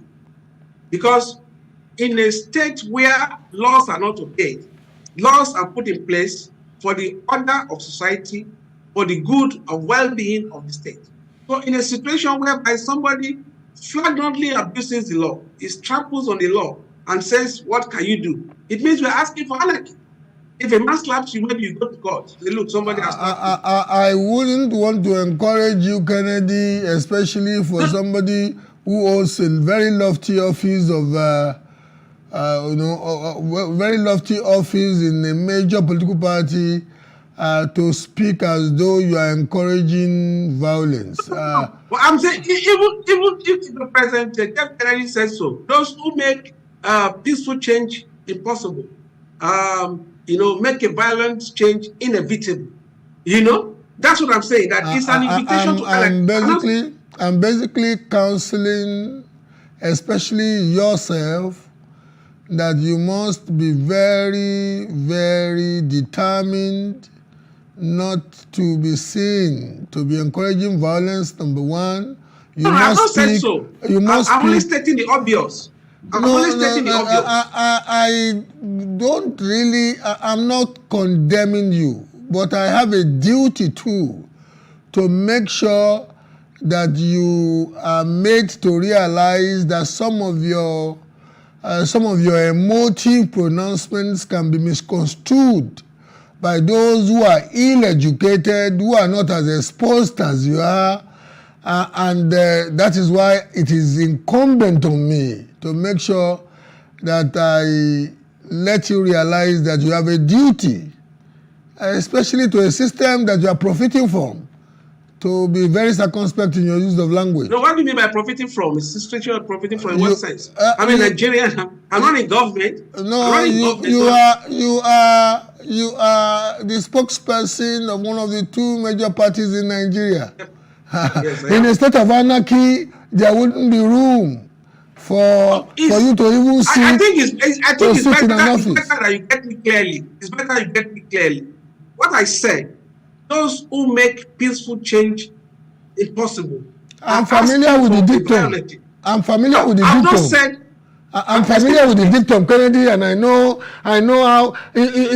I'm equally very, very angry. I must be very honest with you, and it's so much painful because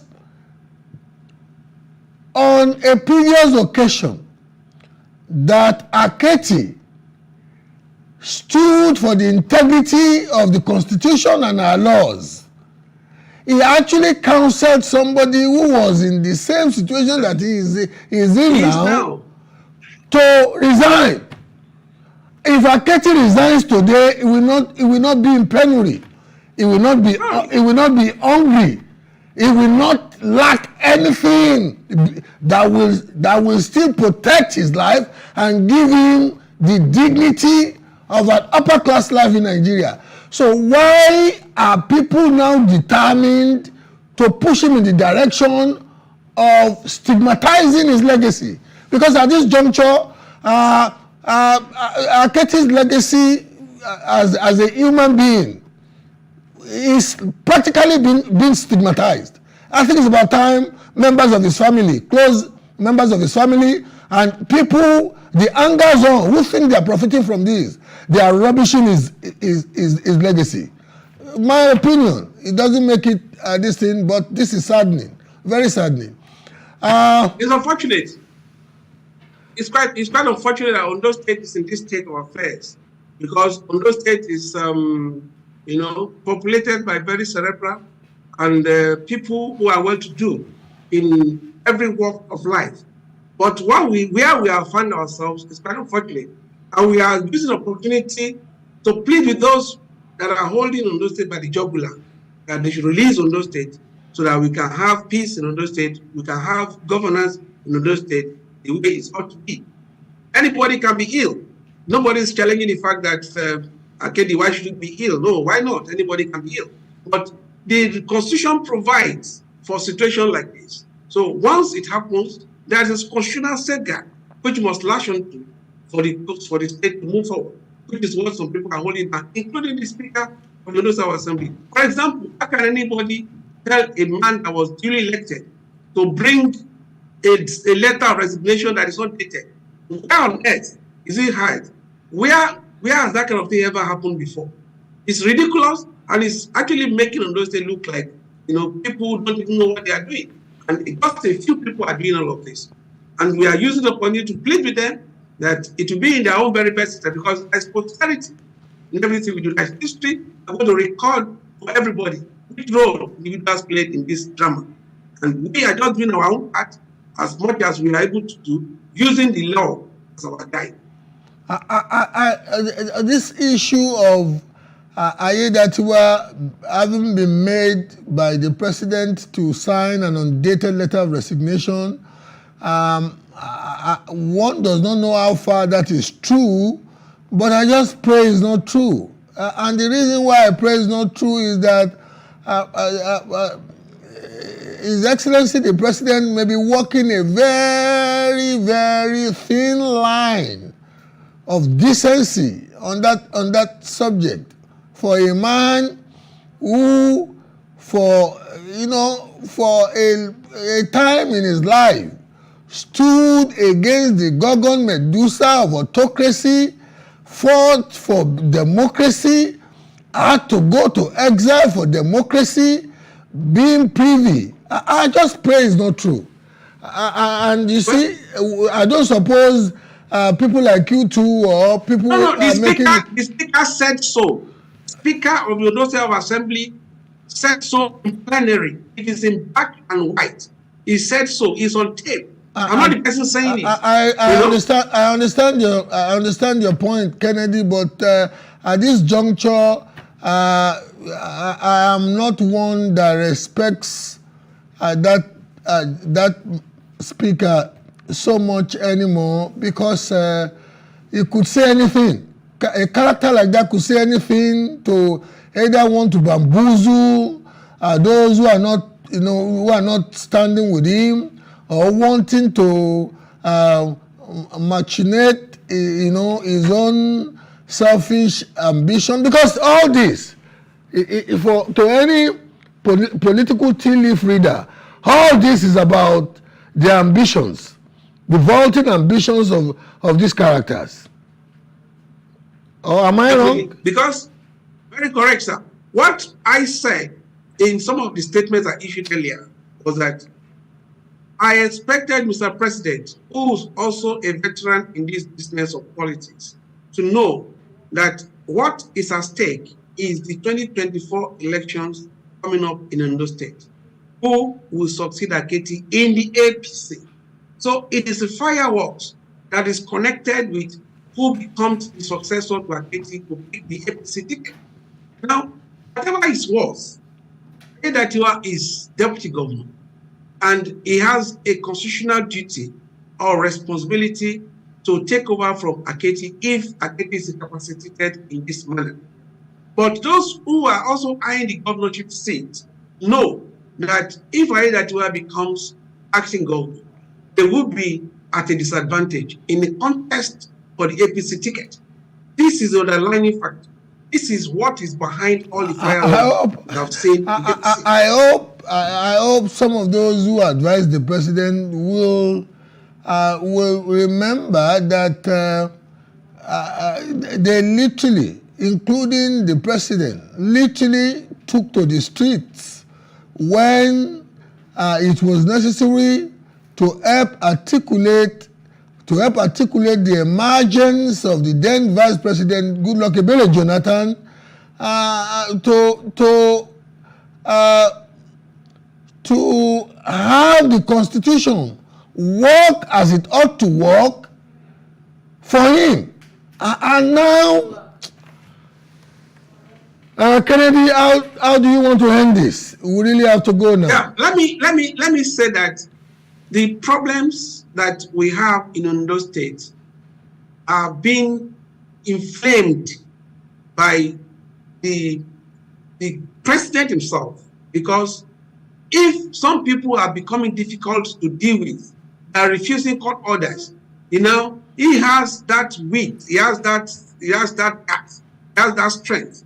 He's the leader of party in the APC, he's the president of the country, so it should have been able to streamline this operation, especially because after the Yaradua Jonathan incident, the National Assembly inserted this section into the Constitution that if a situation like this happens, that the doctrine of necessity be invoked, as in Section 190, subsection 2. So there would have been no ambiguity as to what. Imagine a president calling a meeting of that nature, and Aketi is not able to attend.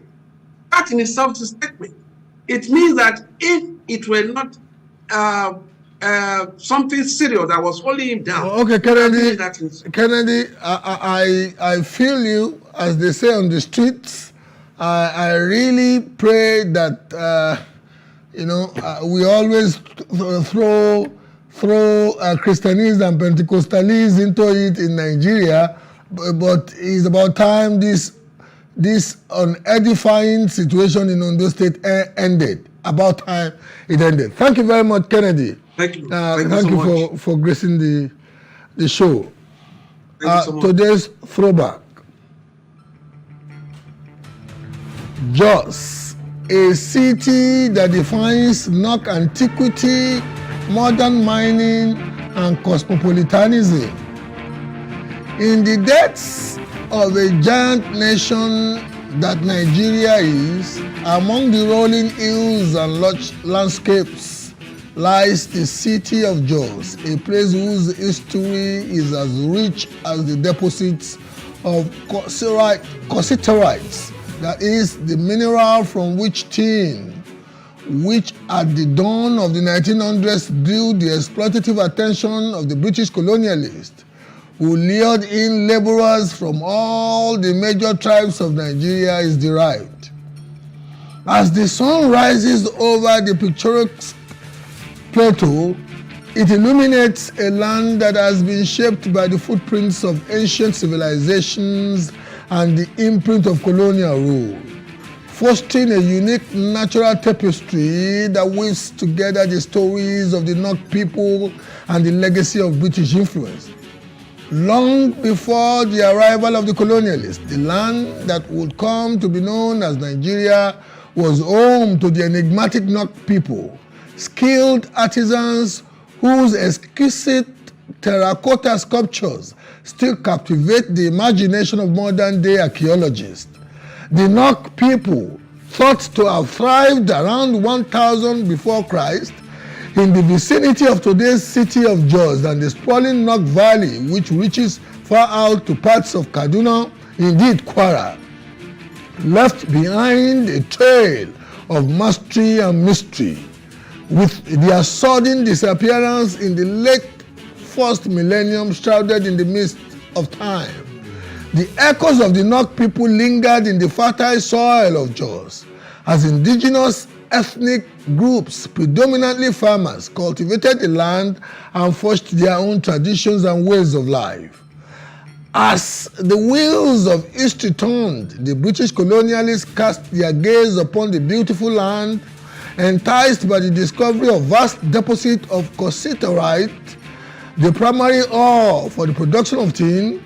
The allure of mineral wealth led to the establishment of Jos as an important center for tin mining, forever altering the course of its history. The British, under the governance of direct rule, remember that the Fulani never conquered the aboriginals of the Benue Plateau territory, made their presence felt in Jos Plateau, a marked divergence from the indirect rule they employed in the Fulani Emirates. As the colonialists set foot on the soil of Jos, a coalition of cultures unfolded, with the indigenous ethnic groups navigating the complexities of a changing world while preserving the essence of their heritage. The rhythms of everyday life intertwined with the cadence of colonial influence, shaping the trajectory of the metropolis which Jos became and its people. Amidst the backdrop of tin mines and trading hubs, Jos emerged as a testament to resilience, inclusivity, and adaptation, a melting pot of tradition and transformation. The spirit of the Nok people found new expression in the midst of modernity, their legacy interwoven with the narrative of progress and perseverance. Against the enrapturing backdrop of rolling hills, the city stood as a testament to the enduring spirit of its inhabitants, who wove the fabric of their lives with threads of history and hope. In the heart of Jos, the history of resistance of tribal domination and millennia of anthropological, artisanal, must reconverge, creating a tapestry that captures the essence of a city shaped by the forces of change and the echoes of the past. I am Bola Oba.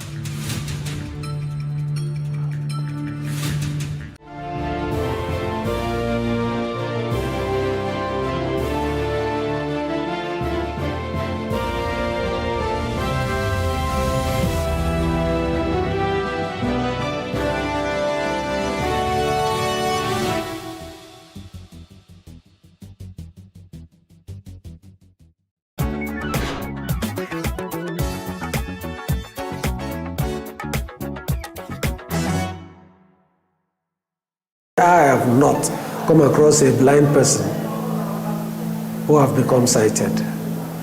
Unfortunately, I've come across too many sighted people who have become blind. I stood for like maybe 2 or 3 minutes, was like, a blind individual writing like this. Even a typical human being cannot do most of what he is doing. They are pushed aside. They look them as perpetual beggars. And it's not supposed to be. Some of us, we are learned. We don't need pity. We need opportunities. We need encouragement.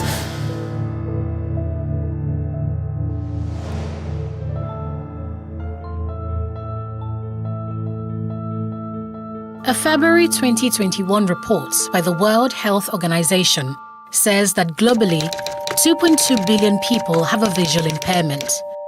Of that number, 64 million people suffer from glaucoma, the leading cause of irreversible blindness in the world. It is projected that by the year 2030, 95.4 million people would suffer from the disease. Being a black person is a risk factor.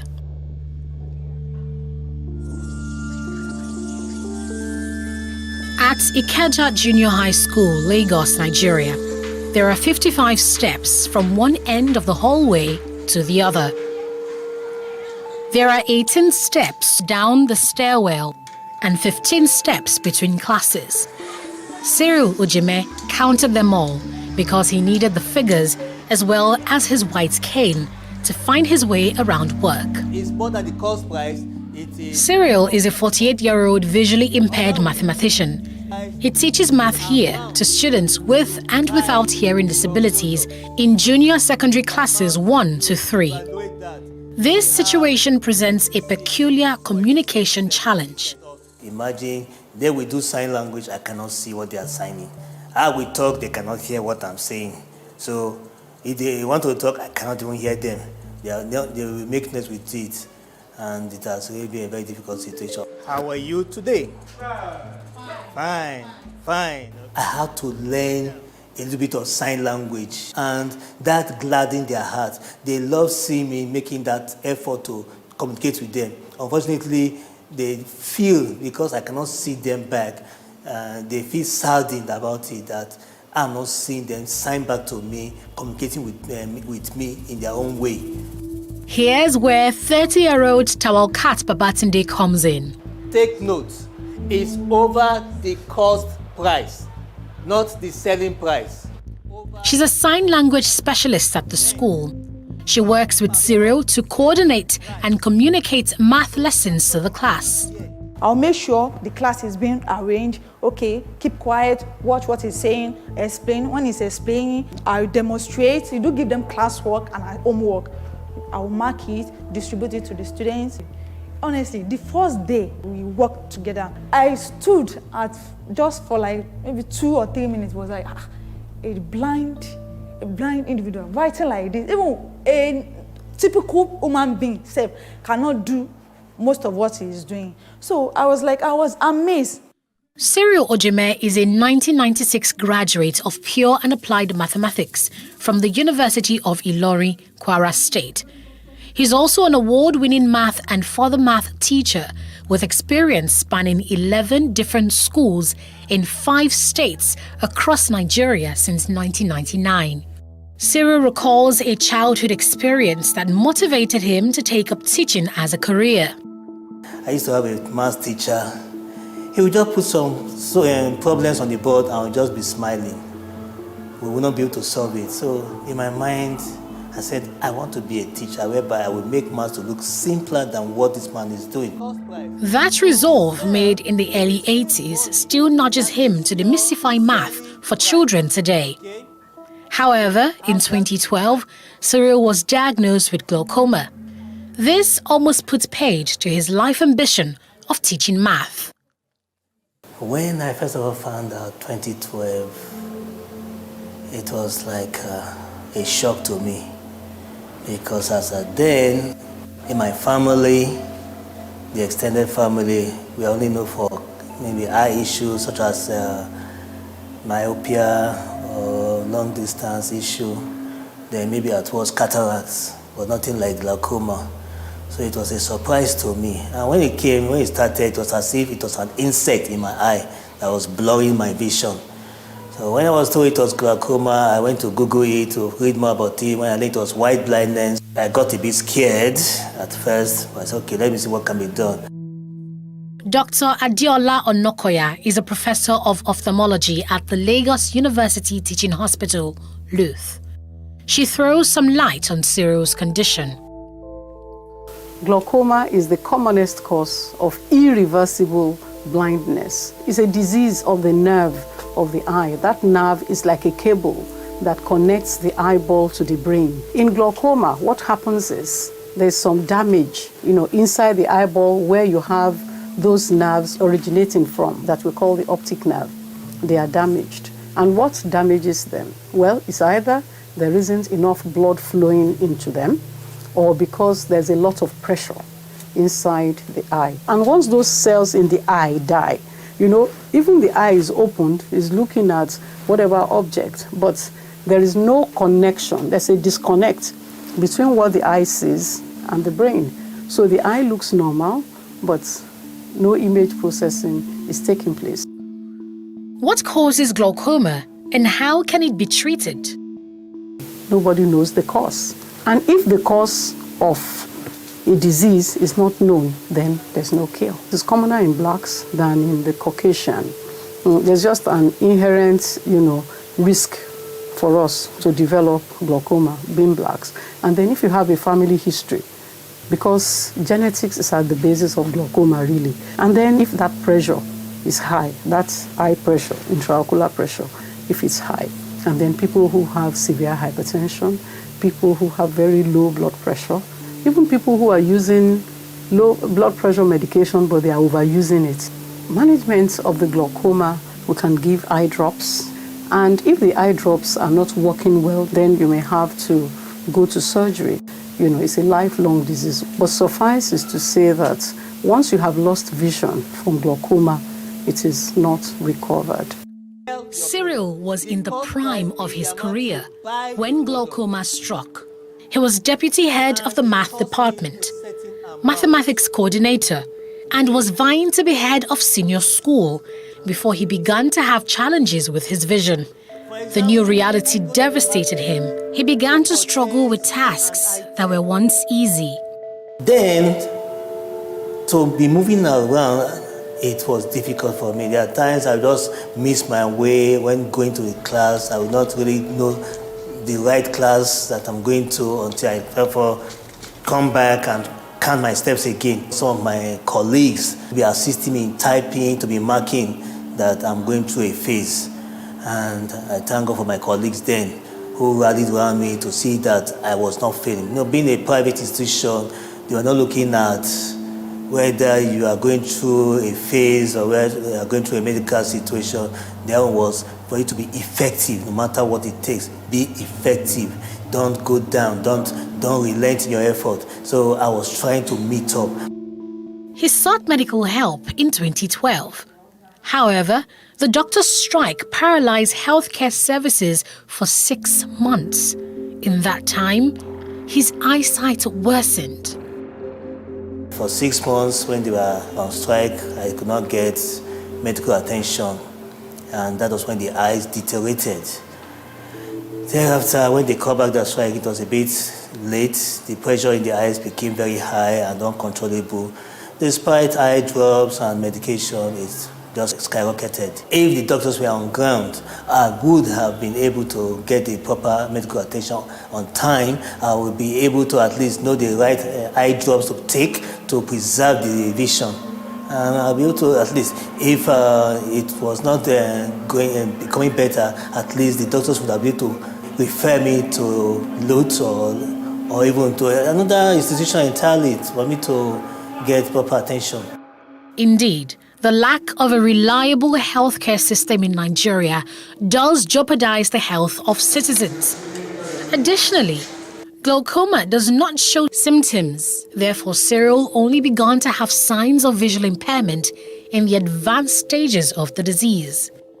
We usually advise that we should get our eyes tested regularly. Once you are above the age of 35, you should make it a point of duty to get your eyes examined once in 2 years. But if you have a family member who suffers from glaucoma, or you have a family member who is blind, you don't know why, you should check your eyes for glaucoma. So regular eye examination is the way to detect it at the very early stage. And once it is detected, treatment is started, and we can then slow down that rate of progression.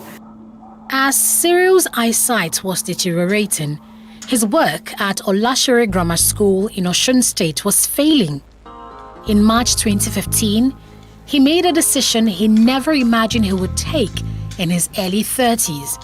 Cyril Ojemen resigned. I had to meet the HOD, my supervisor, that look, I cannot continue like this, that I don't want to be a burden to the students, members of staff, and especially my immediate colleagues. It's best for me to quit while the ovation was still loud. Nothing prepared him for the challenges ahead.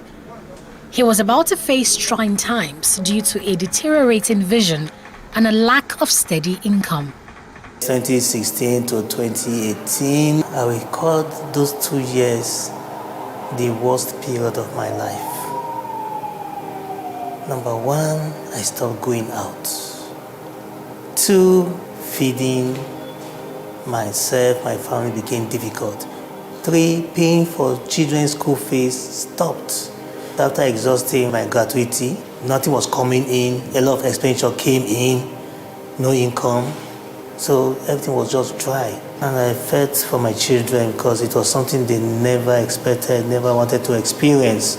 My wife did all she could to support, but it was all to no avail. She became more or less like a beggar, asking people around for assistance. Myself, I started calling people, calling my brothers, calling those that I know, those who I don't know, to see what they can do to help me out. I got almost to a stage of depression, but my wife and my children, they stood by me, they encouraged me that it's not over. Just when the night got darkest, some lights shone through. Cyril got to know of the Federal Nigeria Society for the Blind at Kappa, Oshodi. It's a special rehabilitation center for the blind. He didn't have the funds to enroll for the vocational training course. His friends and family began an online campaign to crowdfund his rehabilitation.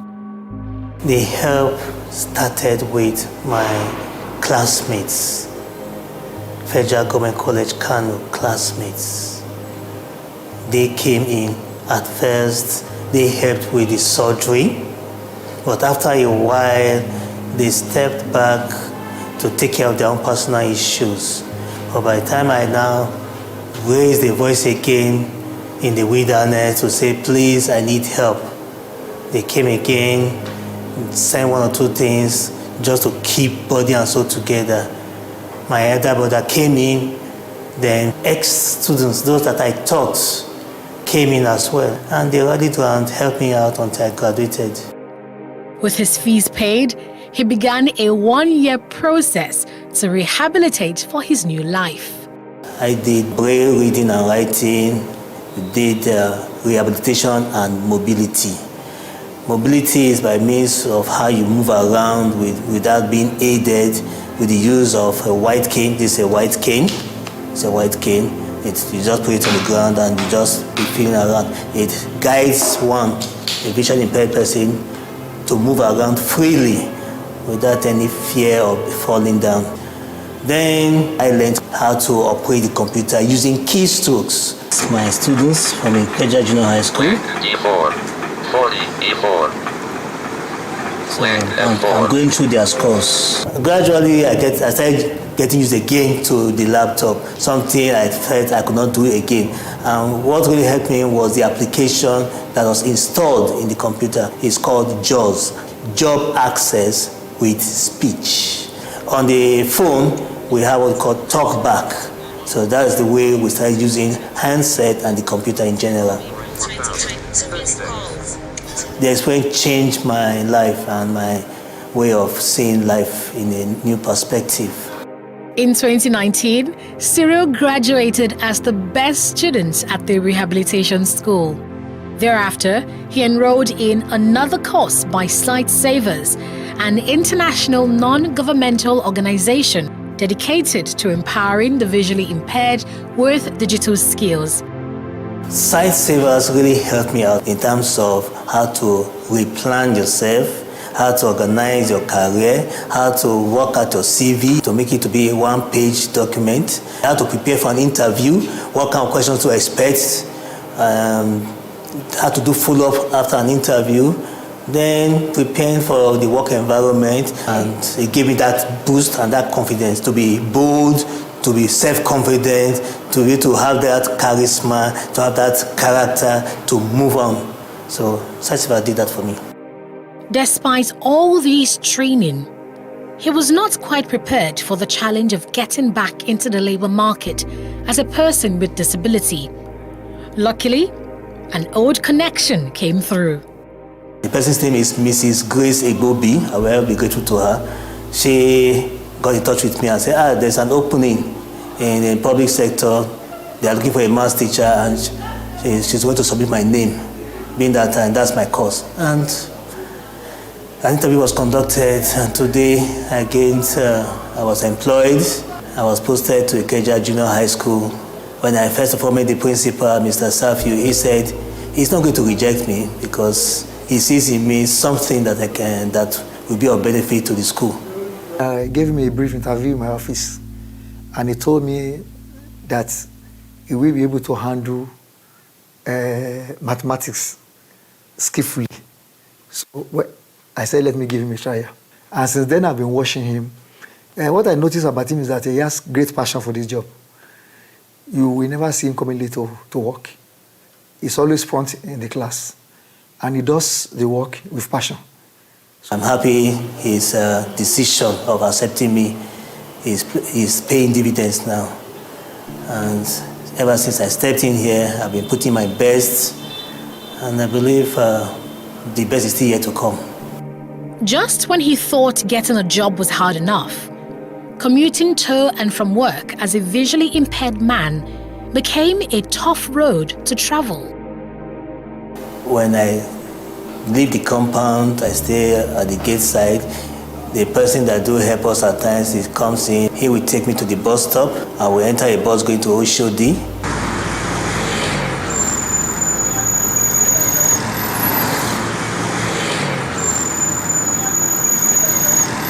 I will drop at Kappa. From Kappa, I will take a bus coming down to PWD. Drop at PWD. When I get down, God has been faithful. Somebody is always there. They will take me across the railway track and to the other side, bring me over to this side, to the GRA side, drop me at the gate. At times it will be a teacher, a fellow teacher. At times it will be a student. At times just be a passerby who has a maker of kindness in him or her. This is David Okon, former president of the Nigeria Association of the Blind. He is the current chairman of the association's education committee. Okon was born sighted, but became blind as an infant. Like Cyril, he had a hard time securing a job despite his skills and education. He's now a staunch advocate for equal opportunities for persons with disabilities. Blind people can work as long as they have